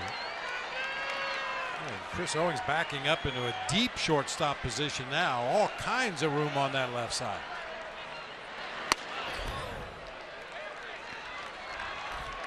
If Belt hits it on the ground, it's going to be hit to the right side. But he can flip it over there occasionally. Now, more likely to do that with a 2-strike count where he's just trying to protect the plate and get something hard away and just kind of gooses it over there to the left side of the infield.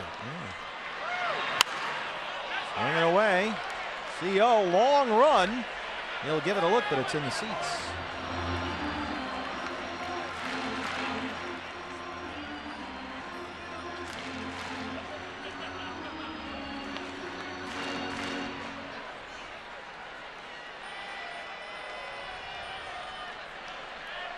Huddy gave up a leadoff triple to Span in the 8th inning. He scored on a wild pitch to give the Giants the lead, but Jake Lamb has got him off the hook right now, all tied at 7. 2-2 on Brandon Belt. He does go the other way. Drury is there amongst the Seagulls, and he runs it down. I can't imagine that Brandon Drury has seen anything like that, because that ball is literally hanging up there, part of the 80s reference, in a flock of seagulls. But he ran. Oh, nice. Score, Brenly. On a serious note for Brandon Drury, you know, still learning the outfield, playing the corners, and when a left-handed batter hits a ball to left field like that, it's always going to be a little bit shorter than you anticipate. A lot of side English, ball tailing toward the foul line, and will die faster than you think. That time he was able to stay with it and make the play. Crawford doubled his last time up. Same thing goes for a right fielder. Ball off the bat of a right-handed hitter that has that side English. It's always going to work its way toward the line and be a little bit shorter than you think.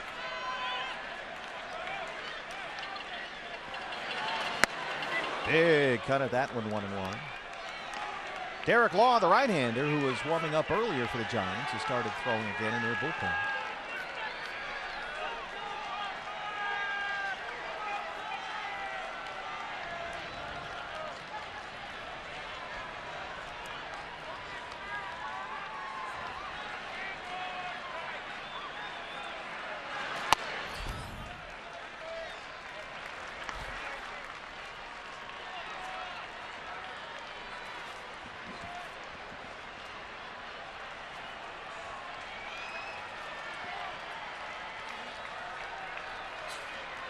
Hardy now at 30 pitches, 18 for strikes.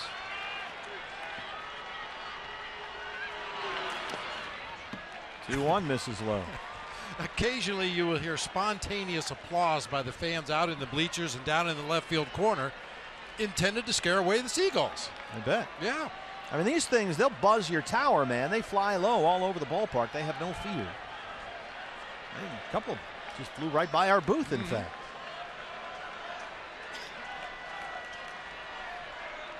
And there's about 1 million of them out right now. 3-1. Nice pitch there. Wow, great changeup at 85, right in the middle of the strike zone to a guy that's definitely looking for a fastball he can pull in the air to right field. Had him way out in front. I think it was Randall Delgado who was on the mound one time when a Seagull dropped a chicken tender. Yeah. From the sky. 3 balls, 2 strikes. Here it is. That'll scatter some birds. Well, the funny thing was Randall ordered pizza. So yeah, well, had to send it back.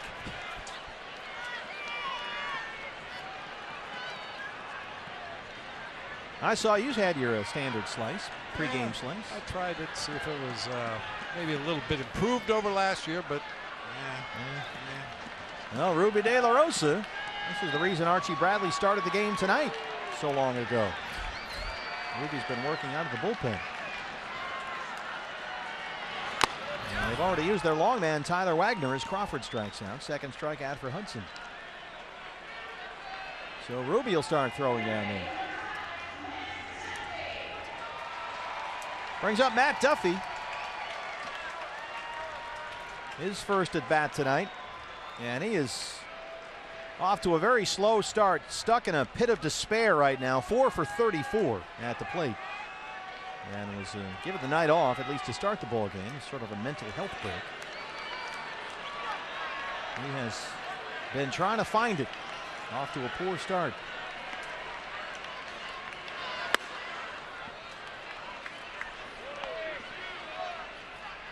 Pitcher spot is due up next, and Big Mac Williamson is out in the on-deck circle.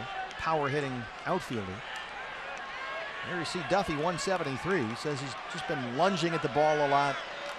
Timing is off. There's Williamson.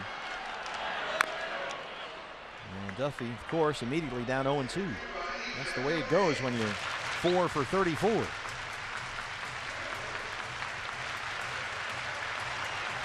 Wow, look at this. It's working. All the Seagulls are flying away all at once. That's kind of amazing. There they go.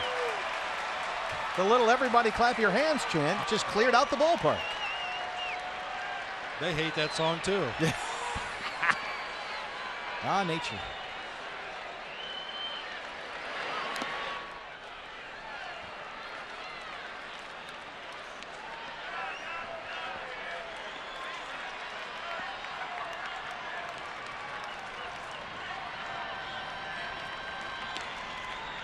Duffy, the runner-up to the Cubs' Chris Bryant last year for the National League Rookie of the Year award.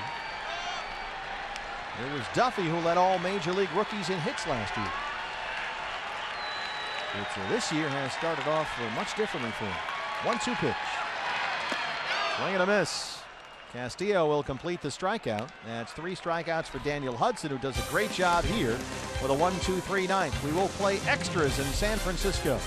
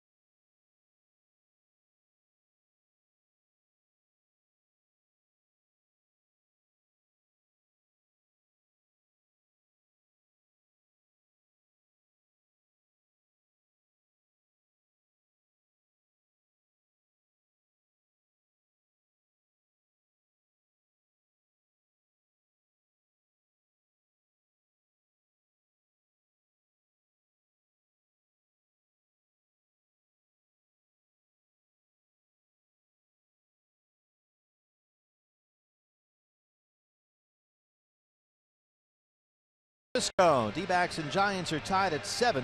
Giants right now without Sergio Romo, who's on the 15-day DL. So on Friday they called up this guy, right-hander Derek Law, who made his major league debut. He's 25 years old. Came up from AAA Sacramento and struck out Adrian Gonzalez, Howie Kendrick, and Trace Thompson.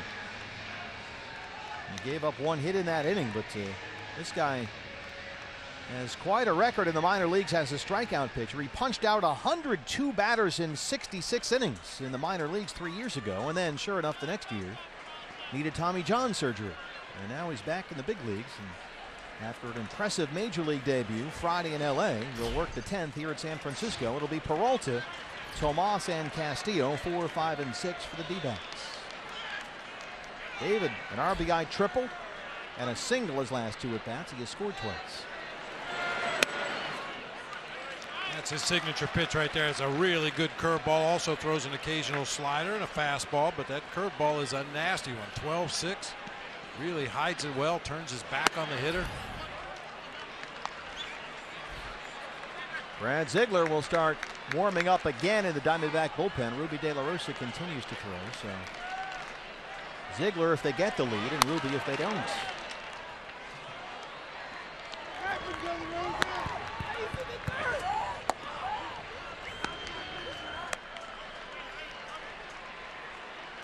Boy, some machinations for Chip Hale and his bench coach Glenn Sherlock last few games on this trip. You got starters in the bullpen, you got relievers coming up for the minors and starting, you got guys playing shortstop, center field, long extra inning games. 2-2. All the Seagulls are back. So anything hit in the air. Has that ever happened here where somebody hits a fly ball and it just hits a bird and there you go, like a catwalk or something in Tampa Bay? No? Not yet. Bo, our statistician, our able-bodied statistician, says no. He's just happy his Golden State Warriors won tonight. Peralta chases a 96-mile-an-hour fastball and strikes out.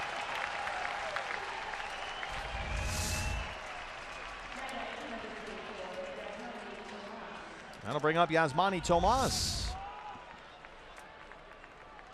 It's amazing how in the Bay Area here, they used to come here and everybody wore orange and black, but now they're all wearing the blue and yellow for Steph Curry and Golden State. Front runners. Yeah. What? Front runners. What are you saying? Yeah,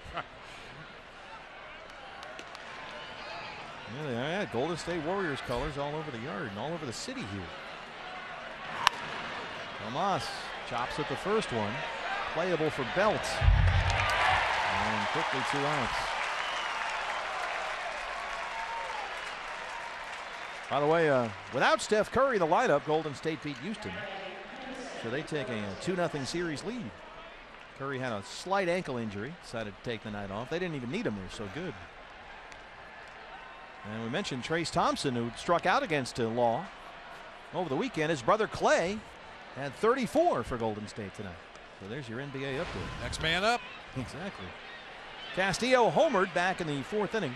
He's 2 for 3.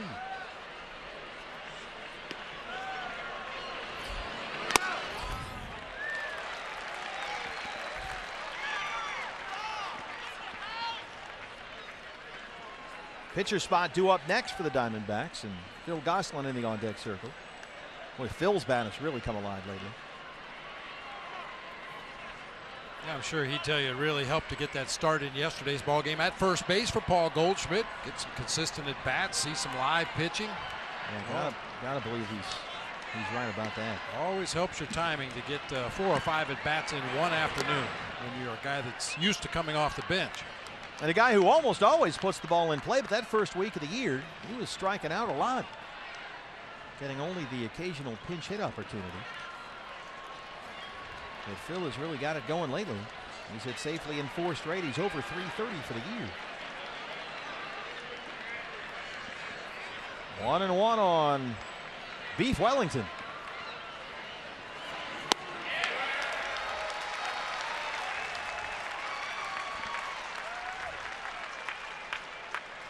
I'm telling you, one of those birds is going to fly right in here. They're getting closer and closer. I mean, they just come at you. That the last moment they turn direction. And Castillo strikes out. 2 strikeouts in the inning for the rookie Derek Law. Bottom 10 on the way.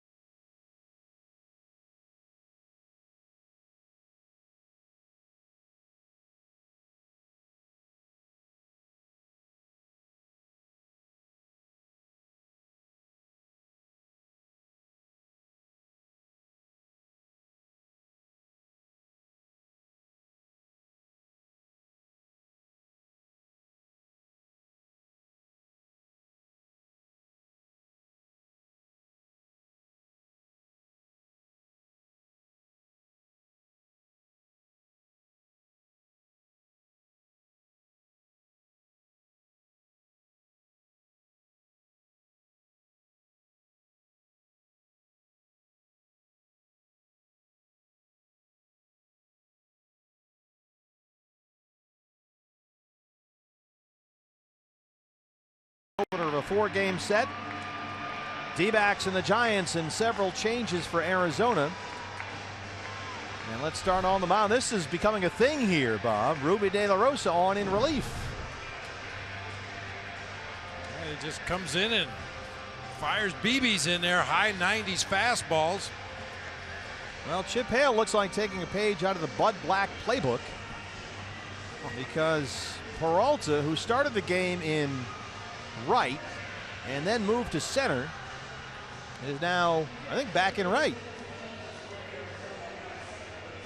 Yeah, Yeah, that's right. And Chris Owings, who started in center and moved to shortstop, is now back in center. Gene Segura moves from second to shortstop as you see Chris Owings warming up out there in center field. And I believe that's Phil Gosselin taking over at second base. So the wheels are in motion here. So you've got Owings in center, Peralta in right, Segura at short, and Gosselin at second. And Ruby De La Rosa is on the mound. And leading it off for the Giants, hitting for the pitcher, is big Mac Williamson. There's Phil Gosselin. Williamson, big power hitting outfielder, called up on Friday from AAA Sacramento. This guy can launch him if you're not careful. Big dude up there, 6'4", 240.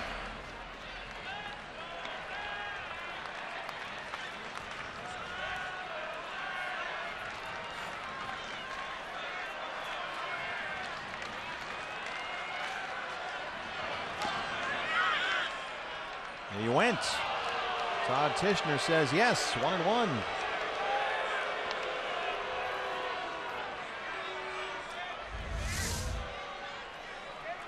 Yeah.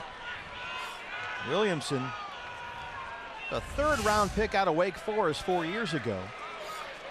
He was belting some big tape measure home runs this spring. Well, first you got to make contact, and the bat goes into the Giant dugout.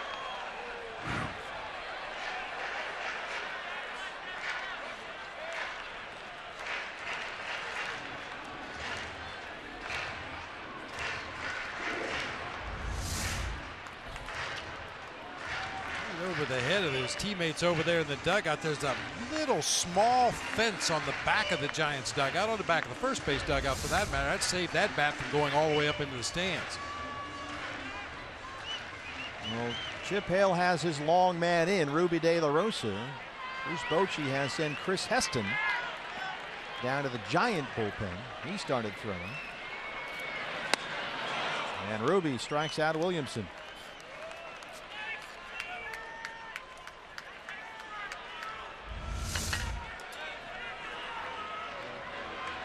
Good way to attack him. Yeah, geared fastball all the way. Leads him right out of the zone with that hard slider. The dangerous Angel Pagan. He is 3 for 4. He has singled twice, doubled, scored a run, and knocked in 2.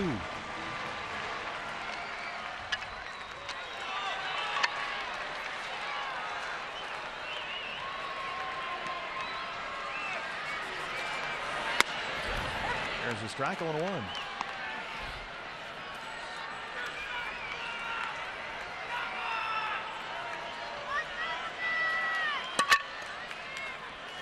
Ruby was in this situation, of course, Saturday in San Diego. And Melvin Upton Jr. took him deep for a walk-off homer.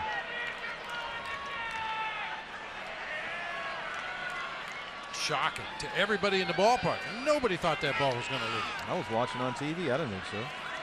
And we even talked to the Padres the next day. They said they were surprised it got out.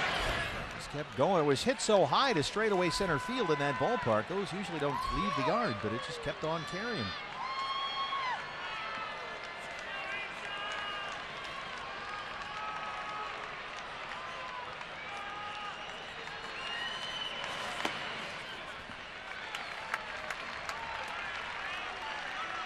Two and two. Pitch at 91 is the Ruby De La Rosa changeup. You throw in the upper 90s, yeah, that's 6, 7, 8 miles an hour off his fastball. That harder changeup is kind of becoming a Zach Greinke thing here, because Greinke throws his changeup hard. And some of the other Diamondbacks have picked up on that, it seems. Greinke only has about a 3 or 4 mile an hour difference between his fastball and changeup, and his changeup is likely his best pitch. But he feels he throws it better when he throws it harder. And some of the other guys might be picking up on that. I think a lot of guys try to throw their changeup as a swing and a miss pitch. Pagan slaps it foul.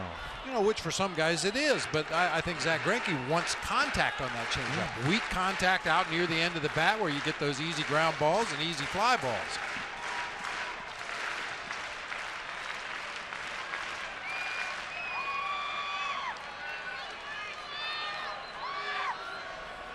Still 2-2. In there, ring him up and sit him down. He got Williams, and now he rings up Pagan. Second strikeout for Ruby. Two down in the 10th. Nice slider this time. We've seen the full assortment of pitches from Ruby De La Rosa in this ball game already. Ruby can be a 32-star, 200-inning workhorse, but there are a lot of people who have insisted in his career in LA and in Boston and here too in Arizona that he might be better served in this role. Just come out, get 3 outs, throw it as hard as you can, and be done with it. Well, ideally, in a short stint like that, you don't have that lack of focus that we see Ruby have from time to time as a starting pitcher. He may be cruising along for 2 or 3 innings, and all of a sudden in the 4th inning, he loses the strike zone, starts walking around the mound, taking a lot of time between pitches. Coming in out of the bullpen, you're in there for 3 outs. Just let it go. That stuff seems to get nastier, too, when he knows he only needs 3 outs. Going to need more than that, at least tonight. But that's always been a debate with this young man throughout his baseball career.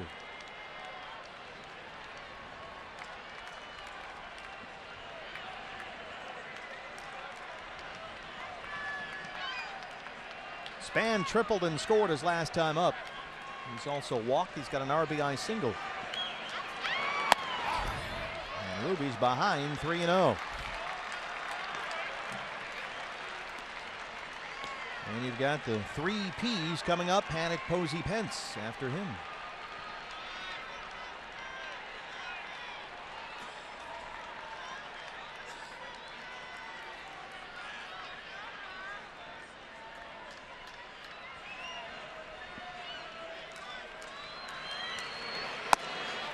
He walked him.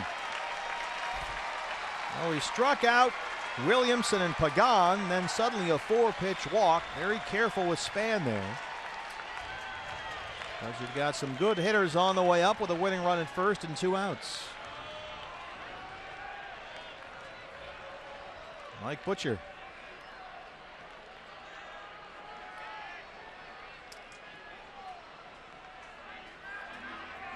And Joe Panik has homered in his last 2 games, including tonight. He led off the 5th with this shot off Archie Bradley. Joe Panik.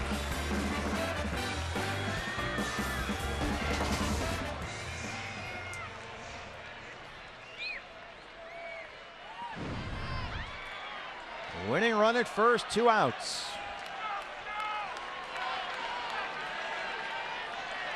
Panik 3 for 10 lifetime with a double against Ruby De La Rosa.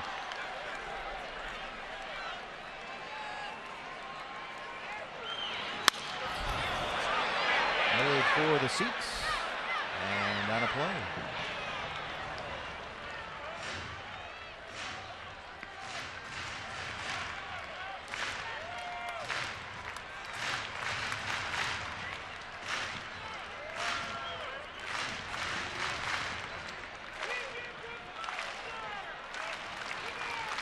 Joe Panik healthy again this year after a troublesome back injury. Nagged him for the second half of last year. He only played 3 games after August 1st.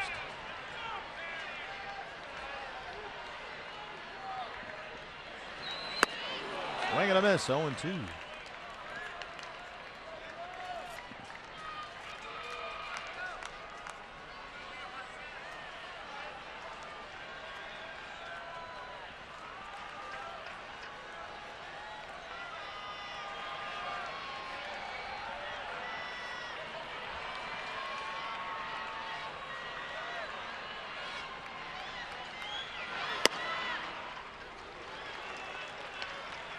Little past the 4-hour mark here in our ball game, and if you missed it, you've missed a wild one. We have had everything here tonight. Diamondbacks were down. They had a 1-0 lead. They were down 2-1, 6-2, and 7-6 down to the final strike. And Ruby rings up Panik. 3 strikeouts in the inning, and he strands the 2-out walk. Will go to the 11th in San Francisco.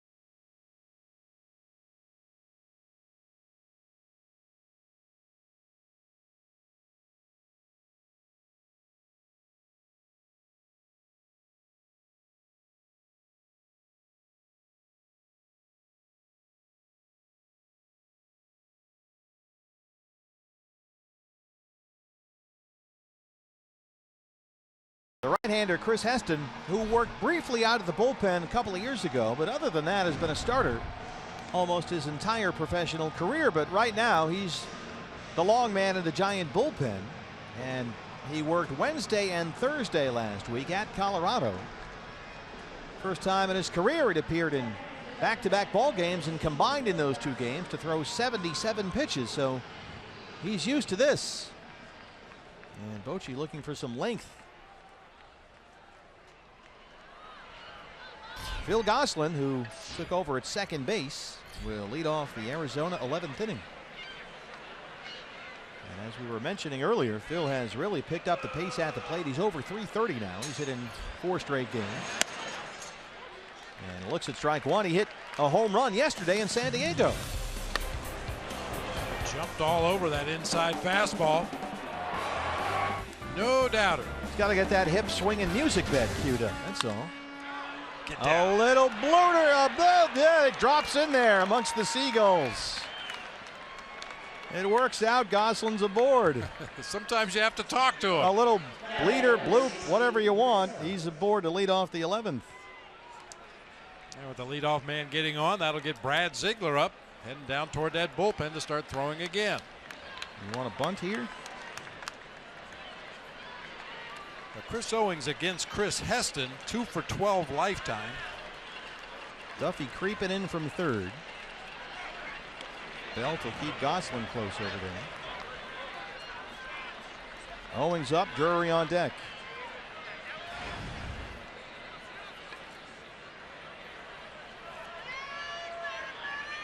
The Giants certainly expecting bunt. Duffy drawn in at third, a couple steps in front of the bag. Another pickoff throw over to first base. I'm sure Brandon Belt will be charging home hard when that ball's delivered to the plate. They might give Chris Owings one whack at it here. You know, hope to take advantage of the Giants anticipating a bunt. Try to find a hole in that broken up defense. CO squares and drops it down. Belt has it. He's got one play. And they move Gosselin along. 3-4 on the sacrifice, 1 away, and the go-ahead run in scoring position with 1 out for Brandon Drury.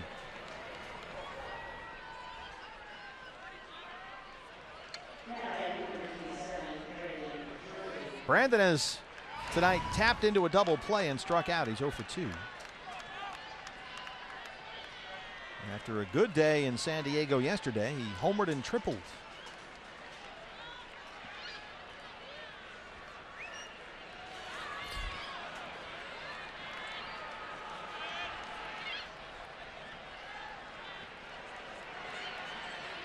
The Seagulls are circling in front of the center field cameras. There's a strike 0-1. They keep buzzing the tower in there. They go right by the camera. This is ridiculous. Hang in there, guys out there. Duck and cover.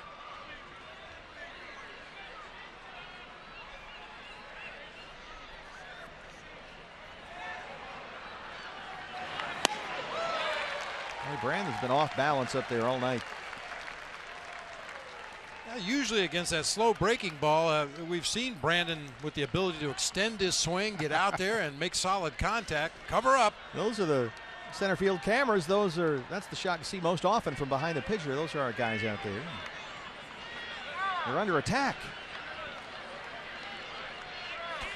0-2. I'll tell you what, partner. Yeah. We have a mutual friend that I'm sure is watching back in Phoenix right now, and a couple cases of 12-gauge shells, and we could solve this problem. I know, just who you mean. And I think he'd be up for it. Yeah.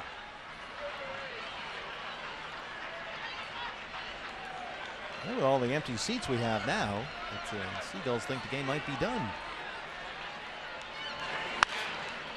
It's up among the birds. Belt near the bullpen. And he's got it.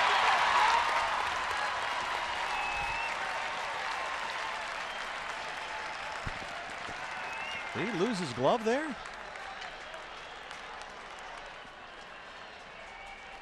I'm not sure what happened right there. Chases it over there near the home plate in the Diamondbacks bullpen.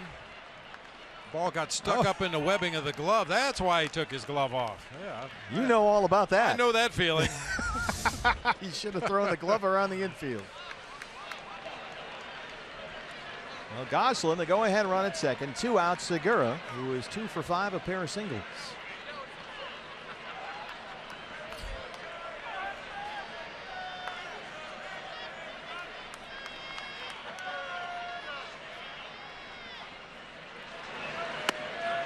Ball 1. Chris Heston pitching out of the bullpen presents a special challenge because he has been a starting pitcher. He's got a 4-pitch mix and he'll throw them all. A lot of times late in the ball game, you get those relievers out of the bullpen are 2-pitch guys. Fastball slider, fastball curveball, fastball splitter, whatever the case may be, but he's got all 4 and will throw all 4 in relief.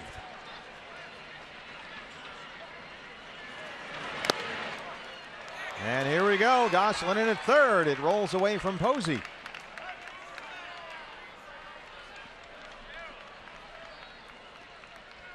Do it again.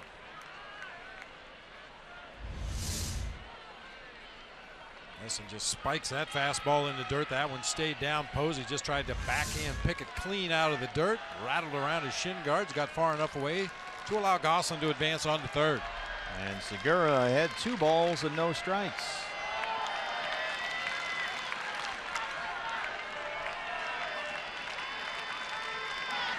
Oh, he tried. Giants have scored 2 runs tonight on Diamondback wild pitches, and Heston coming close to returning the favor here. Behind 3-0. If you really wanted to nitpick and find a weakness in Buster Posey's game, it's probably blocking balls in the dirt. At times he just kind of reaches across and tries to backhand the ball like a first baseman would picking a throw out of the dirt. You would assume in this situation with the potential go-ahead run at third base, he's going to be dirt dogging back there and trying to block everything. Phil Goslin is not a fast base runner.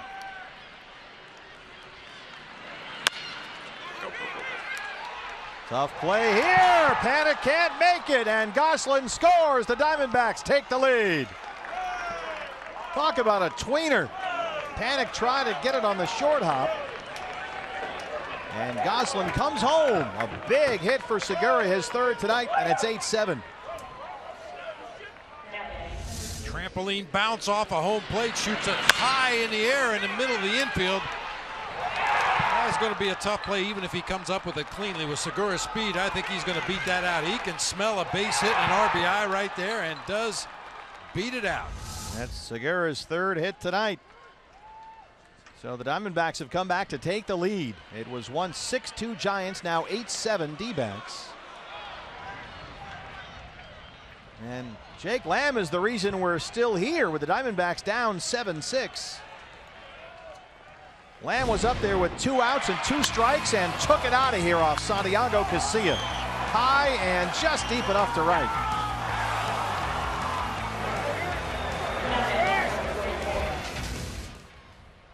That tied it at 7, and now the D-backs have an 8-7 lead, and Brad Ziegler is still throwing.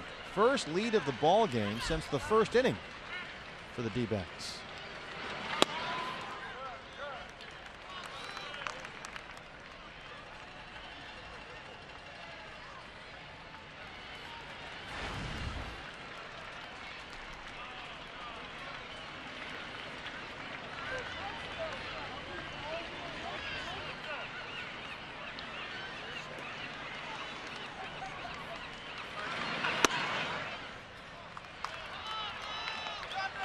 Two 2-0.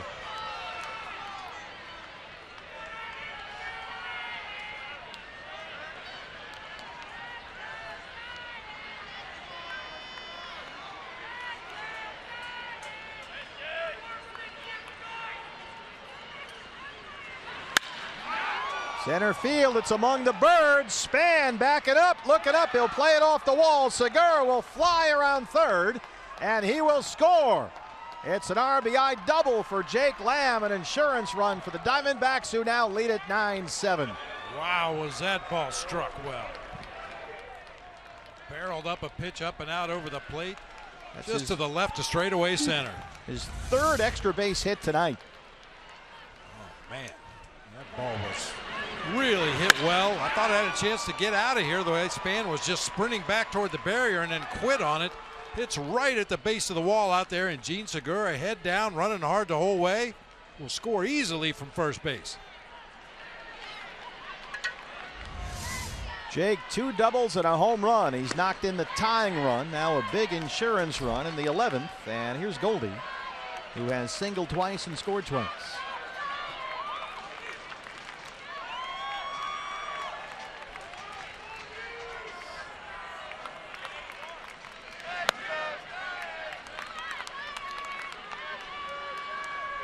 Diamondbacks tonight, 5 extra base hits, and Jake Lamb has 3 of them. Segura, 3 hits, all singles. He scored twice. Goldie, 2 singles and 2 runs scored. Peralta has singled and tripled, scored twice. That one gets behind Posey.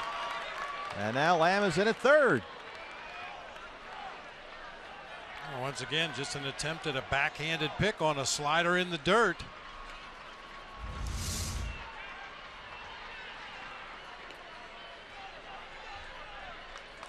If that ball doesn't hit you right in the pocket of the glove, it's going to get by every time. Another wild pitch. 3-0 on Paul Goldschmidt. Ball 4. First walk issued by Chris Heston. Dave Righetti.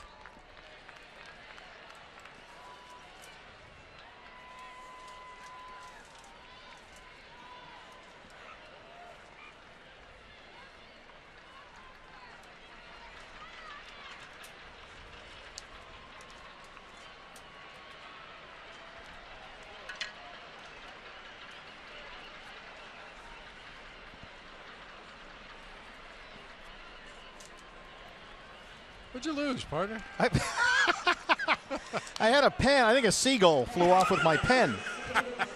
I've been looking around for this pen that I know is here. I'm going to get me one of them birds, I'm telling you. So here's Peralta.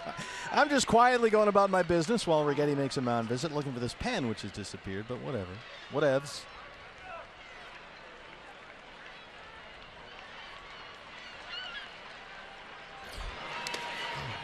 Yeah, almost one more there. The altitude and the flight paths get lower and lower here. And I wouldn't want to beat Denard Span out there, man. He's surrounded by birds about 20 feet over his head. They're dive bombing some fans here. There's enough empty seats. Some of the fans have left a head-on home here in the extra inning game, and they've started to land in the seats where the food is. They got those poor people surrounded out there. Well, the pitcher spot is due up next. Chris Herman is in the on-deck circle, the left-hand hitter, so Javier Lopez has started throwing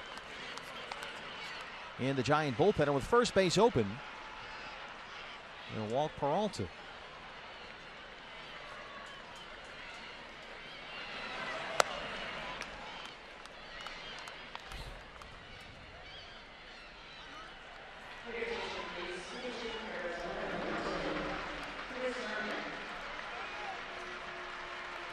I found the pen, so call off the National Guard. Good, good.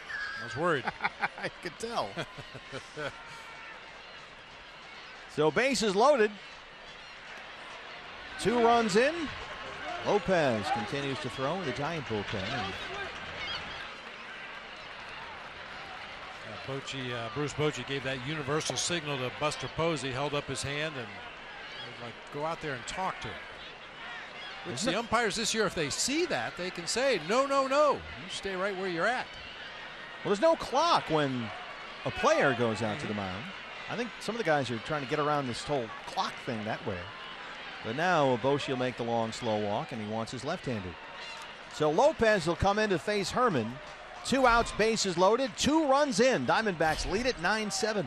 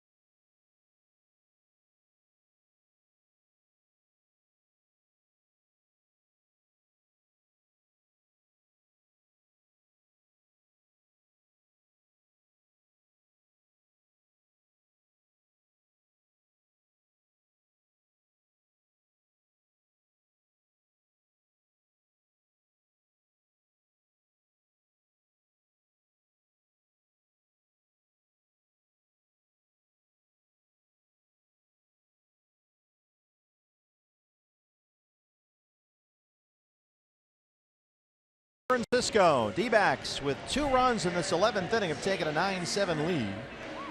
Seagulls are getting impatient. Diamondbacks still at it though. They have the bases loaded, 2 outs. And the new pitcher for the Giants, the veteran left-hander Javier Lopez, on to face the left-hand hitting pinch hitter Chris Herman. 6 games, 2 2/3 innings. That's what you expect from Javier Lopez. Last season pitched in 77 games, a total of 39 innings. Herman hitting in the pitcher spot, bases full, 2 down. And he rolls the first one fair. A little nubber. Lopez is on it, and quickly they leave him loaded. But the D-backs get 2. Brad Ziegler on his way in with a 9-7 lead.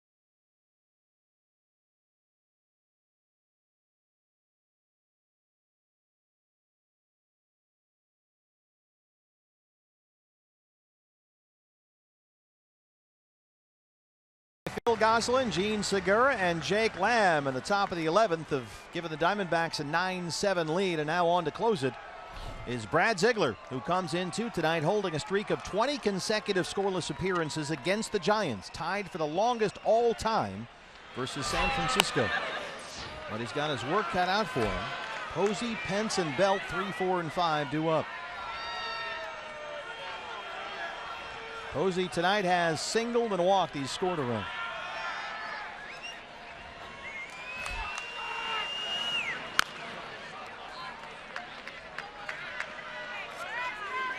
Brad Ziegler, 20 1/3 consecutive scoreless innings against the Giants. And ahead of Buster Posey, 0-2.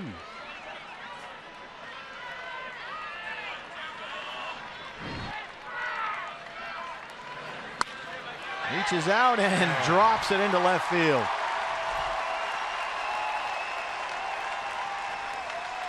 I mean, that was a flare. Yeah. Help me.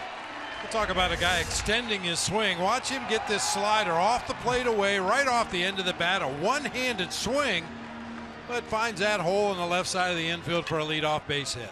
You got to be kidding me. Not even enough of a swing to call it an emergency hack. But the Giants now get the tying run to the plate. Nobody out. It's Hunter Pence. He has singled and walked tonight. There's the strikeout and 1.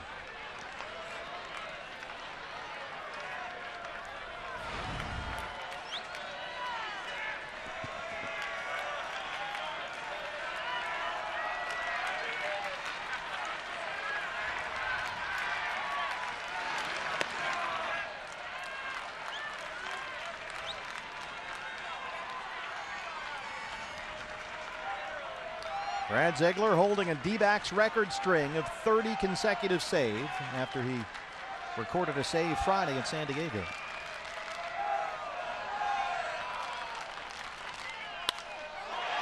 Lifted in the air, Peralta in right. 1 out. That'll bring up Brandon Belt. Pretty sure we're going to see the Brad Ziegler changeup maybe a couple times over the course of this at bat. That's become a great weapon for him against those lefties. And this is a good one. Belt has walked, singled, and scored a run. He's 1 for 4.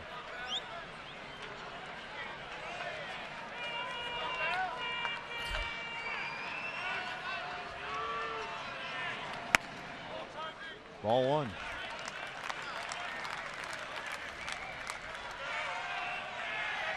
No wind at all blowing out to right center. Those flags out there are dead still.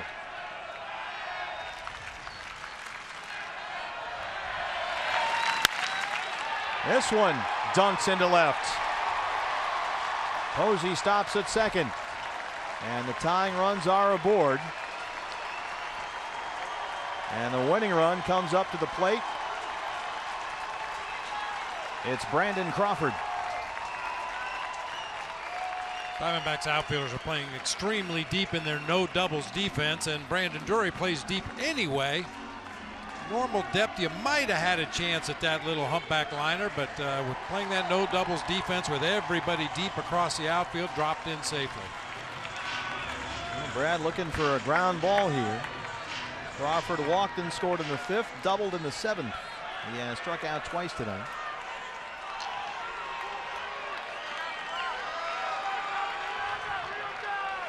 Posey is at second. Belt at first. He's the tying run.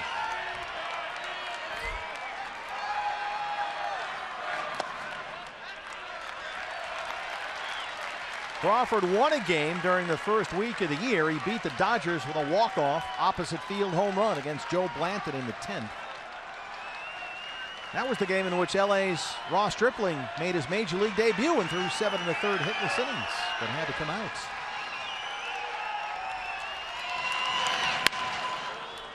One and one.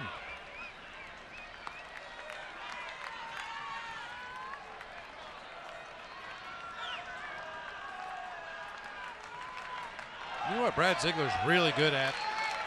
Getting double play balls. Getting double play balls. I can feel one coming here. All right. Where do I sign?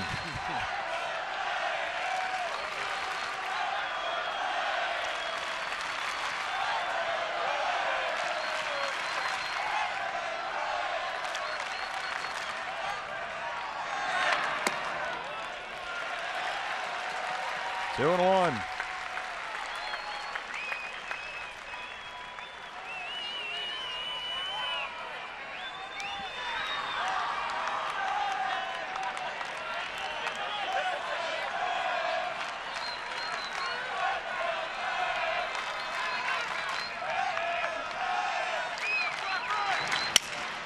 There it is. Gosselin for 1. Segura for 2. They roll it. And the Diamondbacks win it 9-7. And Brad Ziegler keeps that save streak rolling along.